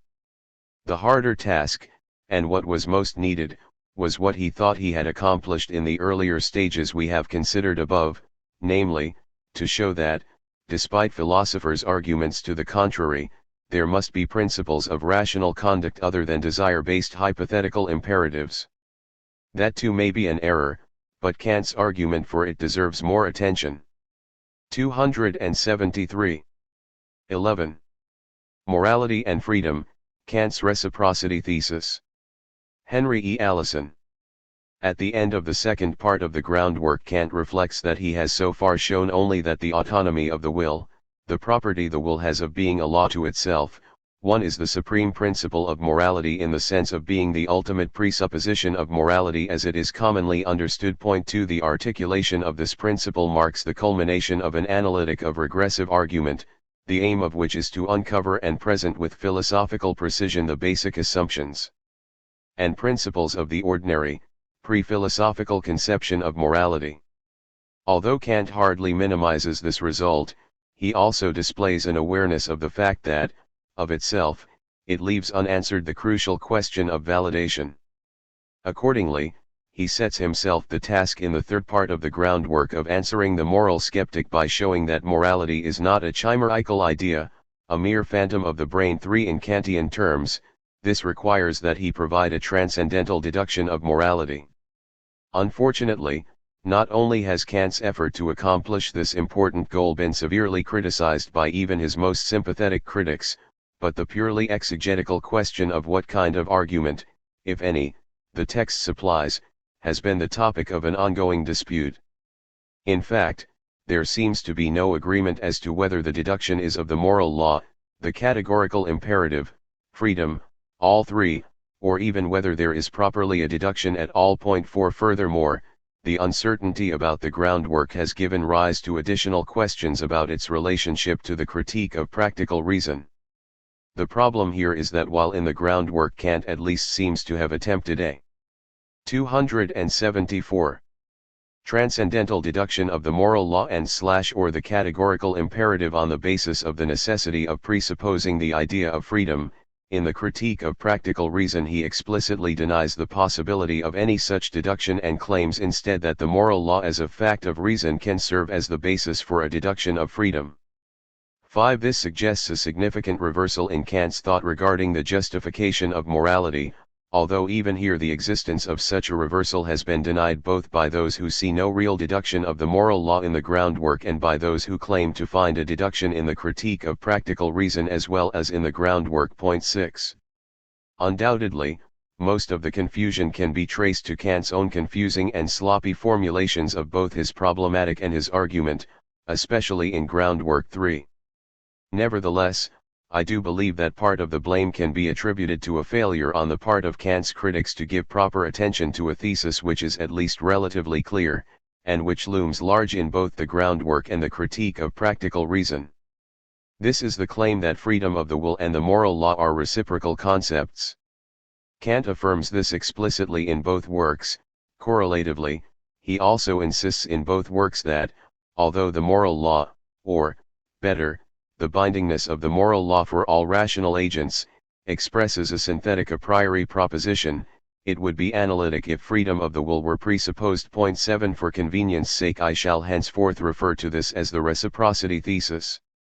Its significance stems from the fact that it entails that freedom of the will is not only a necessary but also a sufficient condition of the moral law. 8. Clearly, this thesis underlies Kant's attempt in the groundwork to argue from freedom, or at least from the necessity of the presupposition of freedom, to the moral law, and in the critique of practical reason from the moral law, as a putative fact of reason, to the reality of freedom. The goal of this paper is to provide a defense of this thesis, which lies at the very heart of Kant's moral philosophy. The defense will begin with an examination of the Kantian texts, but since his official arguments for the thesis are obviously inadequate, it will be necessary to go considerably beyond Kant's explicit statements on the topic. Thus, the proposed defense is also a reconstruction of Kant's argument, albeit one based largely on material which Kant himself has provided. Since the reciprocity thesis is only the first step in the Kantian justification of morality, a defense of this thesis will not amount to a complete defense of the Kantian deduction. It is, however, a necessary first stage in such a project. Moreover, I hope to show that the recognition 275 of the cogency and systematic role of the thesis is itself enough to obviate some of the standard objections to Kant's procedure. I also hope to show that, properly construed, the reciprocity thesis is not open to the devastating criticism which is frequently raised against it, namely, that it entails that no free action can be morally wrong. The best known and most perplexing of Kant's formulations of the reciprocity thesis is at the beginning of groundwork 3. After defining will as a kind of causality belonging to living beings so far as they are rational, and freedom, negatively construed, as the property this causality has of being able to work independently of determination by alien causes, Kant offers his positive conception of freedom, which presumably springs from this negative one. The concept of causality carries with it that of laws, Gesetze, in accordance with which, because of something we call a cause, something else namely, its effect must be posited, gesetzt. Hence freedom of will, although it is not the property of conforming to laws of nature, is not for this reason lawless, it must rather be a causality conforming to immutable laws though of a special kind, for otherwise a free will would be self-contradictory. Natural necessity, as we have seen, is a heteronomy of efficient causes, for every effect is possible only in conformity with the law that something else determines the efficient cause to causal action. What else then can freedom of will be but autonomy, that is, the property which will has of being a law to itself? The proposition will is in all its actions a law to itself expresses, however, only the principle of acting on no maxim other than one which can have for its object itself and at the same time a universal law. This is precisely the formula of the categorical imperative and the principle of morality. Thus a free will and a will under moral laws are one and the same. 9. Kant also argues for the same thesis in 6 of the Critique of Practical Reason. After contending on the basis of an analysis of the concept of a practical law, 1. That such a law must be formal in the sense that it could only impose the formal condition of lawfulness on the maxims of a rational agent, 4. And that only a will that is free in the transcendental sense could have its determining ground in such a law, 5. He then, 6, poses the problem, granted that a will is free, find the 276. Law which alone is competent to determine it necessarily welches in alien notwendig zur Bestimmung taglich ist. The proposed solution exploits the dichotomy between the form, lawfulness or universality, and the matter, desired object or end, of a practical principle developed in 24. Kant claims that since one, a free will, by definition, must be independent of all empirical conditions, which includes the material element of practical principles, and that 2, a free will must nonetheless be determinable, presumably according to some law, that 3, the legislative form, insofar as it is contained in the maxim, is the only thing which can constitute a determining ground of the free will. On this basis Kant concludes at the very beginning of the remark following the analysis that freedom and unconditional practical law reciprocally imply each other. 10. The argument at this point is completely hypothetical, and consequently does not involve any claims concerning the reality of either freedom or an unconditional practical law. Nevertheless, given the identification, 7, of an unconditional practical law with the moral law, so act that the maxim of your will could always hold at the same time as a principle establishing universal law. 11. It is but a short step to the conclusion that the moral law would be analytic if freedom of the will were presupposed. Admittedly, this last claim is somewhat strange. How, one might ask, could the presupposition of freedom convert a synthetic proposition into one that is analytic? The most reasonable reading, I take it, is that analyticity is to be attributed to the hypothetical, if freedom then the moral law, and to its reciprocal. Kant clarifies his position near the end of the Analytic of Pure Practical Reason when he remarks: if per impossibile we saw the possibility of freedom of an efficient cause, we would see not only the possibility but also the necessity of the moral law as the supreme practical law of rational beings, to whom freedom of the causality of their will is ascribed. This is because the two concepts are so inextricably bound together that practical freedom could be defined through the will's independence of everything except the moral law. 12. Kant does not explicitly argue for the reciprocity thesis in religion within the limits of reason alone. Nevertheless, in the course of denying that the source of moral evil can be located either in man's sensuous nature or in his morally legislative reason willa, he does suggest that to affirm the latter is equivalent to saying that reason 277 could destroy the authority of the very law which is its own, or deny the obligation arising therefrom. This, however, he claims is impossible because to conceive of oneself as a freely acting being and yet as exempt from the law which is appropriate engemessen to such a being, the moral law, would be tantamount to conceiving a cause operating without any laws whatsoever, for determination according to natural laws is excluded by the fact of freedom. This is a self-contradiction. 13.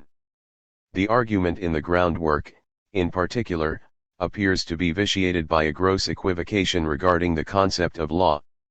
As even Peyton, the most sympathetic of Kant interpreters, notes, it is hardly legitimate to jump, as Kant there seems to do, from the notion of a causal law, which is a law connecting causes and effects, to a law of freedom, which, by definition, would be a law for decision itself, not one which connects decisions, as causes, with their effects in the phenomenal world. 14 Leaving this aside, however, it is possible to specify a common core of argumentation that is contained, implicitly at least, in all of the texts. The argument takes roughly the following form: 1. As a kind of causality the will must, in some sense, be law-governed or, in the language of the second critique, determinable according to some law. A lawless will is an absurdity. 2. As free, it cannot be governed by laws of nature. 3. It must, therefore, be governed by laws of a different sort, that is, self-imposed ones. 4. The moral law is the required self-imposed law.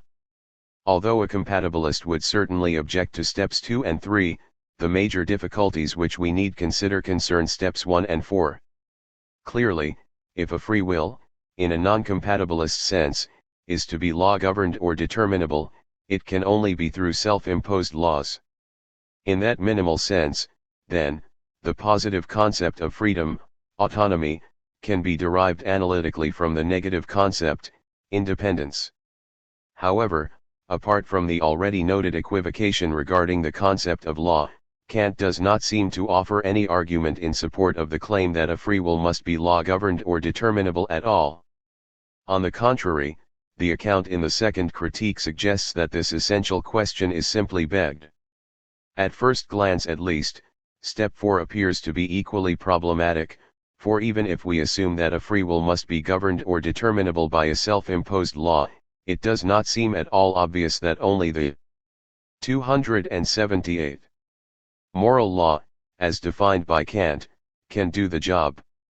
In fact, considering only the groundwork account, it once again seems that Kant has begged the main question by means of his prior characterization of the principle of autonomy as the supreme principle or morality.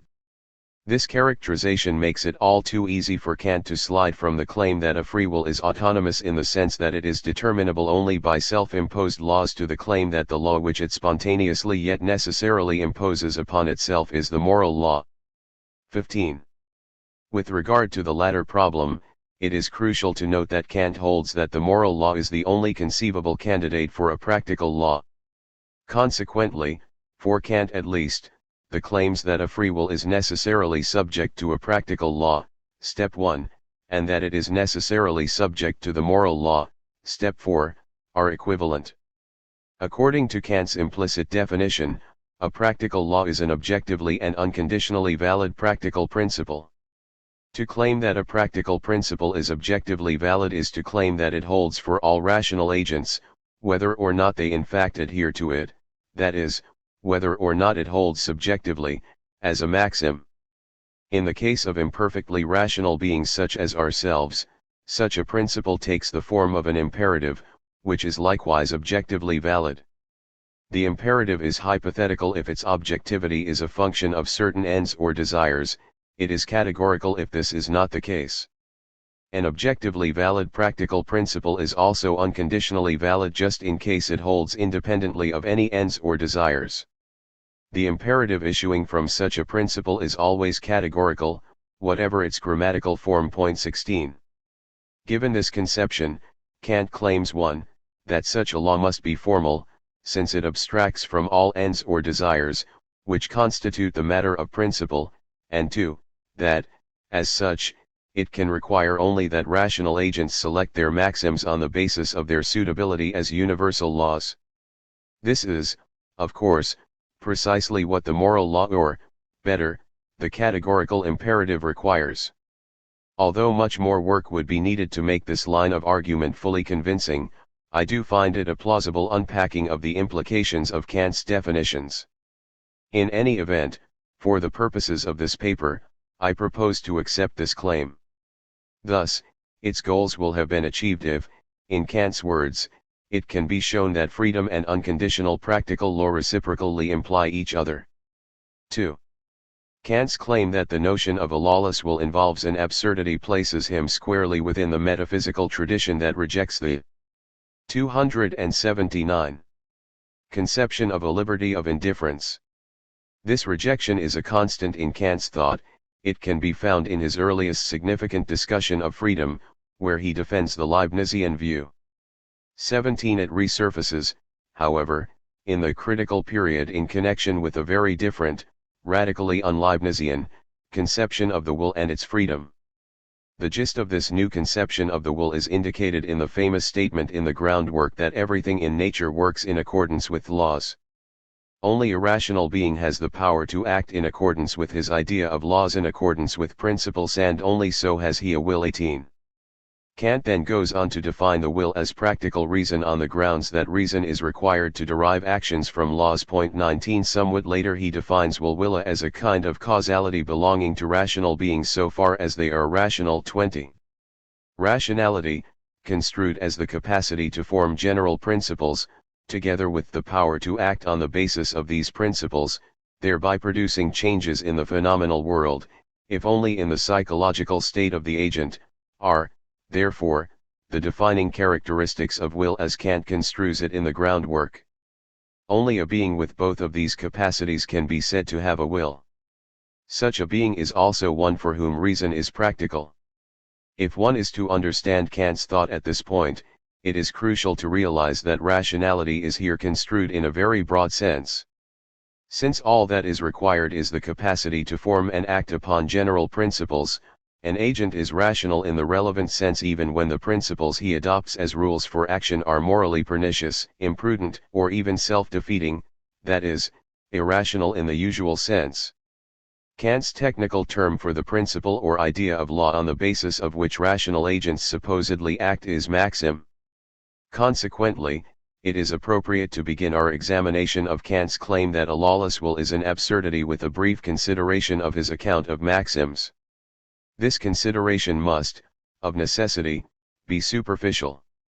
It will concentrate solely on the presumed role of maxims in human action, thereby ignoring many of the complexities and ambiguities of Kant's account, as well as the interesting questions regarding the specification of maxims.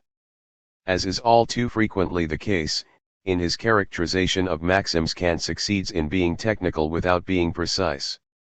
For present purposes, however, it suffices to describe a maxim as a subjective practical principle, that is, a general rule or policy on which a rational agent actually acts in a given situation and tends to act in relevantly similar situations. 21 Expressed algebraically, maxims have the form, to do A if B.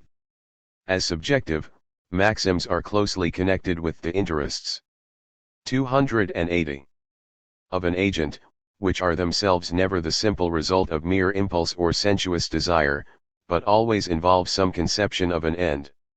It is only because I consciously choose to pursue certain ends or, equivalently, have certain interests, that I adopt certain policies of action, designed to realize these ends. A maxim thus has a purposive component built into it, although this component need not be made explicit in the formulation.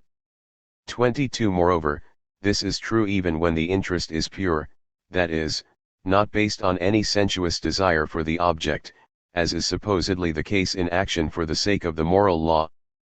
Although there can be no quarrel with the claim that people often act on the basis of consciously adopted maxims, it is also frequently thought that the emphasis Kant places on maxims in his account of human action makes human behavior appear much more rule-governed than it actually is. 23 This is particularly true if maxims are construed as relatively fixed policies of life or Lebensregeln, which specify the most fundamental choices of an individual, and which, as such, are contrasted with mere precepts or rules of thumb. 24. So construed, maxims certainly provide ready candidates for moral evaluation, and it is to maxims in this sense that Kant appeals in his well-known attempts to illustrate the application of the categorical imperative. The problem is simply that many, if not most, human actions cannot be plausibly regarded as the result of an explicit reflection on rules of this sort, but this neither exempts them from moral evaluation. We are justly condemned for our impulsive acts, nor reduces them to mere bits of behavior, not worthy of being termed actions. There are, I think, two possible responses to this fairly obvious line of objection, both of which have a basis in the Kantian texts. The first involves a certain broadening of the notion of a maxim, making it roughly equivalent to an intention. 25 On this interpretation, the claim that an agent acted on the basis of a maxim does not entail either that he acted on the basis of a principle to which he has been committed for any determinate length of time, or that he explicitly subsumed his action under this principle, in the manner of someone who goes through all of the steps of an Aristotelian practical syllogism. It entails only that he acted with conscious intent, that there is a specifiable reason for the action. To formulate the maxim is to describe this intent and to give the reason. Here it will be helpful to follow Onarannel, who, appealing to Kant's later formulation in the Metaphysics of Morals, which presupposes the Wille-Wilker distinction, characterizes a maxim as a determination of the power of choice. Wilker, as she 281 correctly points out in her comment on this characterization, to say that an agent's power of choice is determined is simply to say that he intends to do a specific sort of act or pursue a specific end in some situation. If an agent has a maxim to do A if B, then he intends to do A if B. 26 All that needs to be added at this point is that the converse of the last claim likewise holds. If an agent really intends to do A if B, then he has a maxim to do A if B, whether or not he is explicitly aware of it. By construing maxims in this way, it is possible to ascribe them to many actions which are performed on the spur of the moment, without reflection or the explicit adoption of a settled policy. To borrow an example from Onarannel, a person can suddenly decide to have an extra cup of coffee one morning without any deliberation and without the adoption of a specific policy regarding the amount of coffee to be consumed each morning. Certainly, we cannot claim plausibly that such an action involves a maxim in the sense of a Lebensregel, or even a rule of thumb. Nevertheless, we can connect it with a maxim in the broad sense insofar as we can attribute an intention to the agent, for example, to get warm or to combat the effects of a sleepless night. Moreover, as Nell notes, even if the agent himself does not reflectively formulate this maxim or intention, it can still, in principle, be discovered by determining what changes in the circumstances would have led him to decline the extra cup. 27. This line of interpretation suggests that a Kantian maxim is very close, if not equivalent, to the plan as it were that J. L. Austin claims to be an essential ingredient in an intentional action. According to Austin, for an agent to act intentionally, which he is careful to distinguish from acting deliberately or purposefully, he must have a conscious idea of what he is doing, and this requires having, at least in some minimal sense, a plan of action. 28 To have such a plan, for example, do A if B, is precisely what it means to know what one is doing, while the latter is a necessary condition of an intentional action.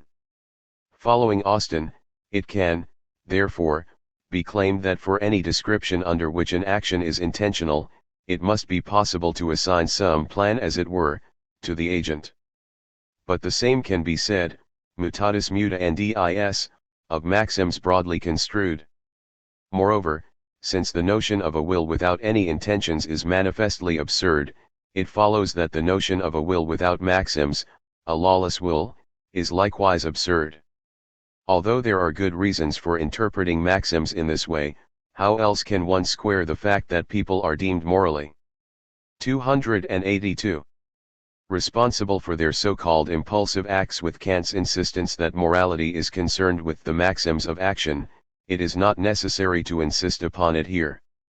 Even if we assume that by maxims is meant something like Lebensregeln, which would preclude any straightforward identification of intentional action with action based on a maxim, it can still be maintained that an agent capable of intentional action at all, that is, one with the capacity for rational choice, in the broad sense of rational, cannot be totally without maxims. The point is simply that an agent completely bereft of maxims, in the sense of Lebensregeln, would also be without any self-chosen goals or interests, and this means that he would have no basis for rational choice. Consequently, his actions would have to be regarded either as random happenings, which is absurd, or as direct responses to stimuli, explicable in neurophysiological terms.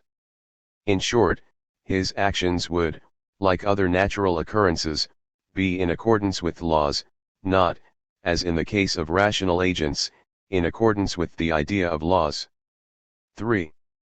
The preceding analysis may help to explain and give plausibility to Kant's claim that rational agents act in accordance with the idea of laws, but it obviously does not suffice to establish the thesis that a free will, the will of a rational agent, must be law-governed in any but a trivial sense of law.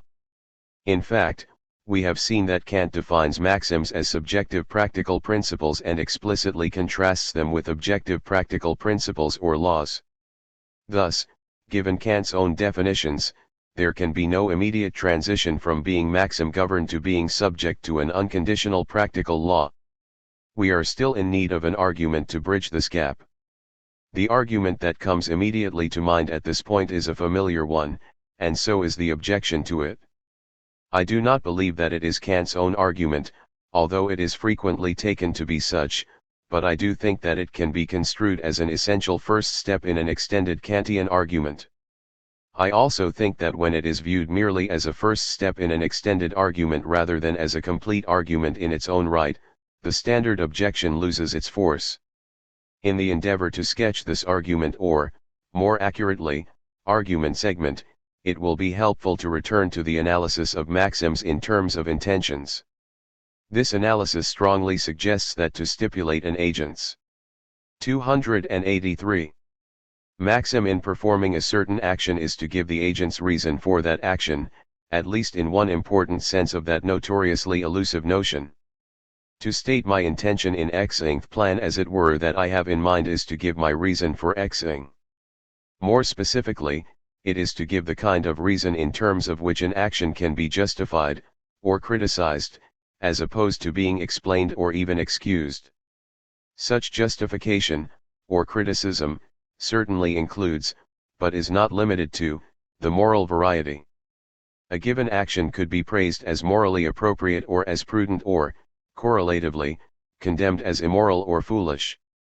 These are obviously quite different kinds of evaluations, but the key point is that in all cases they are based upon assumptions regarding the agent's intention to act in a certain way in a given set of circumstances. Moreover, in both the moral and prudential contexts the justification takes a similar form, namely, showing that the reason, in the sense of intention, for acting in a certain way is a good reason. Naturally, the same can be said, mutatis mutandis, regarding the criticism of actions, whether this be on moral or on prudential grounds. The next step is to note that in claiming that one's reason for acting in a certain way is a good in the sense of justifying reason, one is, implicitly, at least, assuming its appropriateness for all rational beings. The intuition behind this is simply that if reason R justifies my X-ing in circumstances C, then it must also justify the X-ing of any other agent in such circumstances. As Marcus Singer, paraphrasing Sidgwick, remarks, a reason in one case is a reason in all cases or else it is not a reason at all. 29 To be sure, there is a perfectly legitimate sense in which I might claim that something is right for me and not for others, but this must be construed as an elliptical way of stating that there is something peculiar about my circumstances, which can include, among other things, my desires and capacities. Thus, I might claim that a course of action, say going to the racetrack to relax, is justifiable for me because of my superior ability as a handicapper, great wealth, or luck, etc., while it is not justifiable for others who lack these attributes. What I may not do is to claim that the possession of these attributes justifies my action but not that of other similarly inclined and endowed agents. In roughly this way, then, the universalizability of one's intention, maxim, or plan of action, seems to be presupposed as a condition of the possibility of justifying one's action, even when this justification does not take an explicitly moral form. Finally, a rational agent cannot simply refuse to play the justification game, that is, refuse to concern himself with the question of whether. 284. The reasons for his actions are good reasons, at least in a non-moral sense of good. This is, of course, not to say that such an agent always acts on the basis of good and sufficient reasons, or that, in retrospect, he must always believe himself to have done so. The point is rather the familiar one that an agent for whom the whole question of justification is irrelevant, who never weighs the reason for his action, who acts without at least believing at the same time that his reasons are good reasons, would not be regarded as rational. But since, as we have just seen, to regard one's reason for acting in a certain way as good is to assume its legitimacy for all rational beings in similar circumstances, it would seem, so the argument goes, that a rational agent cannot reject the universalizability test without, at the same time, denying his rationality. This, in turn, means that the universalizability test functions as the ultimate standard governing one's choice of maxims, or, equivalently, that it has the status of a practical law. This line of argument is too familiar to require further elaboration, and so, too, is the objection to it. The problem is simply that one cannot move from the claim that every rational agent must regard his principles of action as universalizable in the sense that he be willing to acknowledge that it would be reasonable for every other agent in the relevantly similar circumstances 30 to adopt the same principles, or even that such agents ought to adopt them, where the ought is the ought of rationality, to the desired conclusion that the agent ought to be able to will, as a universal law, that every rational agent act on the basis of the principle in question. The rational egoist might very well be willing to admit that the maxims on which he acts in pursuit of his own perceived self-interest are also those on which every other rational agent ought to act, and would act, if sufficiently enlightened. It hardly follows from this, however, that the rational egoist is committed, on pain of self-contradiction, to will that all other rational agents behave likewise. 31. While there can be little question about the cogency of this line of objection, considered as a response to the project of somehow deducing morality, conceived in Kantian terms, from the concept of rationality, there are serious questions about its relevance to Kant's own procedure. The reason that this is generally thought to provide a decisive criticism of Kant can no doubt be attributed to Kant's misleading claim that, since moral laws hold for rational beings as such, they ought to be derived from the general concept of a rational being as such. 32. This is intended, however, to preclude any appeal to anthropology. 285. That is, to empirical knowledge of human nature, and not to suggest that the reality of moral obligation can be deduced from the mere concept of a rational being. In fact, not only does Kant himself not attempt to deduce the moral law from this concept, he explicitly rejects the possibility of doing so. We must keep in mind that the starting point of Kant's analysis is not the concept of a rational being simpliciter, it is rather the concept of a rational being possessing a free will, in the transcendental sense. This is because Kant realized that, for all that we can learn from its mere concept, practical reason might involve nothing more than the capacity to determine the best possible means for the satisfaction of one's desires. Certainly many distinguished philosophers have thought as much, and there is nothing self-contradictory or otherwise absurd in the claim. Indeed, as Kant himself remarks in a highly significant but strangely neglected note in Religion within the limits of reason alone. For from the fact that a being has reason it by no means follows that this reason, by the mere representing of the fitness of its maxims to be laid down as universal laws, is thereby rendered capable of determining the will unconditionally, so as to be practical of itself, at least, not so far as we can see. The most rational mortal being in the world might still stand in need of certain incentives, originating in objects of desire, to determine his choice. He might, indeed, bestow the most rational reflection on all that concerns not only the greatest sum of these incentives in him but also the means of attaining the end thereby determined, without ever suspecting the possibility of such a thing as the absolutely imperative moral law which proclaims that it is itself an incentive and, indeed, the highest. 33.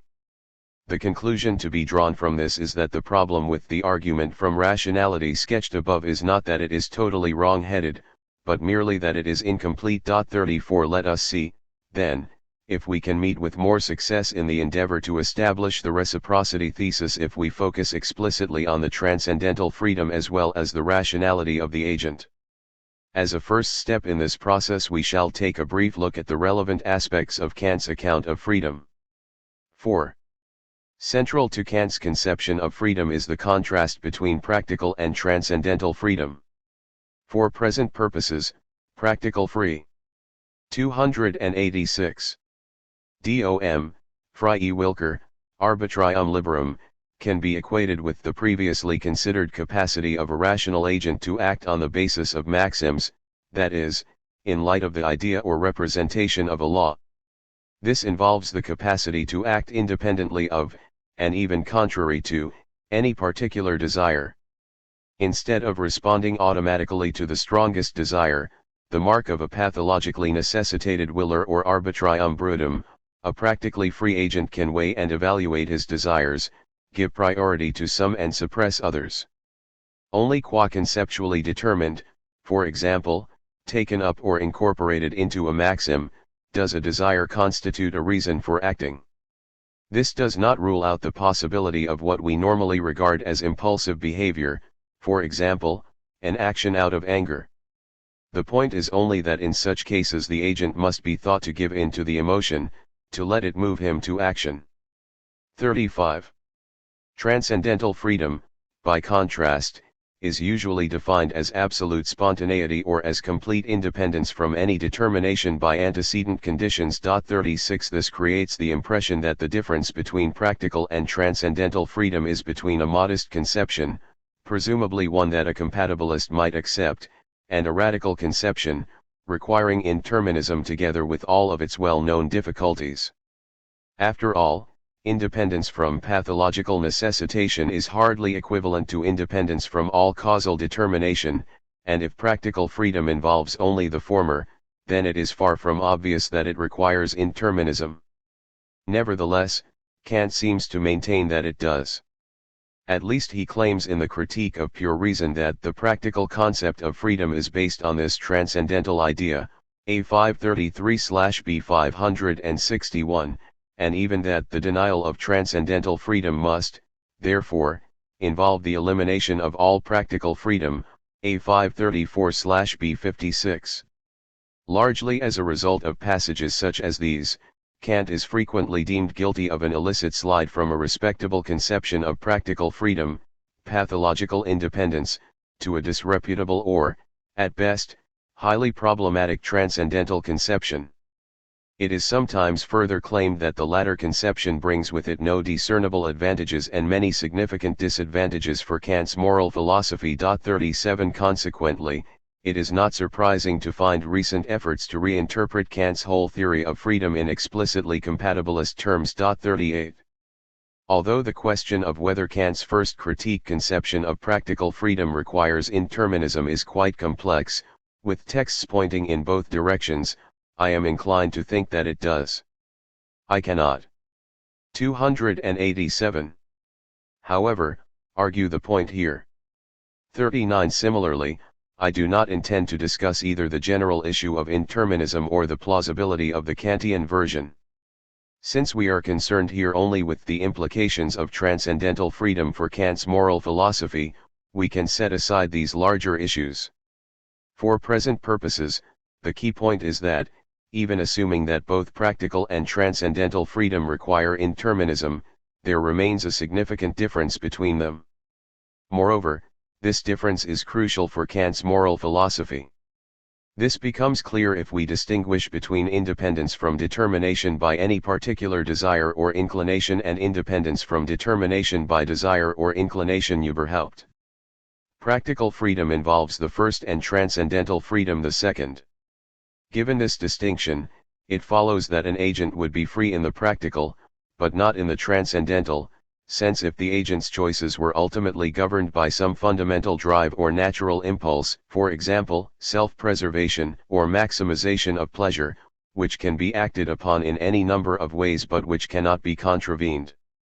Such an agent would be practically free, possibly even in an incompatibilist sense, because the drive or impulse serves to limit the agent's options rather than to necessitate a given choice. 40 At the same time, however, the agent's choice would be ineluctably heteronymous, since it would be limited to the determination of the best means for the attainment of some end implanted in us by nature.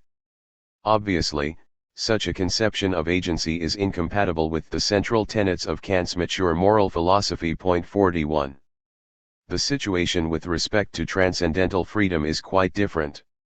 According to this conception, the ground of the selection of a maxim can never be located in an impulse, instinct, or anything natural. Rather, it must always be sought in a higher order maxim and, therefore, in an act of freedom. 42 Consequently, even if one posits a natural drive such as self-preservation, it remains the case that a transcendentally free agent is, ex hypothesi, capable of selecting maxims that run directly counter to its dictates.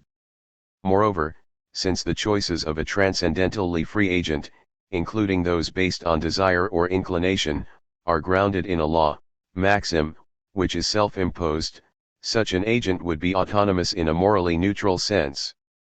Finally, it should be clear that only an agent that is free in this sense is capable of acting out of respect for the law, and therefore of acting autonomously in the specifically moral sense on which Kant insists. 288. V. We are finally in a position to consider the implications of the presupposition of transcendental freedom for the problem of justification. The basic point is simply that without this presupposition, that is, assuming merely practical freedom, a maxim based on self-interest, happiness, or some such putatively ultimate yet non-moral end or motivational ground could be justified by an appeal to human nature or some given determinant of behavior. The details are irrelevant to the argument. With it, however, this familiar move is blocked. If self-preservation, self-interest, or happiness is the principle of my behavior, if it dictates my maxims, it is I, not nature in me, that gives it this authority. At least this is the case under the presupposition that I am free in the transcendental sense. Moreover, and this is an essential premise of the entire argument, the justification requirement is still in place. In fact, the presupposition of transcendental freedom not only blocks certain kinds of justification, it also extends this requirement to first principles or fundamental maxims. Since such maxims, like all others are, ex hypothesi, freely adopted, it must be possible to offer reasons in support of their adoption. Correlatively, since such principles or maxims are first or fundamental in the sense that they provide the ultimate grounds for the justification of lower-order maxims, they obviously cannot be justified by deducing them from some higher-order principle. 43. How, then, is the rational egoist to deal with this problem? To be sure, the proponent of such a position can continue to assert that it would be reasonable, if not desirable for the egoist, for every rational agent to act according to that principle and, therefore, that it passes the universalizability test in the sense in which the rational egoist acknowledges it. The real question, however, is whether this claim can be justified, given the presupposition of transcendental freedom. Obviously, the claim that it is somehow in one's best interests to act according to the dictates of rational egoism is question-begging at best. At worst it may be simply false. But the presupposition of transcendental freedom rules out what seems to be the only alternative strategy for justification, namely, the appeal to some given determinant or ultimate fact about human nature, which somehow of itself justifies the adoption of a maxim. Presumably, the same would hold, mutatis mutandis, for any other heteronymous principle. 44. Admittedly, the most that this line of reasoning can show is that 289. Rational egoism and similar familiar doctrines cannot be rationally justified, at least not if they are combined with the presupposition of transcendental freedom. This is not a trivial result, but it is hardly equivalent to the claim that a rational and transcendentally free agent is constrained to acknowledge the validity, as the ultimate norm, of an unconditional practical law. Consequently, even assuming that the moral law, as defined by Kant, is the only conceivable candidate for a practical law, we cannot claim to have established that such an agent is necessarily subject to that law. Nevertheless, we are finally in possession of the materials needed for such an argument. Although Kant himself never formulated it explicitly, I believe that it is implicit in all of his major writings in moral philosophy. The argument I have in mind is from the assumption of rational and transcendentally free agency to the conditions of the possibility of the justification of the maxims, including the fundamental maxims, of such agents. It proceeds in two stages. The first contends that conformity with an unconditioned practical law is a sufficient condition for the justification of these maxims. The second contends that it is also a necessary condition. The first point I take to be relatively unproblematic. What stronger justification could there be for one's adoption of a maxim than its conformity to an unconditionally valid practical law? If a rule of action is right for all rational agents whatever their interests or desires, then, clearly, it is right for me. Again, if my reason for Xing is that it is dictated by such a law, in Kant's deontic terms, that it is my duty, then I have all the justification I would conceivably need for Xing. This is not to deny that there may be grave difficulties determining exactly what such a law requires in a given instance, what my duty is, and, therefore, that Kant's moral philosophy may run into severe difficulties in this regard. The present point is only that if a maxim can be shown to meet this requirement, then that maxim has been fully justified. Obviously, the main difficulties concern the claim that this requirement is a necessary condition for justification. In dealing with this issue, it will be helpful to begin with the consideration of a familiar yet misguided criticism of Kant's moral theory. Couched in terms of the present discussion, the claim is that the requirement, at least as here construed, is too strong. If, so the argument goes, the only legitimate reason for adopting a maxim were its conformity to a practical law binding upon all rational agents, regardless of their interests or desires, then it would seem that no maxim to pursue one's interests or desires 290 could ever be justified. But this is patently absurd. Thus, even if it be granted that conformity to a practical law is a sufficient condition for the justification of one's maxims, it is certainly not also a necessary condition. To claim otherwise is to commit oneself to the doctrine that only actions performed for the sake of duty are justifiable, and this is to conflate justifiability with moral worth. Although there is undoubtedly a strand in Kant's moral philosophy that suggests this line of interpretation and criticism, it does not reflect his considered opinion. What this reading neglects is the centrality for Kant of the distinction between the permissible and the obligatory. 45 Not surprisingly, then, it also fails to recognize that the moral law is intended as a criterion of the former as well as of the latter. 46 This is, of course, a large topic in its own right. Indeed, it calls to mind all of the familiar difficulties concerning Kant's distinctions between positive and negative, imperfect and perfect duties. I introduce it here only because it indicates that, rather than ruling out as illegitimate all desire or interest-based maxims, the notion of conformity to a practical law is intended by Kant as a criterion for determining which maxims of this, or any, sort are permissible. Moreover, since it seems clear that no maxim could be regarded as justified if it were not at least shown to be permissible, it follows that establishing this claim is equivalent to showing that conformity to a practical law functions as a necessary condition for the justification of maxims. Permissibility, like other deontic notions, has both a specifically moral and a morally neutral sense. In the former case it encompasses whatever is not contrary to duty, and in the latter whatever is allowable within a given context or in light of some pre-given end, in accordance with the rules of the game. 47 Presently, however, we are concerned merely with the conditions of the justification of the desire or interest-based maxims of transcendentally free rational agents, that is, agents for whom the choice of such maxims both requires rational justification and is attributed to an act of freedom. Given these constraints, it is apparent that permissibility cannot be construed as a function of desires or interests, even the most fundamental ones. In other words, We are not looking for a rule or set of rules which determine what is permissible within the framework of some presupposed end.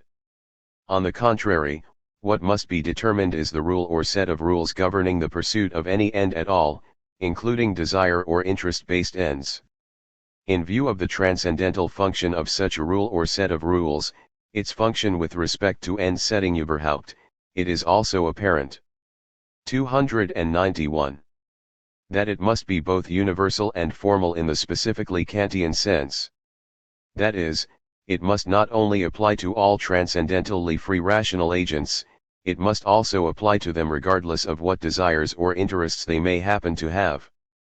But such a rule or set of rules is precisely what Kant understands by a practical law. Consequently, it must either be denied that the maxims of transcendentally free agents can be justified at all, which amounts to a denial of rationality, or it must be acknowledged that conformity to practical law is the criterion governing the selection of the maxims of such agents. Combining this result with the further claim that the moral law is the required principle, we have the Kantian argument for the analytic connection between transcendental freedom and the moral law. Since the above analysis turns largely on the distinction between the rationality and the freedom of an agent, it might itself seem problematic as Kantian exegesis. Such a conclusion, however, would be erroneous. Although Kant only makes this distinction fully explicit in Religion within the limits of reason alone, 48 it is implicit in his thought from the groundwork on point 49. Admittedly, only a rational agent can be free in the transcendental, or even the practical, sense, but an agent is not free in the transcendental sense simply in virtue of being rational. At least freedom in this sense cannot be derived from rationality, and, therefore, neither can the validity of the moral law. Unfortunately, the whole point is usually missed by Kant's critics. Starting with the reasonable assumption that a Kantian justification of morality must somehow demonstrate the irrationality of rejecting the categorical imperative, these critics tend to assume that the argument to this end must proceed simply from the concept of a rational being. This is not the case, but it is only by focusing explicitly on the reciprocity thesis that it becomes clear why it is not. 6. Given the preceding analysis, we can now deal with the common objection that the reciprocity thesis, particularly as presented in the groundwork, leads Kant to the devastating consequence that we are free only insofar as we act in obedience to the categorical imperative. This consequence is devastating not only because it entails that we are not responsible for either our immoral or our morally neutral actions, but also because it suggests that even our morally good actions, 292, performed for the sake of duty, are due ultimately to a fortuitous lack of interference by nature, in the guise of sensuous inclination, with the autonomous workings of pure practical reason. After all, if a free will is defined as one governed by the moral law, and if, as Kant suggests, this is analogous to the way in which natural phenomena are governed by the laws of nature, then it would seem that a free will could no more violate the moral law than a falling body could violate the law of gravity. Correlatively, if a non-moral or heteronymous will is subject to the laws of nature, then there is no way to understand how a will that is not already moral could choose to become such. In short, by distinguishing so strongly between nature and freedom and by defining the freedom of the will in terms of its subjection to the moral law, Kant seems to have made it impossible to provide a coherent account of either immoral or moral action. 50. The standard strategy for defending Kant against this line of objection is to admit that it applies to the groundwork and to deny that it applies to the latter treatment in Religion within the limits of reason alone, where Kant offers an account of moral evil in light of the Wille-Wilker distinction. Point 51. The basic idea is that Wilker, as spontaneous, is free either to determine itself to act in accordance with the dictates of Wille, the stern call of duty, or to subordinate these dictates to the demands of inclination. The claim, in other words, is that what the groundwork presents as heteronomy and opposes to autonomy is seen in Religion within the limits of reason alone as itself an expression of freedom. There can be little doubt that the account of freedom in Religion within the limits of reason alone has a subtlety and depth that are lacking in both the groundwork and the critique of practical reason. We have already seen, however, that rather than precluding this conception of freedom, the reciprocity thesis, as formulated in these earlier works, requires it in the sense that it is only by construing freedom in this way that the argument can be made to work. Admittedly, this does not itself prove that Kant actually held such a conception at that time, but it certainly suggests that he could have, and it puts the burden of proof on those who would deny it. There appear to be three aspects of Kant's account in the groundwork to which the critic can appeal in support of this denial. Since all three of them have already been noted, we need only recall them here. First and foremost is the language of the reciprocity thesis itself. By explicitly identifying a free will with a will under the moral law, Kant 293 certainly seems to leave no room for any free action that does not conform to the law. Second, this impression is greatly reinforced by the unfortunate analogy between the moral law and a law of nature. Finally, there is the apparent identification of heteronymous action and action in accordance with, or governed by, the laws of nature. This identification suggests that a heteronymous will can be neither free nor morally responsible, and this, in turn, raises the perplexing question of how such a will could ever become either free or morally good. Although not free, because heteronymous, is it free to become free? In dealing with the first two aspects, it is obviously crucial to determine with some precision the sense in which a free will is supposed to be subject to, or governed by, the moral law. As we have already seen, in the Critique of Practical Reason, Kant maintains that only a formal principle, later identified with the moral law, is competent to determine it, a free will, necessarily. This locution once again suggests the very problem currently under consideration. Being determined necessarily by the moral law seems to mean being subject to it in precisely the same sense in which a physical object is subject to the laws of nature. And this, of course, rules out the possibility of any deviation from the law. It is, however, not only unnecessary, it is also implausible to take Kant to be making any such claim. Since determine necessarily means simply to possess a law-like status for a free will, to be objectively necessary, all that Kant is claiming here is that only a formal principle, the moral law, can serve in this capacity for a free will. The question thus becomes what is involved in serving in this capacity, and the answer is quite apparent. It can mean only that the law provides a norm or standard in terms of which the choices of a free will are justified before the bar of reason.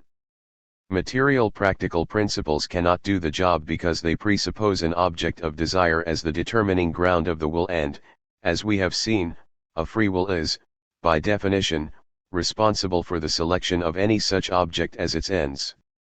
It hardly follows, however, from the fact that the moral law is the norm or standard for a free will that such a will is not capable of failing to live up to this norm. As Kant frequently insists, although objectively necessary, the moral law is nonetheless subjectively contingent.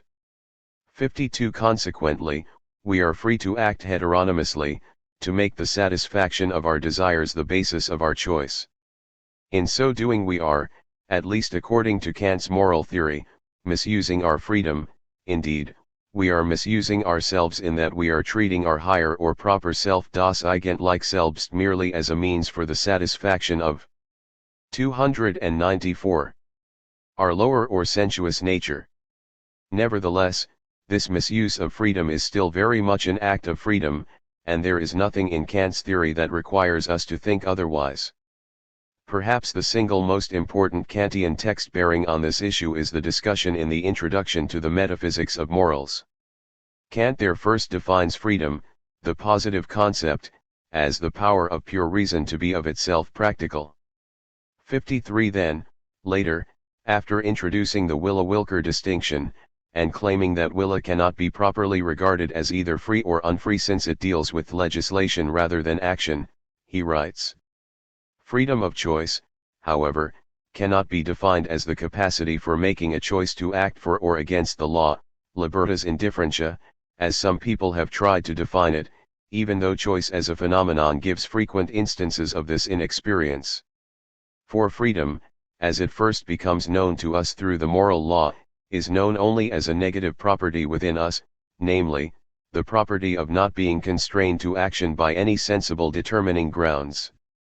But we can see clearly that although experience tells us that man as a sensible being exhibits a capacity to choose not only in accordance with the law but also in opposition to it, yet his freedom as an intelligible being cannot be thus defined, since appearances can never enable us to comprehend any supersensible object, such as free choice is. For it is one thing to admit a tenet of experience, and quite another to make it both the defining principle of the concept of free choice, and the universal mark distinguishing free choice from arbitrio bruto s servo, since in the first case we do not assert that the mark necessarily belongs to the concept, which we must do in the latter case. Only freedom in relation to the internal legislation of reason is properly a capacity, the possibility of deviating from it is an incapacity. How, then, can the former be explained by the latter? 54. Already Reinhold had objected to this formulation by presenting a dilemma. According to Reinhold's analysis, if the only concept of freedom derivable from the moral law is that of the self-activity, Selbsttätigkeit, of reason, then the presumed capacity to act immorally is not only an incapacity but an impossibility. If, on the other hand, freedom is construed as the capacity of the person for self-determination, then the capacity to act immorally is not a mere incapacity but rather the very same capacity without which moral action cannot be thought. 55 Otherwise expressed, Reinhold's complaint seems to be that the proper concept of freedom must be a morally neutral one, and that 295. This is incompatible with Kant's insistence that our understanding of freedom is derived entirely from our consciousness of the moral law. Quite recently, Gerald Pross has raised similar objections. Pross, however, also claims that Kant's account of freedom in the passage currently before us marks a regression from the standpoint of religion within the limits of reason alone, where he at least attempted, albeit unsuccessfully, to provide an account of immoral action in terms of freedom, back to that of the groundwork, where such action is seen as a product of the heteronomy of nature. 56. We can readily accept Pross's assertion of the agreement of the account of freedom in this passage with that of the groundwork, although not his characterization of it as a regression, and certainly not his analysis of its implications. The key term in Kant's account is obviously power or capacity, Vermogen. By the power of reason to be of itself practical, Kant means first of all its capacity to provide a binding law for the will. 57 Reinhold is correct in suggesting that if this were all that Kant means by freedom, then the freedom to disobey the law has not been established. There is, however, no need to accept this result nor, therefore, the terms of Reinhold's dilemma.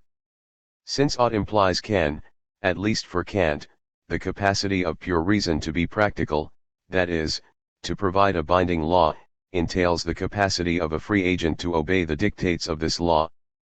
This is precisely the point that Kant makes when he remarks that through the moral law we are aware of freedom as a negative property, of not being constrained to action by any sensible determining grounds. Thus, freedom is understood as the will's capacity to follow its own self-imposed laws, which requires an independence from constraint by any sensible determining grounds. In the preferred jargon of Kant's later moral philosophy, freedom is construed as the capacity of Wilker to obey the dictates of Wille.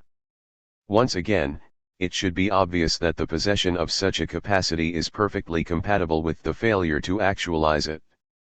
Kant acknowledges this, but he also insists that this capacity to fail is really an incapacity, presumably because it cannot be ascribed to perfectly rational beings, and, therefore, should not be regarded as definitional of freedom.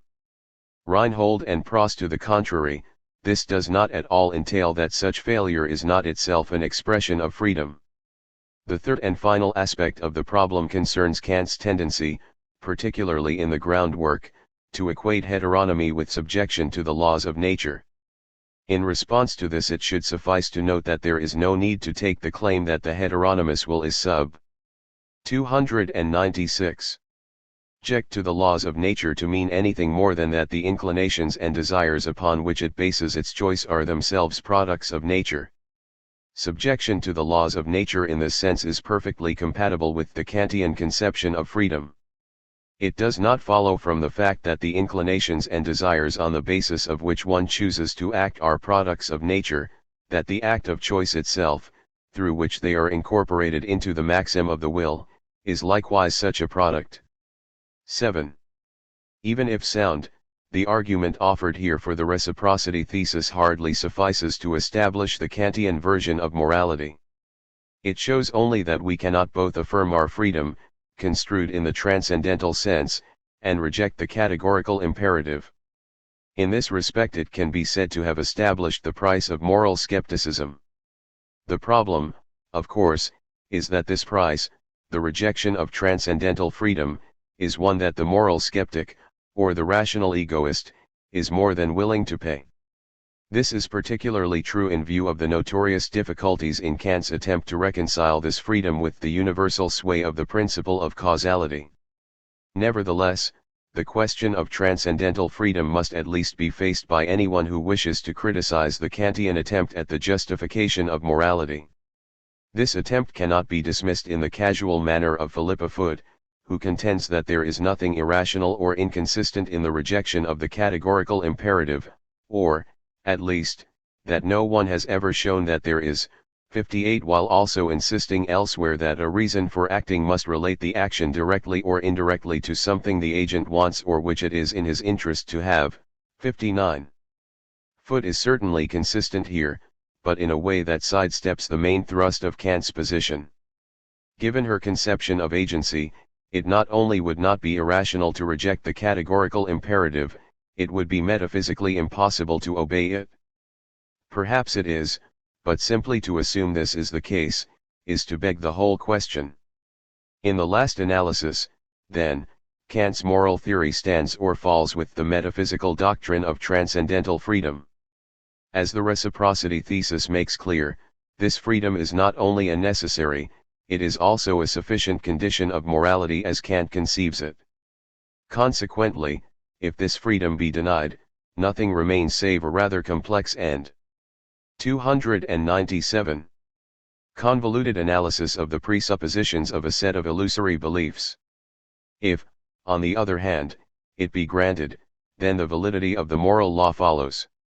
This same reciprocity, however, suggests that it might very well be impossible to establish either one without presupposing the other, which would mean that Kant's attempt to justify morality is caught in a vicious circle from which there is no escape.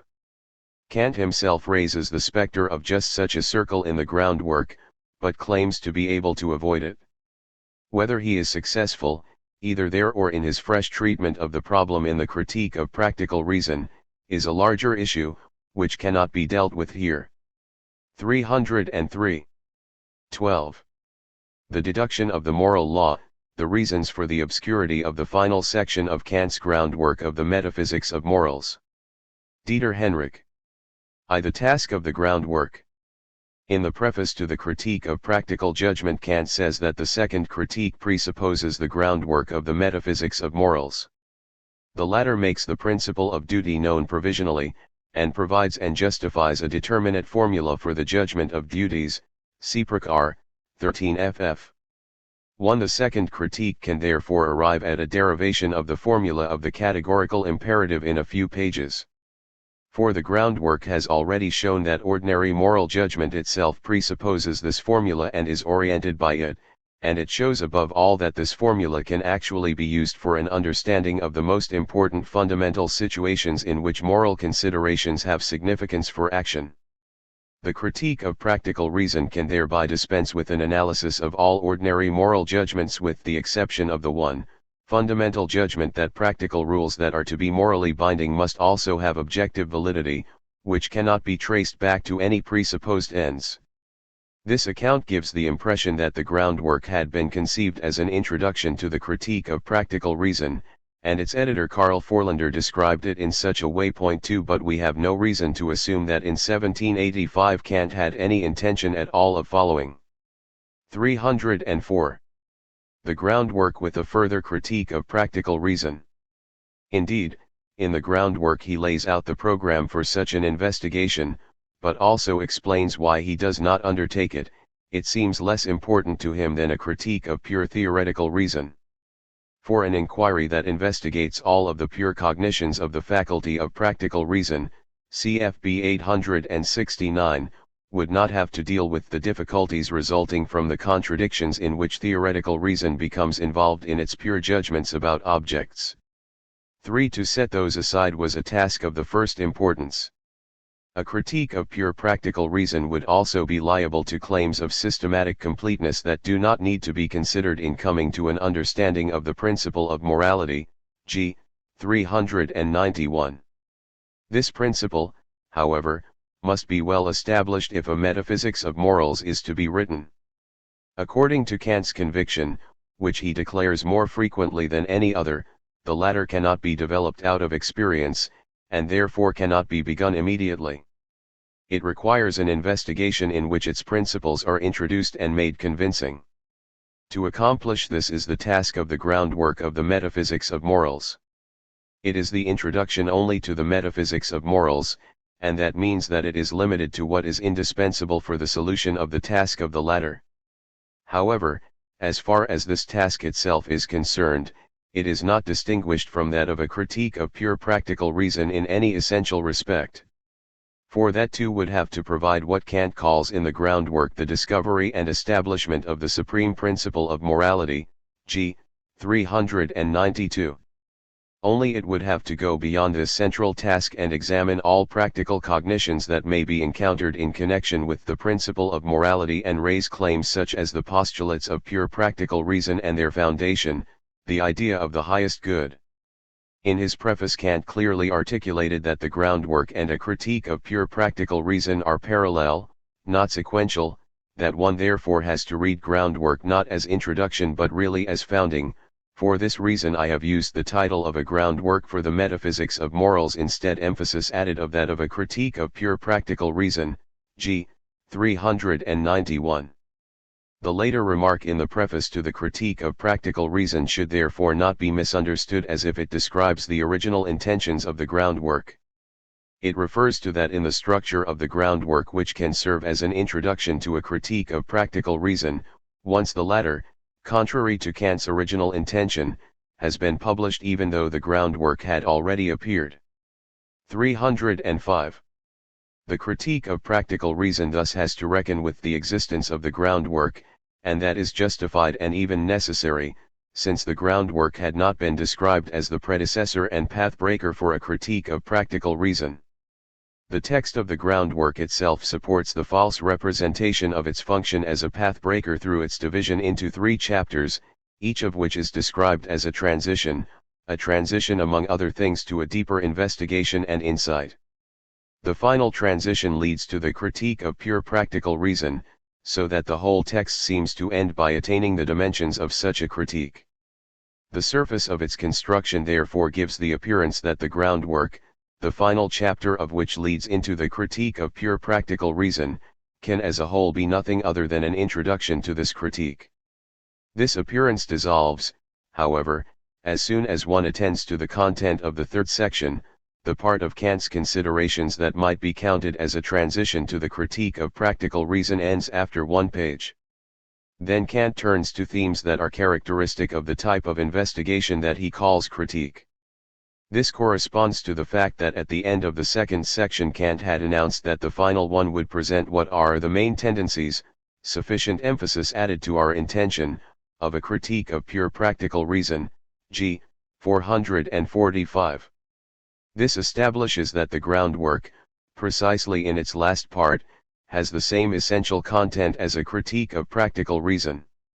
Thus Kant did not write the groundwork in order to make the succeeding work more readily accessible by introducing it through preparatory considerations.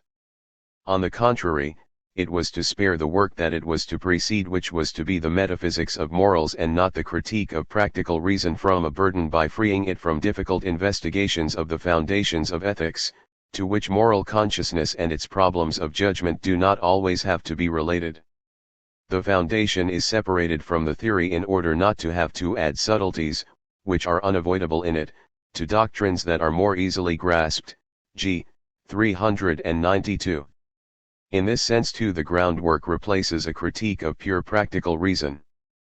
So have generations of students vainly sought access to Kant's ethics through a book that has unjustly been held to be the paradigmatic text for seminars. No misunderstanding without some substantive basis could have such far-reaching consequences. The contents and structure of the text of the groundwork do display features that make it 306. Usable as an introduction to a certain extent. It starts out from ordinary moral cognition and grounds its argumentation initially on what is entirely evident therein. That is to be explained on theoretical grounds. At the time of the groundwork Kant had already seen, and was shortly to emphasize decisively, that every understanding of moral consciousness has to proceed from its factuality. But, independently of this, Kant's conception of the structure of the groundwork also took account of his experience of the reaction of contemporary philosophers to the publication of the Critique of Pure Reason, which had led him to follow the first critique with the prolegomena to any future metaphysics after just 2 years. Kant conceded that the first critique suffered from a certain obscurity that stemmed, above all, from the extensiveness of its plan. Prol. 261.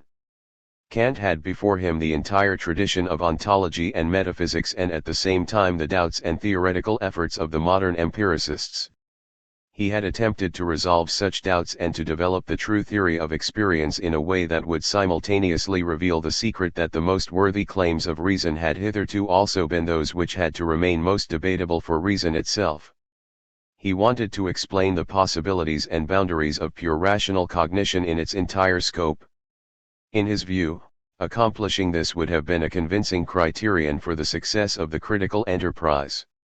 For if every problem of the old ontology found its solution and every concept of it found its proper place in a systematic illumination of all the activity of reason, then anyone would be convinced who had previously attempted to make contributions to ontological and metaphysical cognition without an antecedent critique.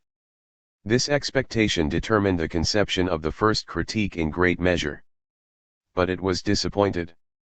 Kant explained the fact that the most important aims and arguments of the critique initially failed to be understood and even attended to by the fact that the work as a whole required an extensive plan in which one could not readily see the chief points of the inquiry.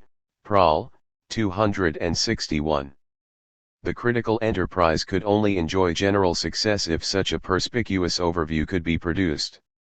The prolegomena was to create clarity about the chief points of the critique and thereby remedy this defect. To this end it employs a procedure designed especially for a presentation concentrating on what is essential, the treatment of the critique by means of the analytical method.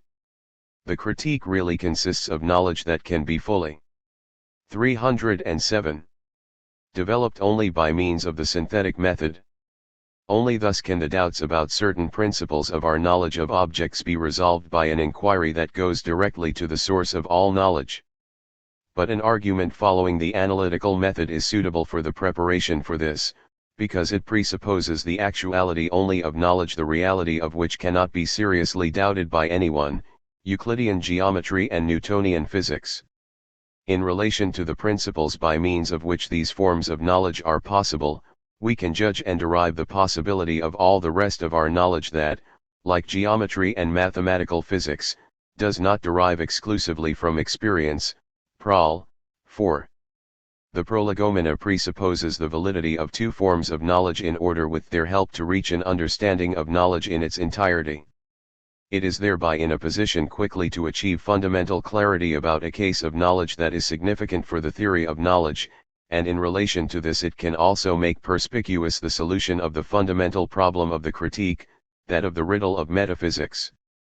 The advantages of an analytical procedure were still clear to Kant as he composed his first critical work in moral philosophy. Thus this procedure was to be used to the extent possible in this work. In the case of moral philosophy, the real question of the critical philosophy was also to be brought into the foreground with the greatest possible clarity. What Kant found lacking above all in the Göttingen review of the Critique of Pure Reason was that the reviewer did not mention a single word about the real task of the critique. For the groundwork of moral philosophy was to defend itself from the fate of having its real intentions misunderstood. So, in exact analogy with the procedure of the prolegomena, Kant placed the chief question of the critique in relation to morality, namely how categorical imperatives are possible, in the center of the groundwork. Indeed, he wrote the first sketch of the groundwork in connection with his preparation for the Prolegomena. 5 The close connection between the two texts is also clear from the fact that in the Prolegomena Kant concentrates on the chief points of the critique, Prol. 261, and in the groundwork wants to develop the chief tendencies of a critique of the practical faculty of reason, g. 445. But only a hasty inference can derive an identity of function from this similarity of methodological means and from the judgment of the importance of a presentation oriented towards central themes. In the critical edifice, the Prolegomena and the groundwork feel very differ. 308. Ant roles. The Prolegomena is an ex post facto introduction, while the groundwork has a significance corresponding in principle to that of the critique of pure reason. Its task is to produce conviction about the justifiability of the claims of an imperative which, as Kant puts it, is valid for all rational beings independently of all experience and of all presupposed aims. The groundwork has a part that is composed according to the synthetic method because it includes a critique of practical reason. No critical text is foreseen that would go beyond it in its chief points. 2. Critique of pure practical reason. The critique of pure practical reason, the essential arguments of which are contained in the groundwork, is not identical with the theory that Kant put forth in the book that appeared 3 years later under the title Critique of Practical Reason.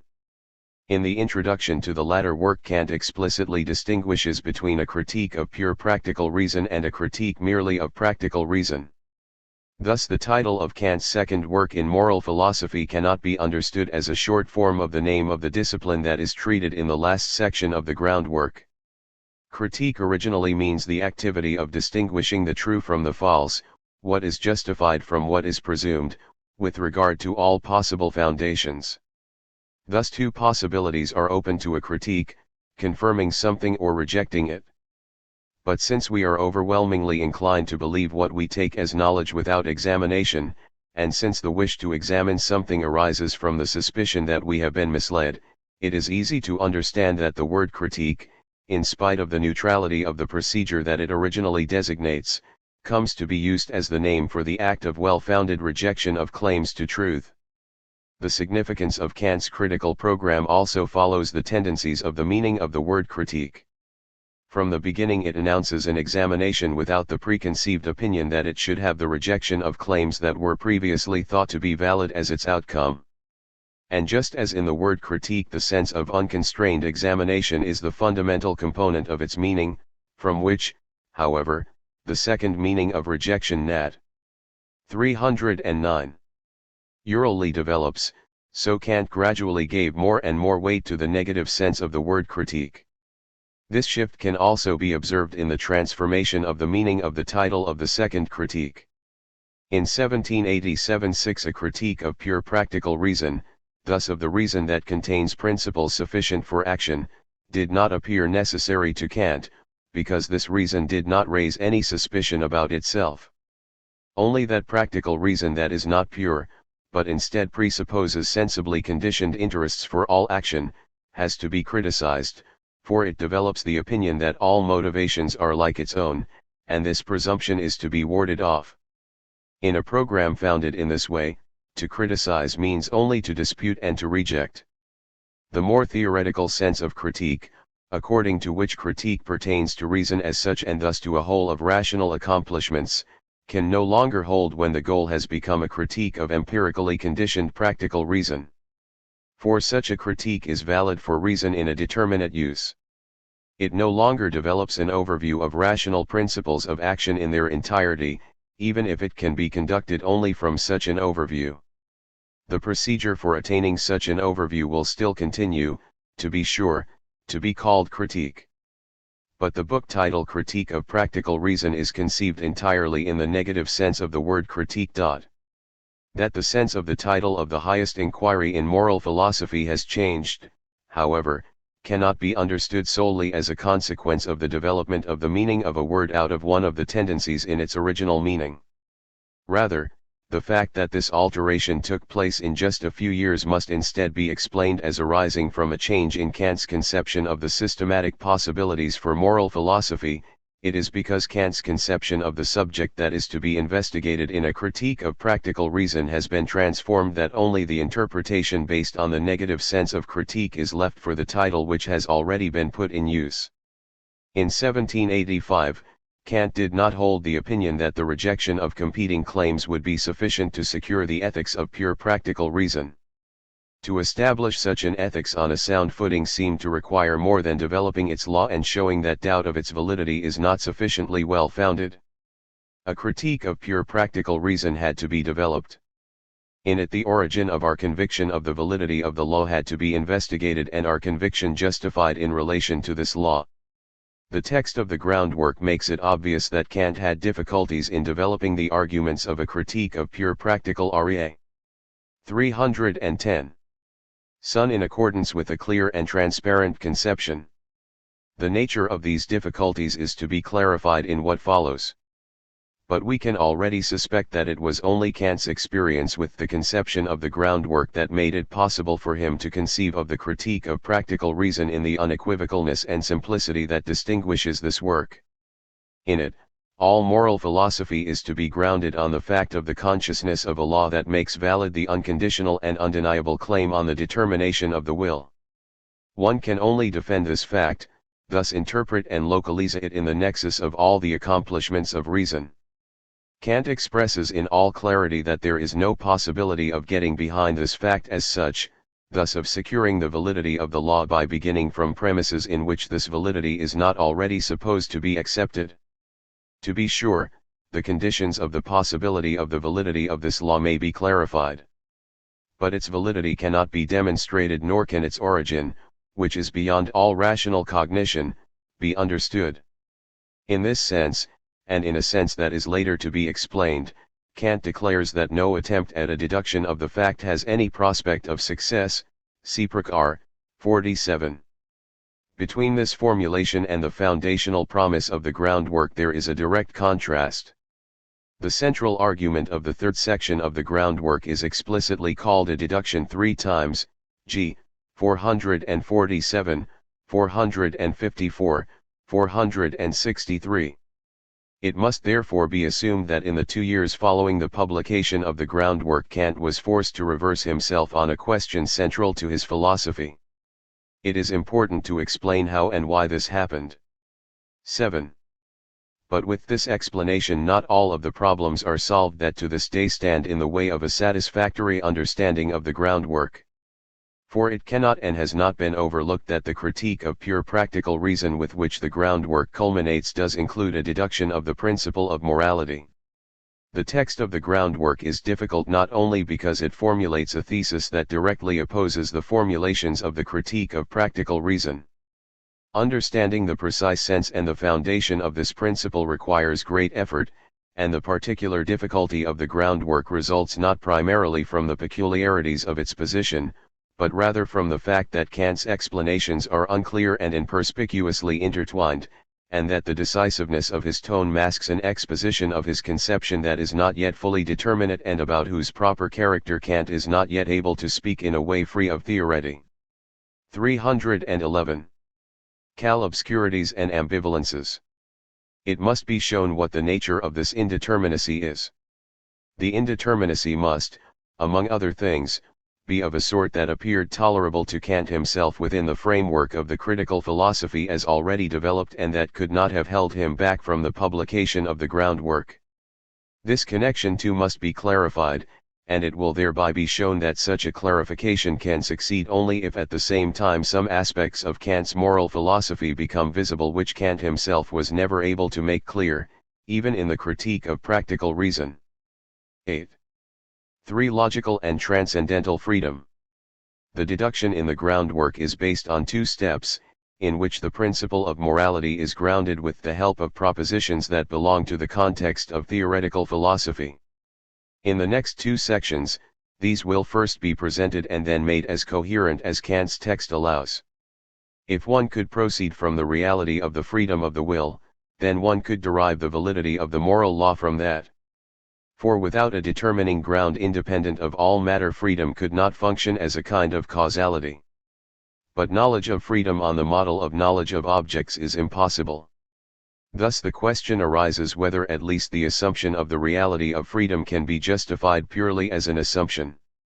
Reason, as the instrument of knowing, must already claim independence for itself. For if one were to assume that impulses and interests do not merely stimulate reason's activity, but also determine the content of its judgments, and indeed necessarily, not merely sometimes and in opposition to its own principle, then no comprehensible concept of reason could even be formulated. Considerations that Kant adduced elsewhere suggest that this freedom of reason has two forms. On one account, reason must hold itself to be the source of its a priori propositions. If it were not, then these propositions would be influenced by conditions that are contingent relative to reason. But that would contradict the concept of them as a priori judgments, R 5413, 18:176, R 5441, 18:1823. Second, judgments which are not apodictic, and which are in this sense contingent, also presuppose freedom in judging. For if it is possible for me either 312 to affirm or to deny a predicate of an object, then I must assume that I am not caused to do so by any circumstances other than the actual fact of the matter to which I refer in my judgment. I must be in a position to decide about the suitability of the use of predicates in relation to the fact of the matter, without my judgment being antecedently determined. Logical freedom obtains in regard to all contingent predicates, R. 5442, 18:183. The presupposition of this freedom has the advantage of deriving from reason as such. This presupposition is not made on the basis of some particular state of consciousness, but is inexorably connected with the very idea of a use of reason. As soon as it is presupposed by any rational being, it is immediately valid for all rational beings in general. The text of the groundwork does not declare explicitly that one must distinguish this freedom of reason as such from the freedom out of the reality of which the principle of morality will follow analytically. Neither does it force one to ascribe to it the assumption of the identity of the meaning of the two concepts of freedom. For it distinguishes, implicitly but clearly, between rational beings in general and those rational beings that are equipped with a will, g. 448. This distinction can only be significant if there is some difference between the concept of freedom claimed by theoretical reason and another concept of freedom which is constitutive for practical relationships. Otherwise, practical freedom would always have to be assumed whenever a being can make its reason valid in any practice at all. If the full, undifferentiated concept of reason is to be applied to all acts of thought, then every act of thought which makes action possible in any way would make this action free. Thus the distinction between rational beings in general and rational beings that will must correspond, if it is to be meaningful, to a distinction between two concepts of freedom. In fact, Kant made this distinction. The freedom that is presupposed in the principle of morality is not merely opposed to dependence on causes that bring the activity of reason into action and steer it in the form of impulses and interests. It is also incompatible with an inner determinability of reason itself. If the activity of reason were ruled from the start in an immemorial order of things, then its action would not be completely determined by the principles of which reason is conscious as the condition of its judgments. Such a consciousness would be a mere illusion.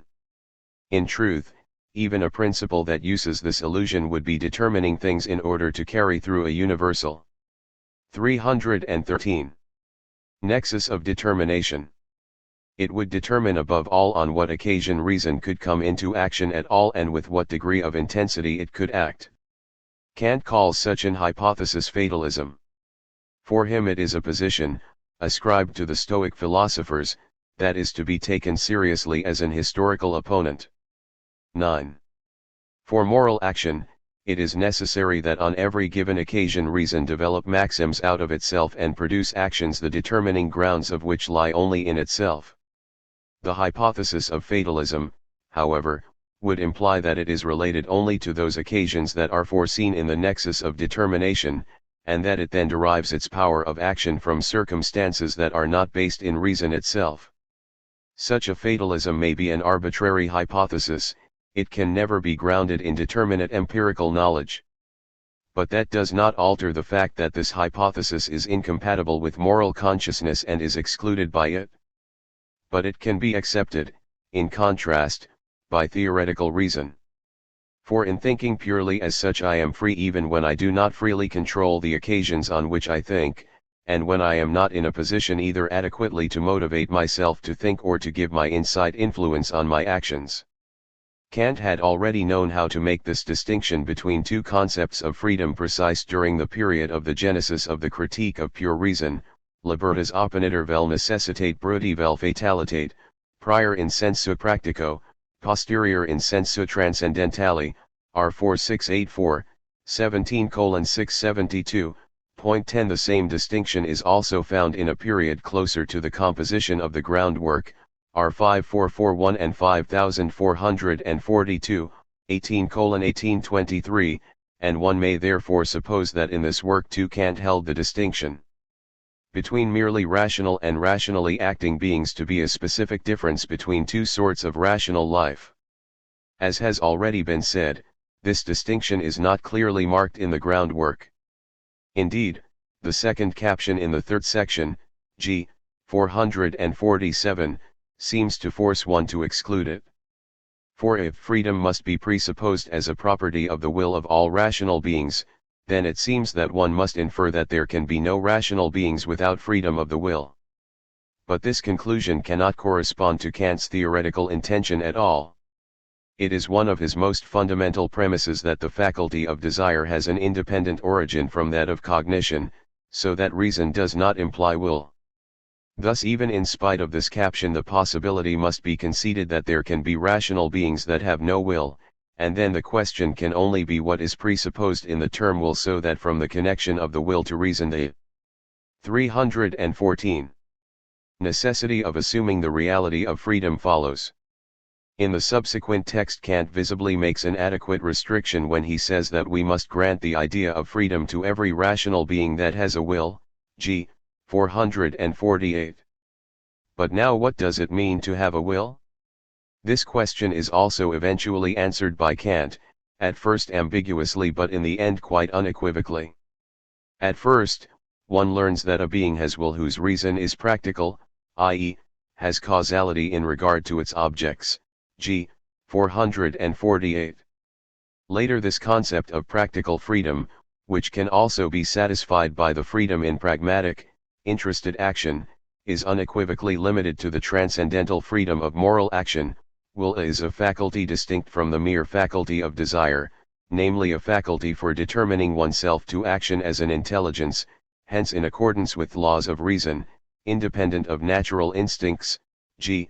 459. Thus Kant's text is free from the fallacious inference according to which all rational beings as such must already, merely as rational beings, be regarded as free beings in the transcendental sense. Not even all beings in whose conduct considerations of rationality play a role have a will.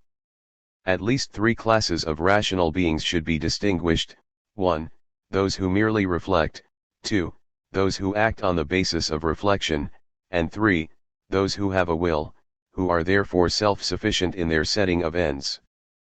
But from the very absence of this fallacy another difficulty seems to arise. Namely, one can no longer see what is to be won from the fact that every rational discourse presupposes freedom of judgment.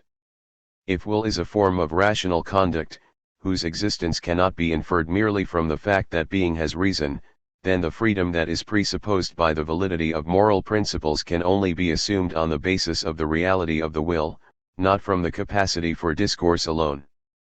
Thus there arises the suspicion that Kant's argument, even if it is not groundless, leads to no result. If Kant's argument is to have a theoretically productive function, it must lie somewhere between a tautological assertion on the one hand and a logical derivation of the reality of moral principles on the other. It will turn out that it does follow something like this foundational program: to be sure, one cannot derive the possibility of action determined by reason from the structure of theoretical reason, but the presupposition of the freedom of judgment, valid for all thought, nevertheless corresponds to the presupposition of the freedom of rational willing. This correspondence gives the appeal to the freedom of judge. 315. Meant a certain argumentative force, which is initially weak, to be sure, but which can be strengthened in the context of more extended foundational process. We could achieve a stronger argument if we were permitted to infer as follows: if we start out from the power of judgment, and then concede a will as well to the rational being that possesses the former, this means only that we assign rational principles immediate influence on our action. But because of the freedom of judgment that is presupposed, the conception of our principles, just like that of their application, is free. And from this it follows, this would be the stronger argument, that the reason that is relevant to action also possesses transcendental freedom. Then one would have inferred transcendental freedom from logical freedom and the additional premise of the existence of the will. However, this conclusion is inadmissible, because of the possibility of the hypothesis of transcendental fatalism. Kant offers some ground for ascribing such a conclusion to him. The text of the groundwork even seems to draw it explicitly when it says that reason must regard itself as the author of its principles, consequently emphasis added as practical reason it must regard itself as free, g. 448. In the text of the most important and virtually contemporaneous parallel, in his review of Schulz's attempt at an introduction to the doctrine of morals, Kant limits himself to a more cautious just as, emphasis added. 11. And even the groundwork can at least be read so that the consequently that it uses is derived from the mere analogy intended by the just as between the two presuppositions. Something like the following foundation would then be indicated: such a far-reaching assumption as that of the freedom of the will can never be made without any foundation. It is opposed by the conditions of all knowledge of nature and by the doubt about the possibility of assertions about the transcendent. Moral consciousness cannot convincingly validate itself against theoretical doubt entirely by itself. However, it can be shown that theoretical reason itself makes a presupposition the content of which stands in something like the same relation to discourse as the freedom of the will stands to moral consciousness. If one reminds theoretical reason that it cannot surrender this presupposition, then it suddenly becomes legitimate and even unavoidable to grant the same right to practical reason. Just as the freedom of judgment is opposed to mechanism, transcendental freedom is opposed to fatalism. In relation to the evidence to which they are related, both are necessary hypotheses of reason. And that they really are assumed. 316. By reason is incontrovertibly revealed by the fundamental certainty that all rational creatures have that they are able to make judgments on the basis of their own insight. Kant obviously held it to be more important to display the nature of the relation to freedom established by reason in a being that has a will than to clarify the logical relationships on the basis of which this relation can be asserted. The relation of reason to freedom is a relation to an idea. Theoretical reason has no knowledge of freedom as an actual state of affairs. Its certainty that it is free precedes every possible cognition, and it would be senseless and circular for it to hold itself to be authorized to think only if it has antecedently been convinced of the reality of freedom. The hypothesis of the freedom of judgment is legitimate, because without it no use of reason would be possible at all. Likewise, practical reason must regard itself as free, even if in a different sense, and on account of this parallelism to the original, legitimate hypothesis of reason, its hypothesis can also be regarded as legitimate by reason. Kant was right to emphasize this aspect of his investigation strongly, for it is in fact more important than the question about the peculiarities of the logical interconnection between freedom of judgment and freedom of action. It can seem otherwise only to one who is already intimate with Kant's work in its entirety and interested above all in the problem of the connection among its parts.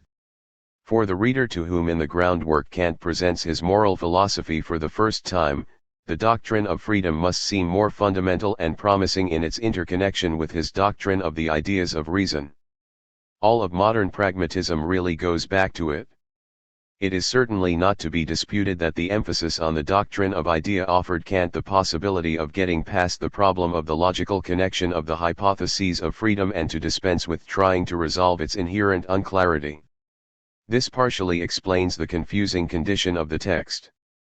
For the intelligible and the moral world, that Kant can have thought about the derivability of transcendental freedom, if at all, then only unclearly as well as only occasionally, can be seen from the section with the caption on the interest that attaches to the ideas of morality, g. 44,853.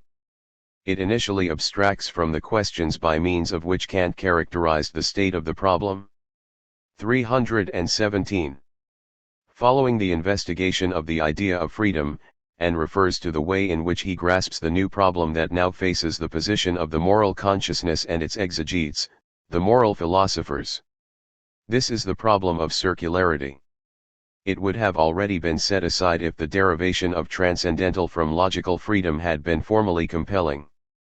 The assumption of freedom of judgment is unavoidable, because without it here is no thinking. It legitimates the assumption of transcendental freedom, to be sure, but not by implying its concept. Only if this is so can it still be asked why transcendental freedom is held to be real, which assumes that this question still awaits an answer. But if this question can be asked, then it must be put. For the issue is a justification of moral consciousness, and in this connection every argument will be powerless that would only follow the interest of moral consciousness. Kant explains the problem of a circle in a manner that already prepares the way for the solution he is striving for. It would be entirely evident that we were assuming the reality of freedom solely on account of the already presupposed importance of moral laws, g. 450, if we were to distinguish two orders and then two worlds 12 from each other exclusively for the purpose of being able to hold moral laws to be real. If the only support that one could offer in behalf of this distinction is that without it moral consciousness is imaginary, then it would already be revealed to be an ad hoc hypothesis. The conception of the coexistence of the two orders would not differ in any way from the mere fact that its assumption is unavoidable for moral consciousness. To this self-generated problem Kant opposes the second of his arguments in which he constructs a connection between theoretical and practical reason. He presents this argument as the kernel of a critique of pure practical reason. It has by now become well known, and its most important step is no longer debatable, so it may readily be evaluated. 13. It can be divided into two steps, which are closely interconnected to each other. 14. We will go into the difference between them later. 15. 1. Kant first shows that theoretical reason by itself also makes the distinction between two worlds. Through the idea of freedom we transport ourselves into the intelligible world and think of its law as immediately valid for our wills. 2. On the basis of the theoretically grounded representation of the relation of the two worlds it can also be understood how the categorical imperative can make itself valid as an imperative under the kindi. 318. Tions of the sensible world. The law is valid, especially in the form of an imperative, because we have no choice but to think of the world of the understanding as subsisting for itself and of the world of the senses as dependent on it. So if the law of freedom is the law of the world of the understanding, then we must think of this law as valid in relation to the world of the senses. In this argument it is evident, first, that Kant is concerned, consistently even if also cautiously, to be able to ascribe the distinction between the two worlds not merely to theoretical reason, but also to theoretical reason in its natural use. The commonest understanding, g.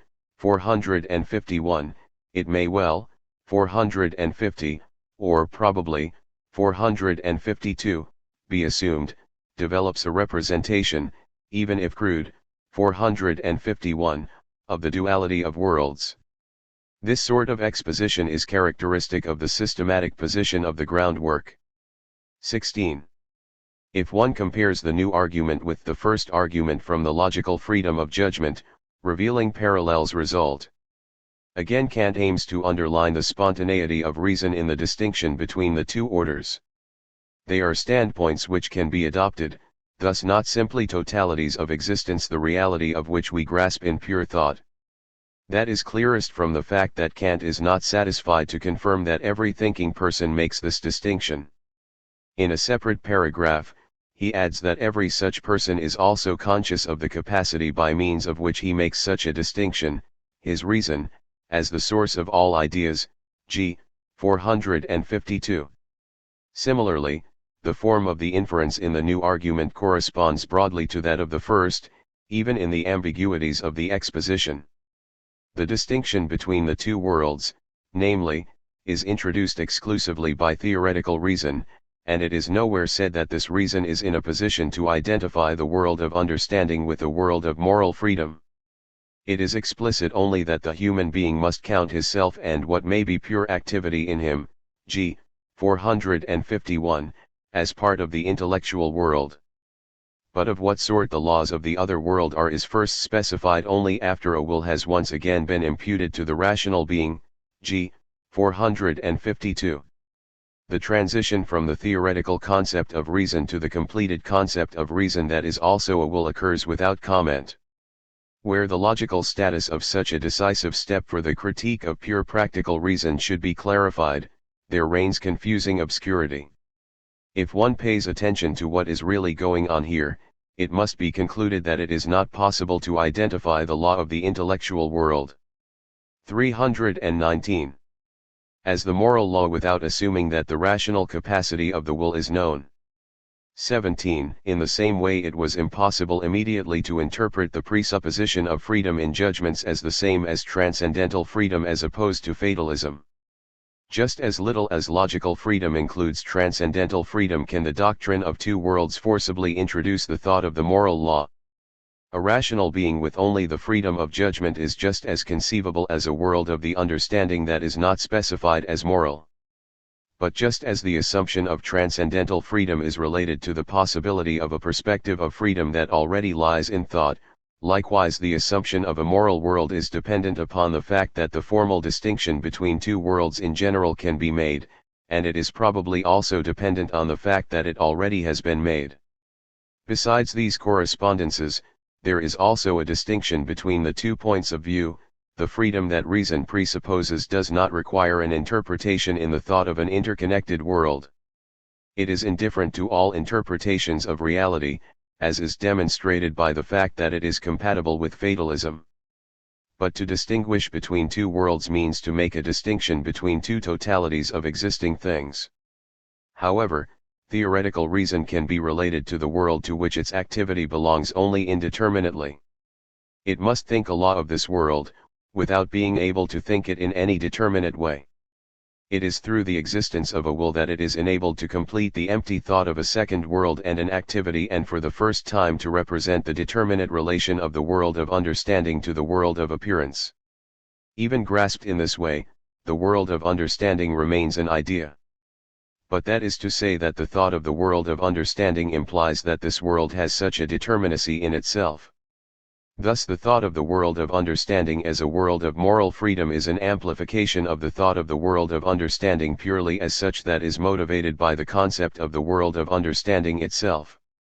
And that means, if it is possible, then it is also unavoidable.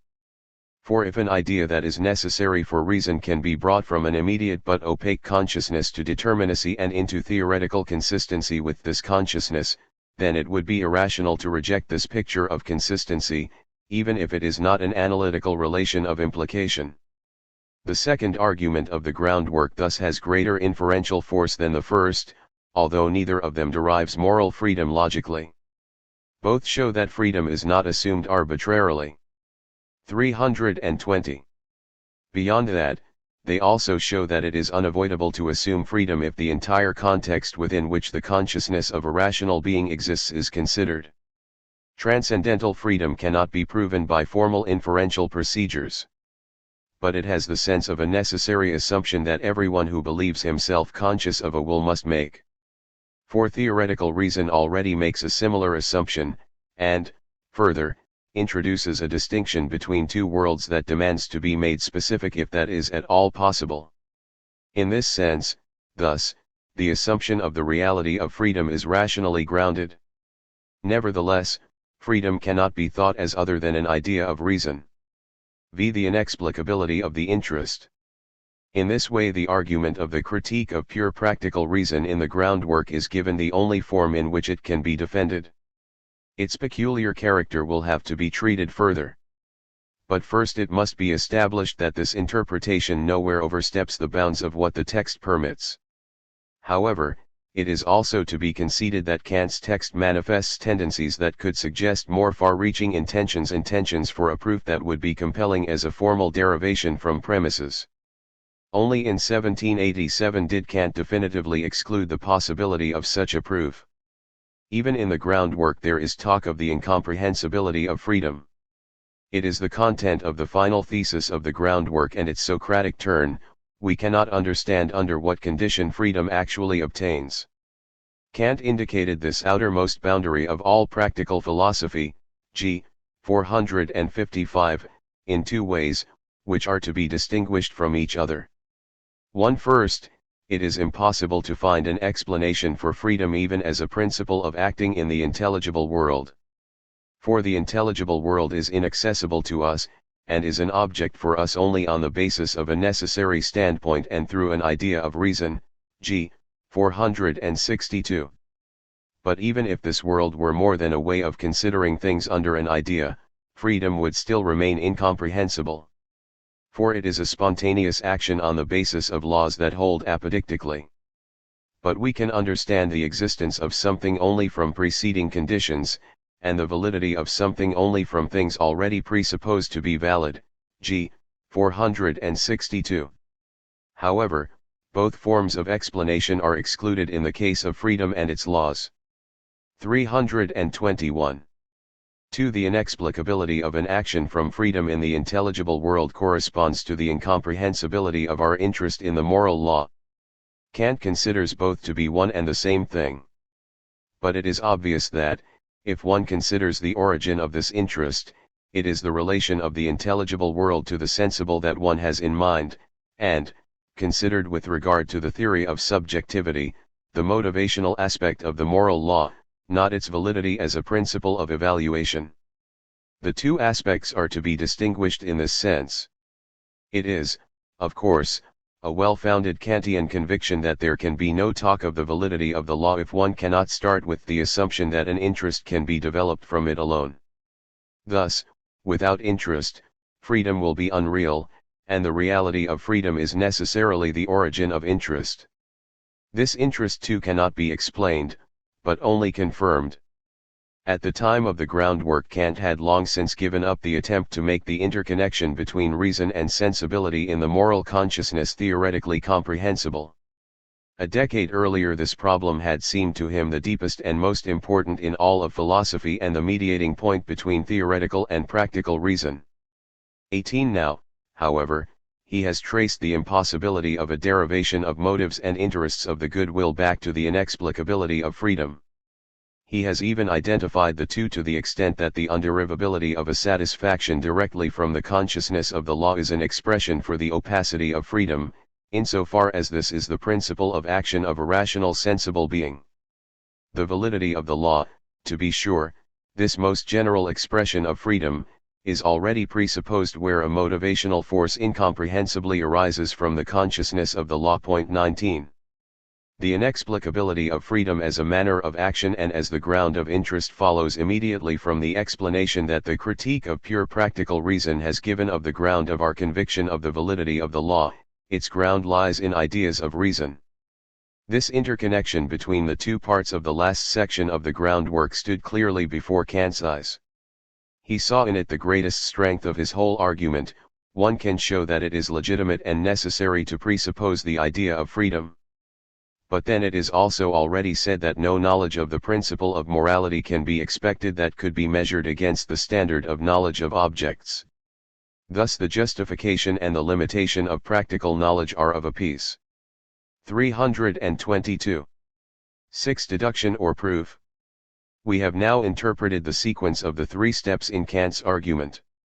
It is characteristic of the peculiar difficulty of the third section of the groundwork, however, that even with a complete clarification of the arguments actually given by Kant, the text is still not fully transparent.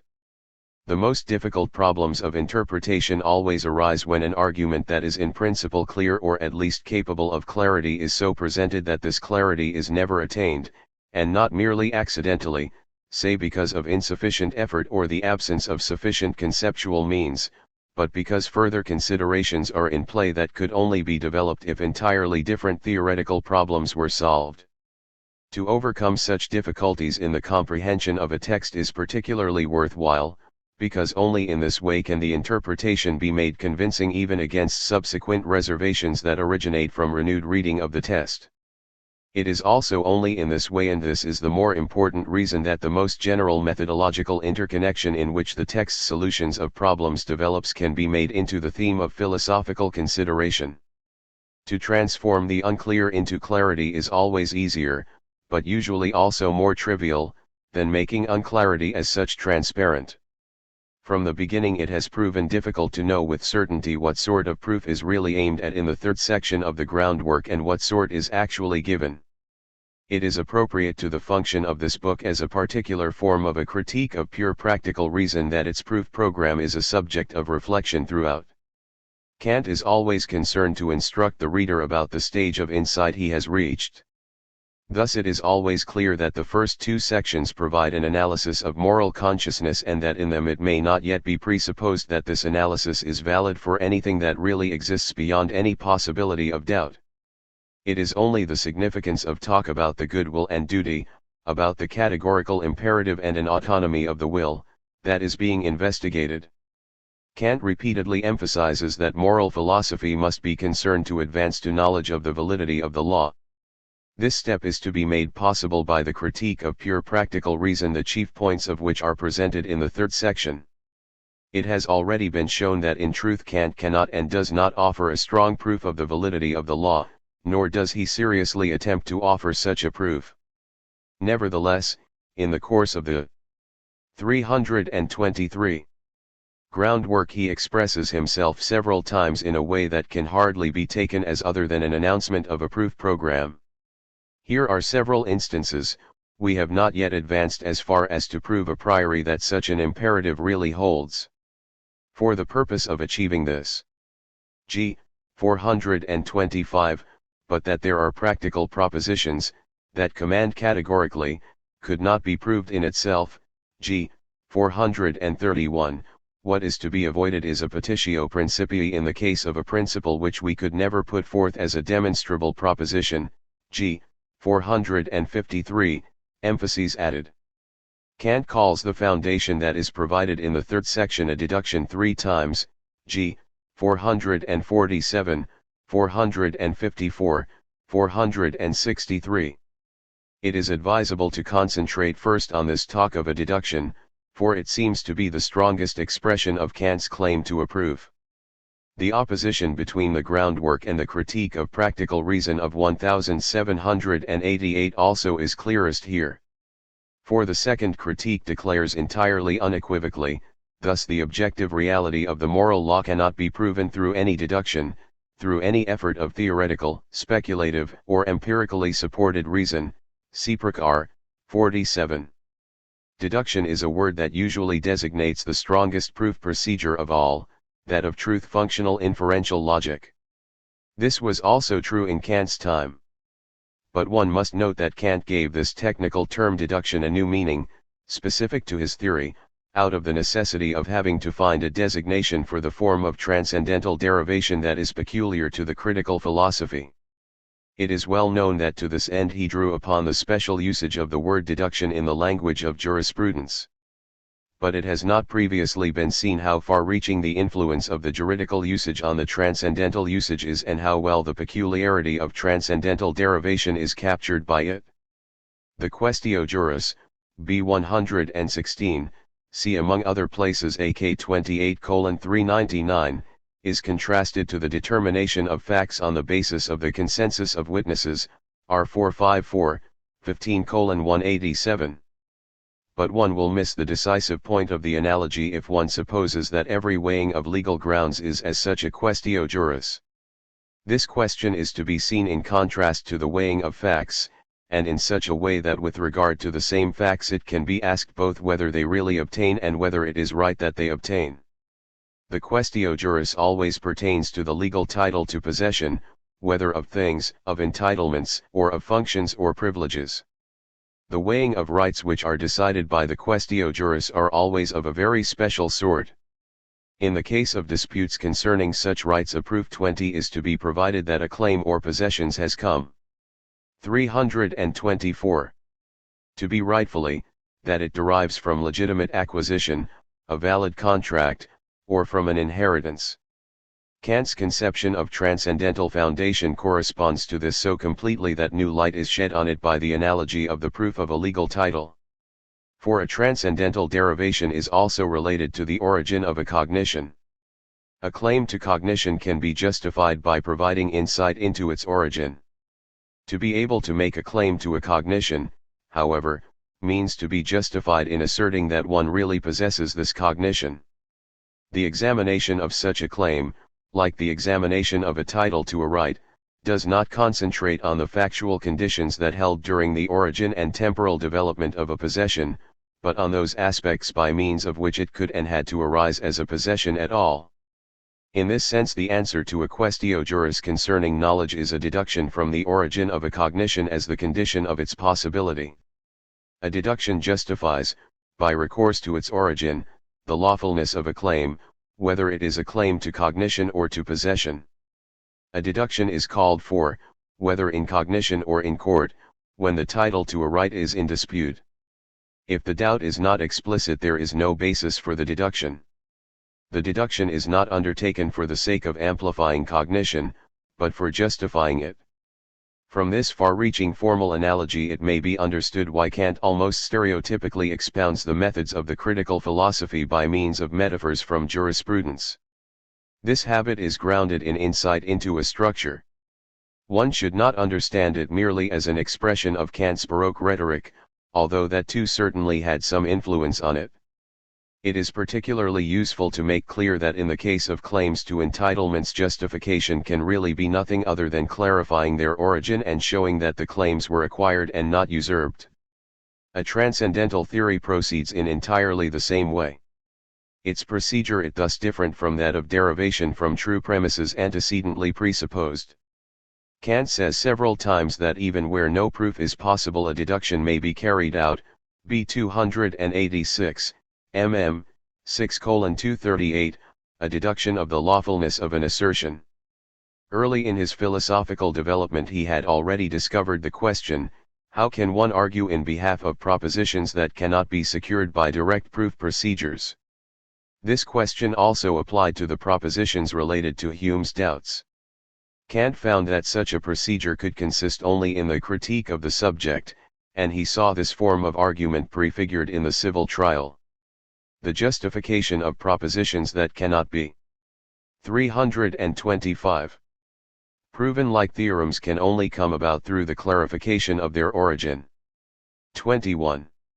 Now the formulations with which Kant expounds his deduction programs, and which must otherwise always remain vague and ambiguous, become comprehensible. In the procedure of a deduction the primary task is always to trace a cognition back to its origin. This task can be described as that of clarifying the conditions of its possibility in the subject of knowledge. If it is solved, then this cognition is also thereby immediately justified. Then, however, it can also be said that the deduction has accomplished something that at least corresponds to a proof. Claims to rights are grounded by being derived and successfully defended against the suspicion of usurpation. Thus a deduction is just as compelling for a claim to a right as a proof is for a proposition. The proposition accomplishes what the proof also has to accomplish, through both it is established that the assumption of propositions is irrefutable. These considerations can easily be applied to the text of the groundwork.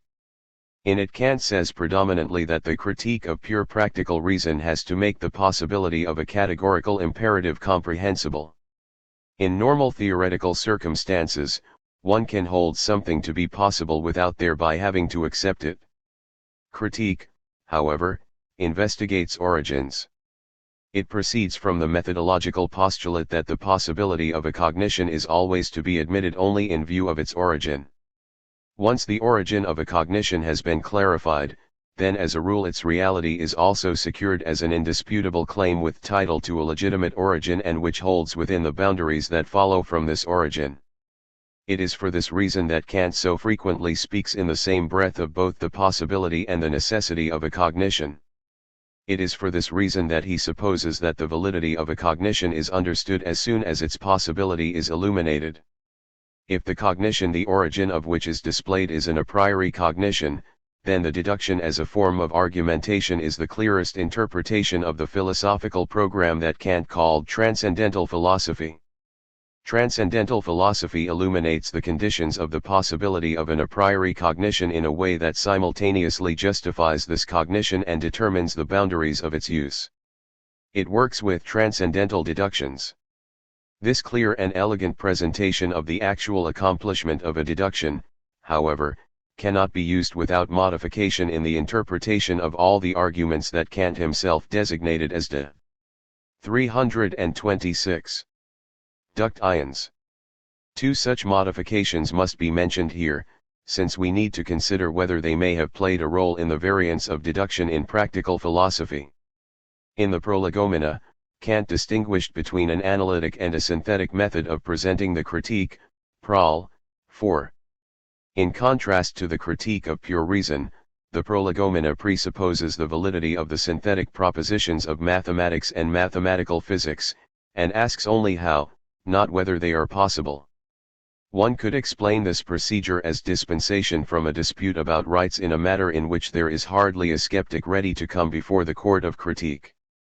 Thus it can proceed without an extensive critique of the subject and thus without justification, which could lie only in the origin of such cognition. The legitimacy of other claims to knowledge is subsequently to be investigated in relation to these, and it is this further investigation that would first be called deduction. But Kant's language does not univocally restrict the usage of the term deduction to this sense. 22 He also designates as deductions arguments that specify an origin for a cognition that is already accepted is valid. Thus what the Prolegomena achieves under the name of a deduction is not limited to what can be determined about the origin and status of cognitions beyond but in relation to mathematics and physics, especially the ideas on which metaphysical claims to knowledge rest. This is clear from the fact that the investigation into the origins of our knowledge of space and time is called a transcendental deduction several times, Prol. 12, b. 121. In this usage, the argumentation that is called a deduction can no longer be described as the legitimation of a pretension, in accordance with the definition of deduction which the Critique of Judgment provides, cj. 30, 279. It only makes comprehensible what is already beyond doubt. Thus it merely secures what is already beyond doubt against misuse and allows for the clarification of the origins of knowledge in its entirety. It is obvious that the groundwork cannot have been interested in a deduction which proceeds simply by assuming the validity of the principle that is up for a deduction in the Critique of Pure Practical Reason. It has been assigned the task of establishing this principle. This task is not undertaken for the sake of clarifying the origin of other, dubious knowledge, but solely for the sake of the foundation of the principle of morality itself. Nevertheless, this as it were moderate sense of deduction may have influenced the self-presentation of the groundwork. In the Prol. 327. Gomena, the knowledge the possibility of which is to be made intelligible is elevated above all doubt. However, other principles, for which that is not the case and for which there is therefore good reason to raise the quaestio juris in the full original sense of deduction, are also justified in a certain way, insofar as one discovers a connection which allows their legitimate derivation to be at least assumed. Whoever produces a title for such a connection and makes it perspicuous and credible in principle, in any case, silences all the objections that would prosecute them with the argument that the claim of those principles is incomprehensible and without any imaginable basis. One must therefore not merely distinguish deductions in general from proofs. Deductions themselves are divided into two fundamental forms, a strong one and a weak one. And there are further variants of the weak form. Deductions of the strong form derive principles of cognition from their origins in reason, without these principles and cognitions themselves already having to be credible or even known in some form or other. A weak deduction proceeds from a given cognition that one can adduce either as already known or even as undisputed. It represents it as having its origin in reason itself. If the cognition is antecedently known but not credible, then it gains legitimation through the reference to its origin. Cognitions can thus be defended in the strong as well as the weak form of deduction, so it would therefore be possible to use either form in the establishment of the principle of morality in the groundwork. Every deduction, however, whether it defends the deduced cognition or seeks its origin only for the defense of other cognitions, as in the prolegomena, must lead to the principle that is deduced from an investigation of the inner constitution of reason. This method of investigation defines the Kantian sense of the word deduction. There is in Kant's work yet another variant of the talk of a deduction with a meaning departing from its original sense. It is an essential part of every program for a deduction that it answer the question how a cognition is possible. In the case of the transcendental deduction of the categories, however, Kant explicitly declared it to be permissible to relieve the argument of the deduction from the burden of the question how the categories are applied to given appearances, A16, see also MFNS, 4:47-46n. That could imply that the foundational argument of a deduction in which no reference is made to the genesis of cognition must be distinguished from another form of deduction, which searches exclusively for an answer to the question how. However, the contra. 328. Diction between these suggestions and the restriction of all deductions, through the very definition of deduction, to the task of illuminating conditions of possibility, is only apparent. For the question how that is here separated from the kernel of a deduction is not the question about the conditions of possibility which first makes an argument a transcendental one in Kant's sense. One can decline to reconstruct the precise path of an acquisition or an inheritance and yet indicate the origin of an acquisition in a way that is sufficient for the legitimation of a legal title. That a cognition is not merely imaginary, that certain categories are applicable to given representations, can be established if I know where they originate and what they do. A deduction that does not investigate the process of application itself is a deduction in the full sense of a proof of origin, which is merely limited to the minimum for a compelling derivation. 23. The transcendental deduction of the categories, of course, also has aspects in which it goes beyond the claims of a transcendental deduction in general. According to the mere concept of a deduction, however, it would already have accomplished enough if it merely displayed the categories as conditions of the possibility of experience. But it also wants to communicate the scope of the relation of our understanding to our sensibility and, further, to clarify the possibility of the understanding itself. It therefore goes back to the innermost interconnection of all cognition in its origin and yields several results that are fundamental for any convincing critique of the subject. Its program thus stands under even stricter methodological constraints than other transcendental deductions do. These further claims, and methods with whose help they might be sustained, cannot be investigated here. In the groundwork the term deduction is used in its normal sense, thus without the special implications of a transcendental deduction of the categories. In it, therefore, one only needs to proceed in accordance with the normal understanding of the justification of cognitive claims from a cognition of origins. However, it has been seen that such a deduction could succeed in accordance with the original, strong conception of a deduction as well as with a weaker sense of deduction.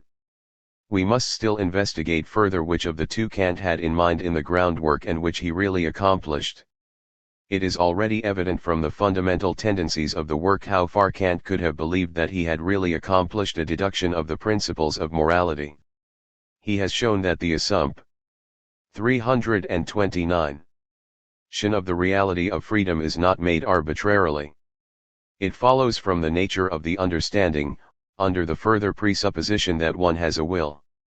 It is also supported by the natural distinction between two worlds, which keeps the distinction between two orders of being from appearing as a groundless and arbitrary assumption. However, freedom in the practical use of reason cannot be more than the hypothesis of an idea. The presupposition of freedom, which is necessary for the defense of moral propositions, is thereby really traced back to its origin in reason itself. But if the idea of freedom is shown to be necessary, then a transcendental justification for the moral law has thereby been attained eo ipso. 7. Deduction of the law or deduction of freedom. Kant's usage of the term deduction has now been made perspicuous. With that, the clarification of Kant's program for a proof in the groundwork has also begun. In what sense an argument back to the rational origin of freedom can be called a deduction without being a proof in the strong sense has been indicated. However, the interpretation of the groundwork is still far from its conclusion. For now all difference between the groundwork and the critique of practical reason seems to disappear. Suddenly one thinks one understands why Kant never gives even a hint that there has been any change in his position since the publication of the groundwork. But such a conclusion is irremediably opposed by the direct contrast between the formulations of the groundwork and of the critique. The former lays claim to a deduction of the moral law, the latter excludes it from the domain of sensible tasks. The question remains, then, how this contrast is to be explained. It can only be answered when we have uncovered further conceptual connections in the field of forces within which Kant's text was formed. First, it must be recalled that it was only with considerable effort that the groundwork succeeded in getting a sense of deduction that would be identical with formal proof. As has been shown, for a long time Kant experimented with derivations that would not merely have secured an origin in reason for the principles of morality. They would instead have shown that these principles are nothing other than antecedently deduced principles of reason, only in a particular application, which would, however, have been compelled by these principles. 24. 330. Such a foundation would have been part of a transcendental deduction, namely the most fundamental deduction of the transcendental philosophy in general. In this deduction the principles of unity would have been founded, to which theoretical reason would subject everything given. From them it would then have been shown that they are likewise immediately valid as principles of the unity of rational conduct, by which they would have obtained the function of practical principlist, same function yielded by the analysis of moral consciousness. These principles would thereby have been justified. Such a deduction would not be a self-standing deduction, rather only an argument in a chain of argumentation that is itself identical with the fundamental transcendental deduction. Only later, certainly after the publication of the Critique of Pure Reason, did Kant free himself from this program. Yet the groundwork was still affected by it. That is also clear where Kant lays claim to the presupposition of freedom for all rational beings without any differentiation in the sense of the talk of freedom. Only in the course of the exposition of the third section does Kant make the premise of his argument, namely that a rational being ascribes a will to itself, visible in its full weight. In contrast to the Critique of Pure Reason, further, Kant never distinguishes in the groundwork between a proof and a deduction. He frequently announces the deduction of the categorical imperative as a proof of its validity and declares that this imperative will be revealed to be a demonstrable proposition. Nevertheless, all of the arguments already lie ready de facto in the groundwork that will ground the position of the second critique. Deduction means derivation from an origin, and the origin is the inner constitution of the cognizing subject. The two steps in the argument of the groundwork show which are the principles of reason by means of which that idea of freedom can be developed, which must be presupposed by the principles of morality. In its judgments, reason already presupposes its independence. It is also the ground for the projection of ideas and for the idea of a world that is not that of natural objects. The conditions of the origin of the idea of freedom are discovered in the critique of the subject. It has also been shown that the groundwork, first obscurely but finally in all its clarity, makes a concession that reduces the prospects not merely for a proof, but even for a deduction of moral principles. Reason generates the idea of moral freedom only in relation to a point of reference that itself already logically implies the conviction of reality. 331. Of the energy of the moral will, deduction must necessarily make reference to the consciousness that a rational being has of its will. Thus the assumption of the reality of freedom can indeed be defended against the objection that it is arbitrary. But it cannot be derived purely from the self-consciousness of a rational being that does not already in some way understand itself as a moral being. In what way this understanding is included in the argumentation of the groundwork has still to be indicated. But it can already be said, quite generally, that even in the groundwork all deduction is in the end referred to the factual self-certainty of the moral being. It can develop this certainty, but never fully comprehend it from anything else, not even the constitution of reason, however much this constitution can make it comprehensible how the idea of freedom evolves in relation to the rational will. The deduction of the groundwork is thus not only not a proof, it cannot even be a deduction in the original and strong sense of this term. As a deduction, it can only be understood through the weaker concept of a deduction that was used in the prolegomena and that made it possible to call even the analyses of the origins of space and time transcendental deductions. It is distinguished from these deductions, to be sure, by the fact that it is carried out in such a way that it can at the same time serve for the legitimation of moral principles. 25. The foundational course of the groundwork thus really does move in a sort of circle, g. 450. However, this circle is not exactly the one which was to be avoided by means of the most important steps of the critique of pure practical reason in the groundwork. That circle was vicious because in it freedom was assumed merely as an ad hoc hypothesis. As such, it cannot find any justification through reason. It is presupposed without any reference to the general interconnection of all rational ideas. Finally, it is even presupposed in a way that makes it impossible to avoid the contradiction between it and the most fundamental conditions for the use of the cognitive faculty in the cognition of objects in nature, those of natural causality.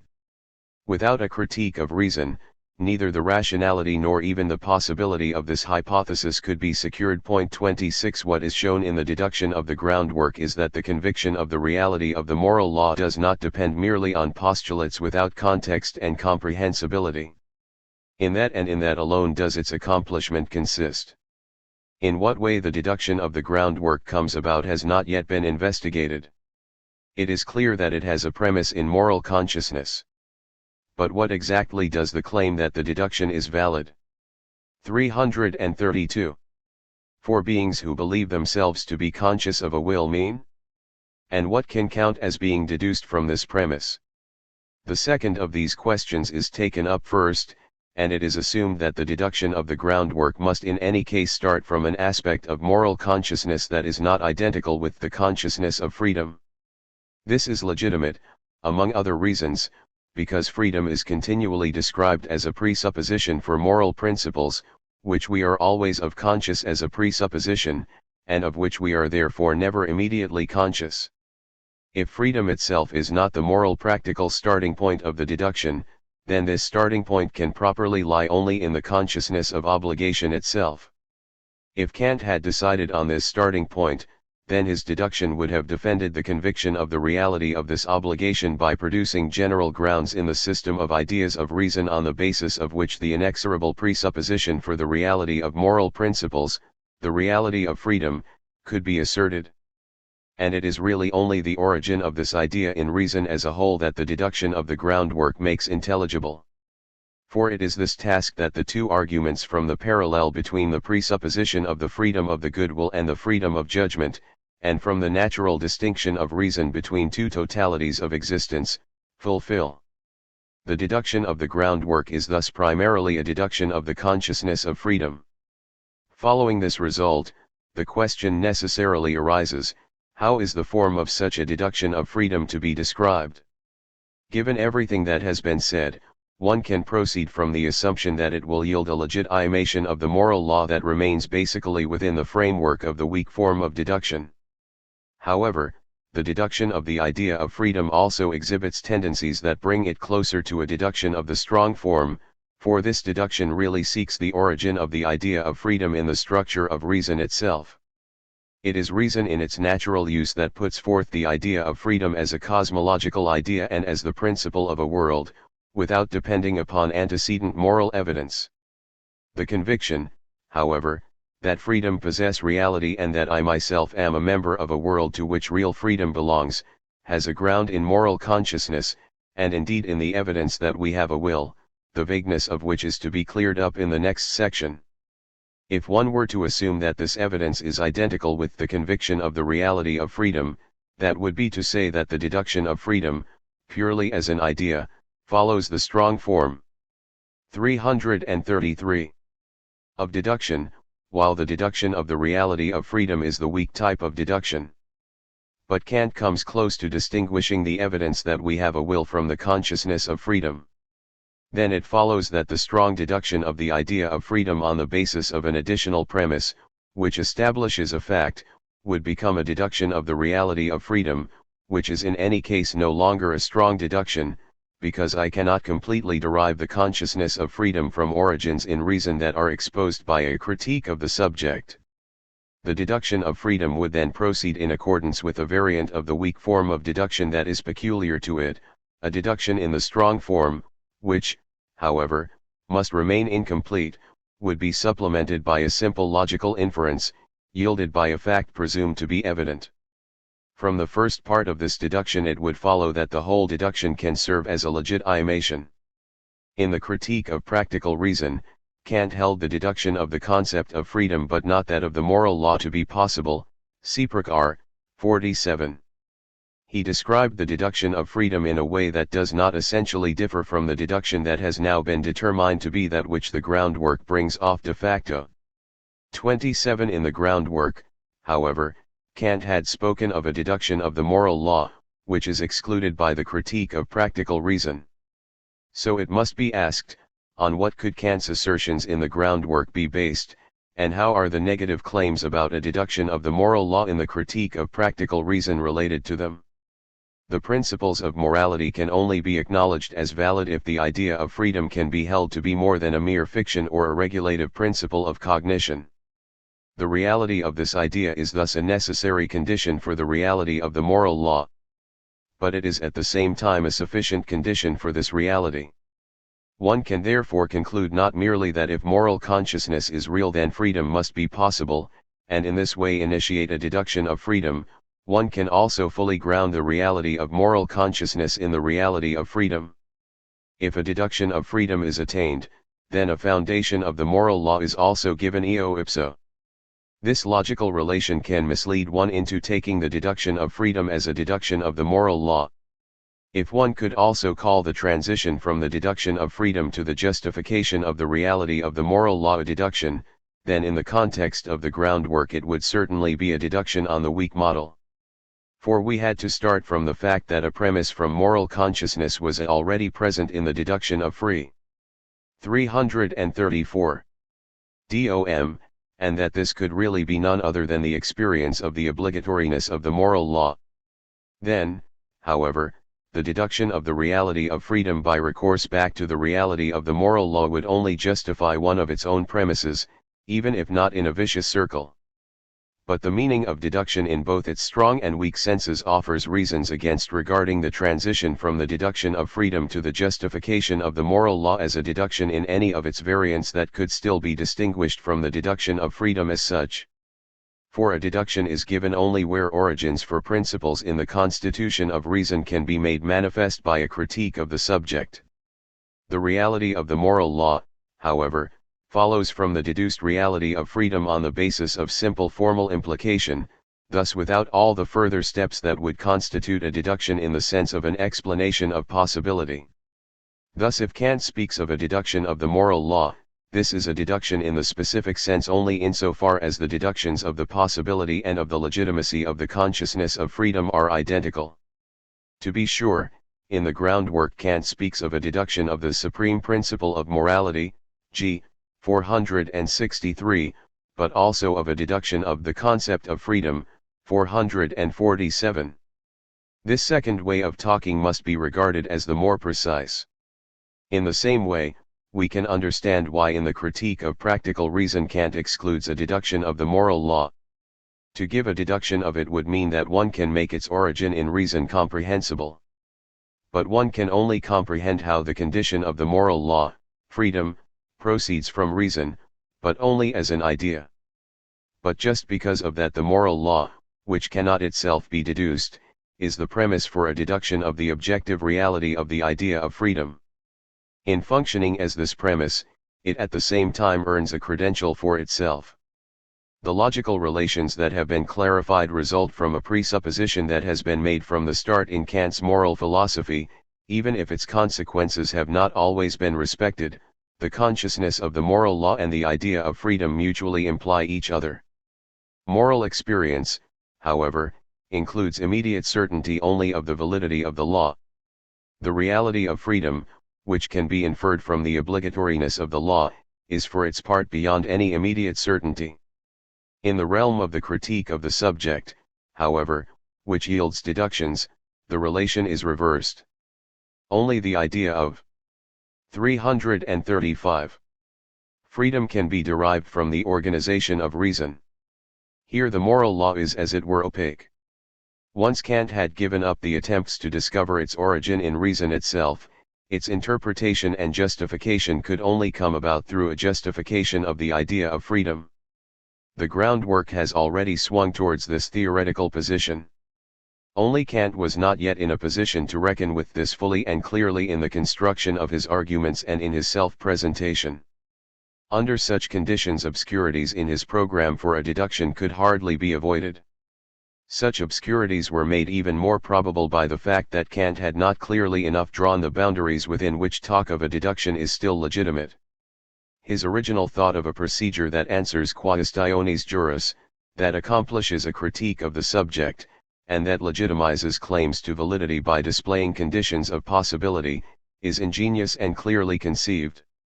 However, Kant never properly described the various procedures by means of which one or another sort of justification of a priori principles could be accomplished. We have no reason to suspect that he somewhere produced an overview of them and that he had investigated and classified them in a methodology of critique. He introduced new variants of deduction as he needed them. Thus he could even add a further variant to the weak form of deduction in the conception of a deduction of the idea of freedom first described in the Critique of Practical Reason. If one keeps this in mind, then one will not expect any clarity about the way in which a justification of the moral law could really be brought about through a deduction of freedom from the groundwork, which had not even established the difference between proof and deduction. 8. The presupposition of the will. In order to reach such clarity, we have thus far held to the assumption that Kant's deduction of freedom has its presupposition in moral consciousness, in the consciousness of the moral law itself and its binding obligatoriness. For the Kantian position, this presupposition is the only alternative to an immediate consciousness of freedom, which in turn Kant could not allow. It is also the presupposition of the argumentation in the Critique of Practical Reason. The text of the groundwork, however, contains no suggestion that Kant wanted to admit such a presupposition, at least indirectly and after the fact. In the end, and de facto. 336. The groundwork really took back its promise of a proof by means of a deduction in the weaker form, which could not be conducted without a premise coming from moral consciousness itself. It was not possible for Kant even to suggest or implicitly concede that this premise itself has its ground in the consciousness of obligation. For he had previously presented the prospect for establishing the principles of morality in a way that would not allow such a concession without thereby destroying the whole text of the groundwork itself.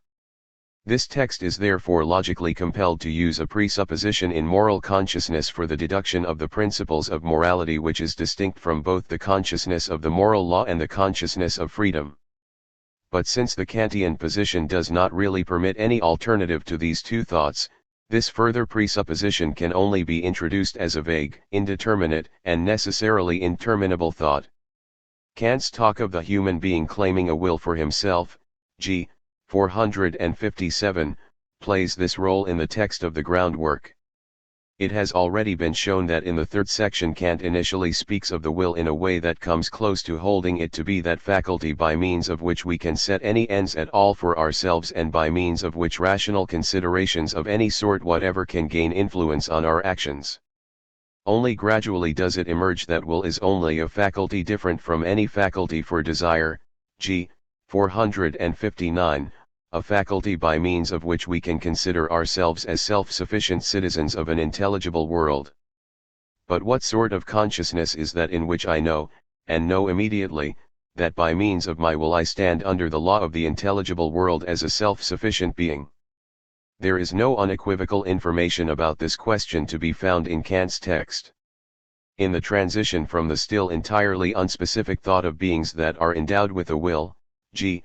448, 449, to later formulations, which already lodge the will in the intelligible world, Kant merely indicates one consideration: common sense distinguishes appearances from things in themselves, and does that in such a way that it must allow that there is something that corresponds to the constitution of its own subject composed of mere appearances, namely itself, as it may be constituted in itself, in regard to that in it which might be pure activity, which comes to consciousness not through the affection of the senses but immediately, g. 451. It seems that Kant is here really preparing the way for the thesis that our will comes to consciousness immediately. 337. And that by means of this consciousness we also have the basis for a deduction of the moral law. But this thought is not carried through or maintained. In what follows, g. 452 ff, the pure activity of the self is first identified as the activity of the will that brings forth ideas. This activity is not the activity of the will. Now it is, to be sure, on the basis of the projection of the ideas that the distinction between two worlds is established. The critique of pure reason had already shown that one of these ideas is the idea of freedom. But it had also shown that in the mere fact that I must think of freedom I have no ground and no occasion for ascribing freedom to myself. Likewise the self-sufficiency of the activity of my reason, of which I really have immediate consciousness, gives me no ground for inferring my status in the intelligible world, the idea of which I have brought forth by this very activity of reason. It is, to be sure, correct that the activity of reason in bringing forth ideas, and its product, the distinction between two worlds, is the necessary presupposition for my ascribing a will to myself in the intelligible world and understanding myself as a moral being. But both of these presuppositions taken together do not give me sufficient ground for ascribing a will to myself and considering myself as a self-sufficient member of the intelligible world, not merely as a dependent chain of events. A human being in fact puts himself into that world if he thinks of himself as an intelligence endowed with a will, g. 457. The self-sufficiency of his reason as a faculty for bringing forth ideas is a presupposition of his being able to do this. But the further condition, namely that he ascribe a will to himself, must also be fulfilled. And it is independent from the condition that is already fulfilled insofar as reason can reach beyond appearances by means of ideas in general. One can thus say that the fact that the human being claims to have a will comes from, g. 457, the fact that he glimpses beyond appearances. But since this second standpoint in regard to an intelligible world cannot be a sufficient ground for the claim to possess a will, a further ground for this claim must be established. This can be nothing other than the consciousness of the moral law's claim to validity, the elementary and only immediate moral consciousness. But this conclusion escapes Kant because of the ambiguity of his talk about the grounds that make it possible for us to ascribe a will to ourselves. By tracing the ascription of the will back to its necessary condition in reason's production of ideas, he at least apparently avoids the assumption, which is untenable for him, that we are immediately 338. Science of a will. Nevertheless, he must finally decide on formulations from which it follows that the consciousness of the will is not as compellingly grounded in reason as such as is the consciousness of the distinction between the two worlds. The idea of freedom is valid for a being that believes itself to be conscious of a will, g.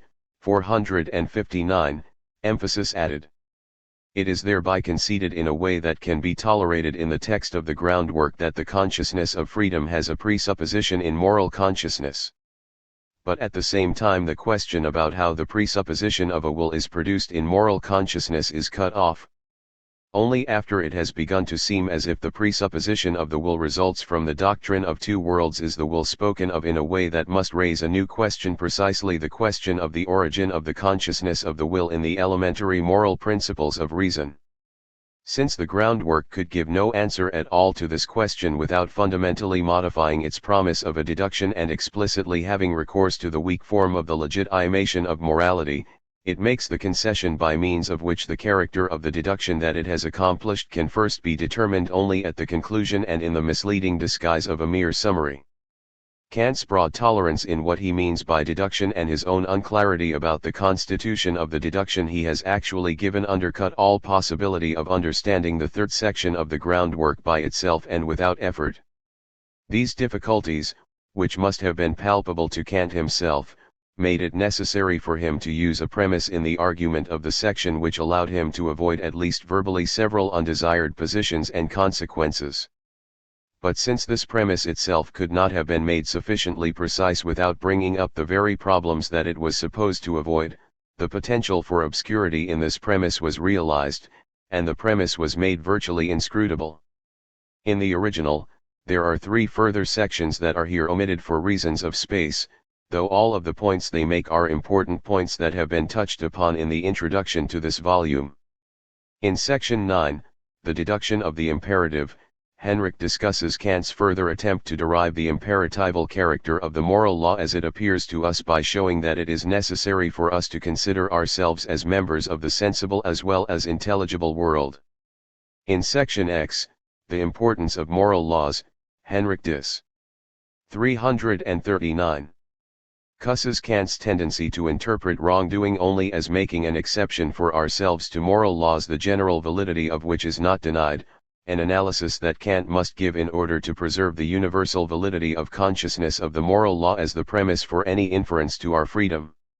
In the final section 11, Structural Consequences of Missing Distinctions, Henrik argues that Kant's determination to set up the argument of the groundwork as beginning from an analysis of common moral consciousness causes him to miss the opportunity for a more abstract argument that human autonomy requires more than merely instrumental reasoning, which he might have been able to give on the basis of a more general theory of reason.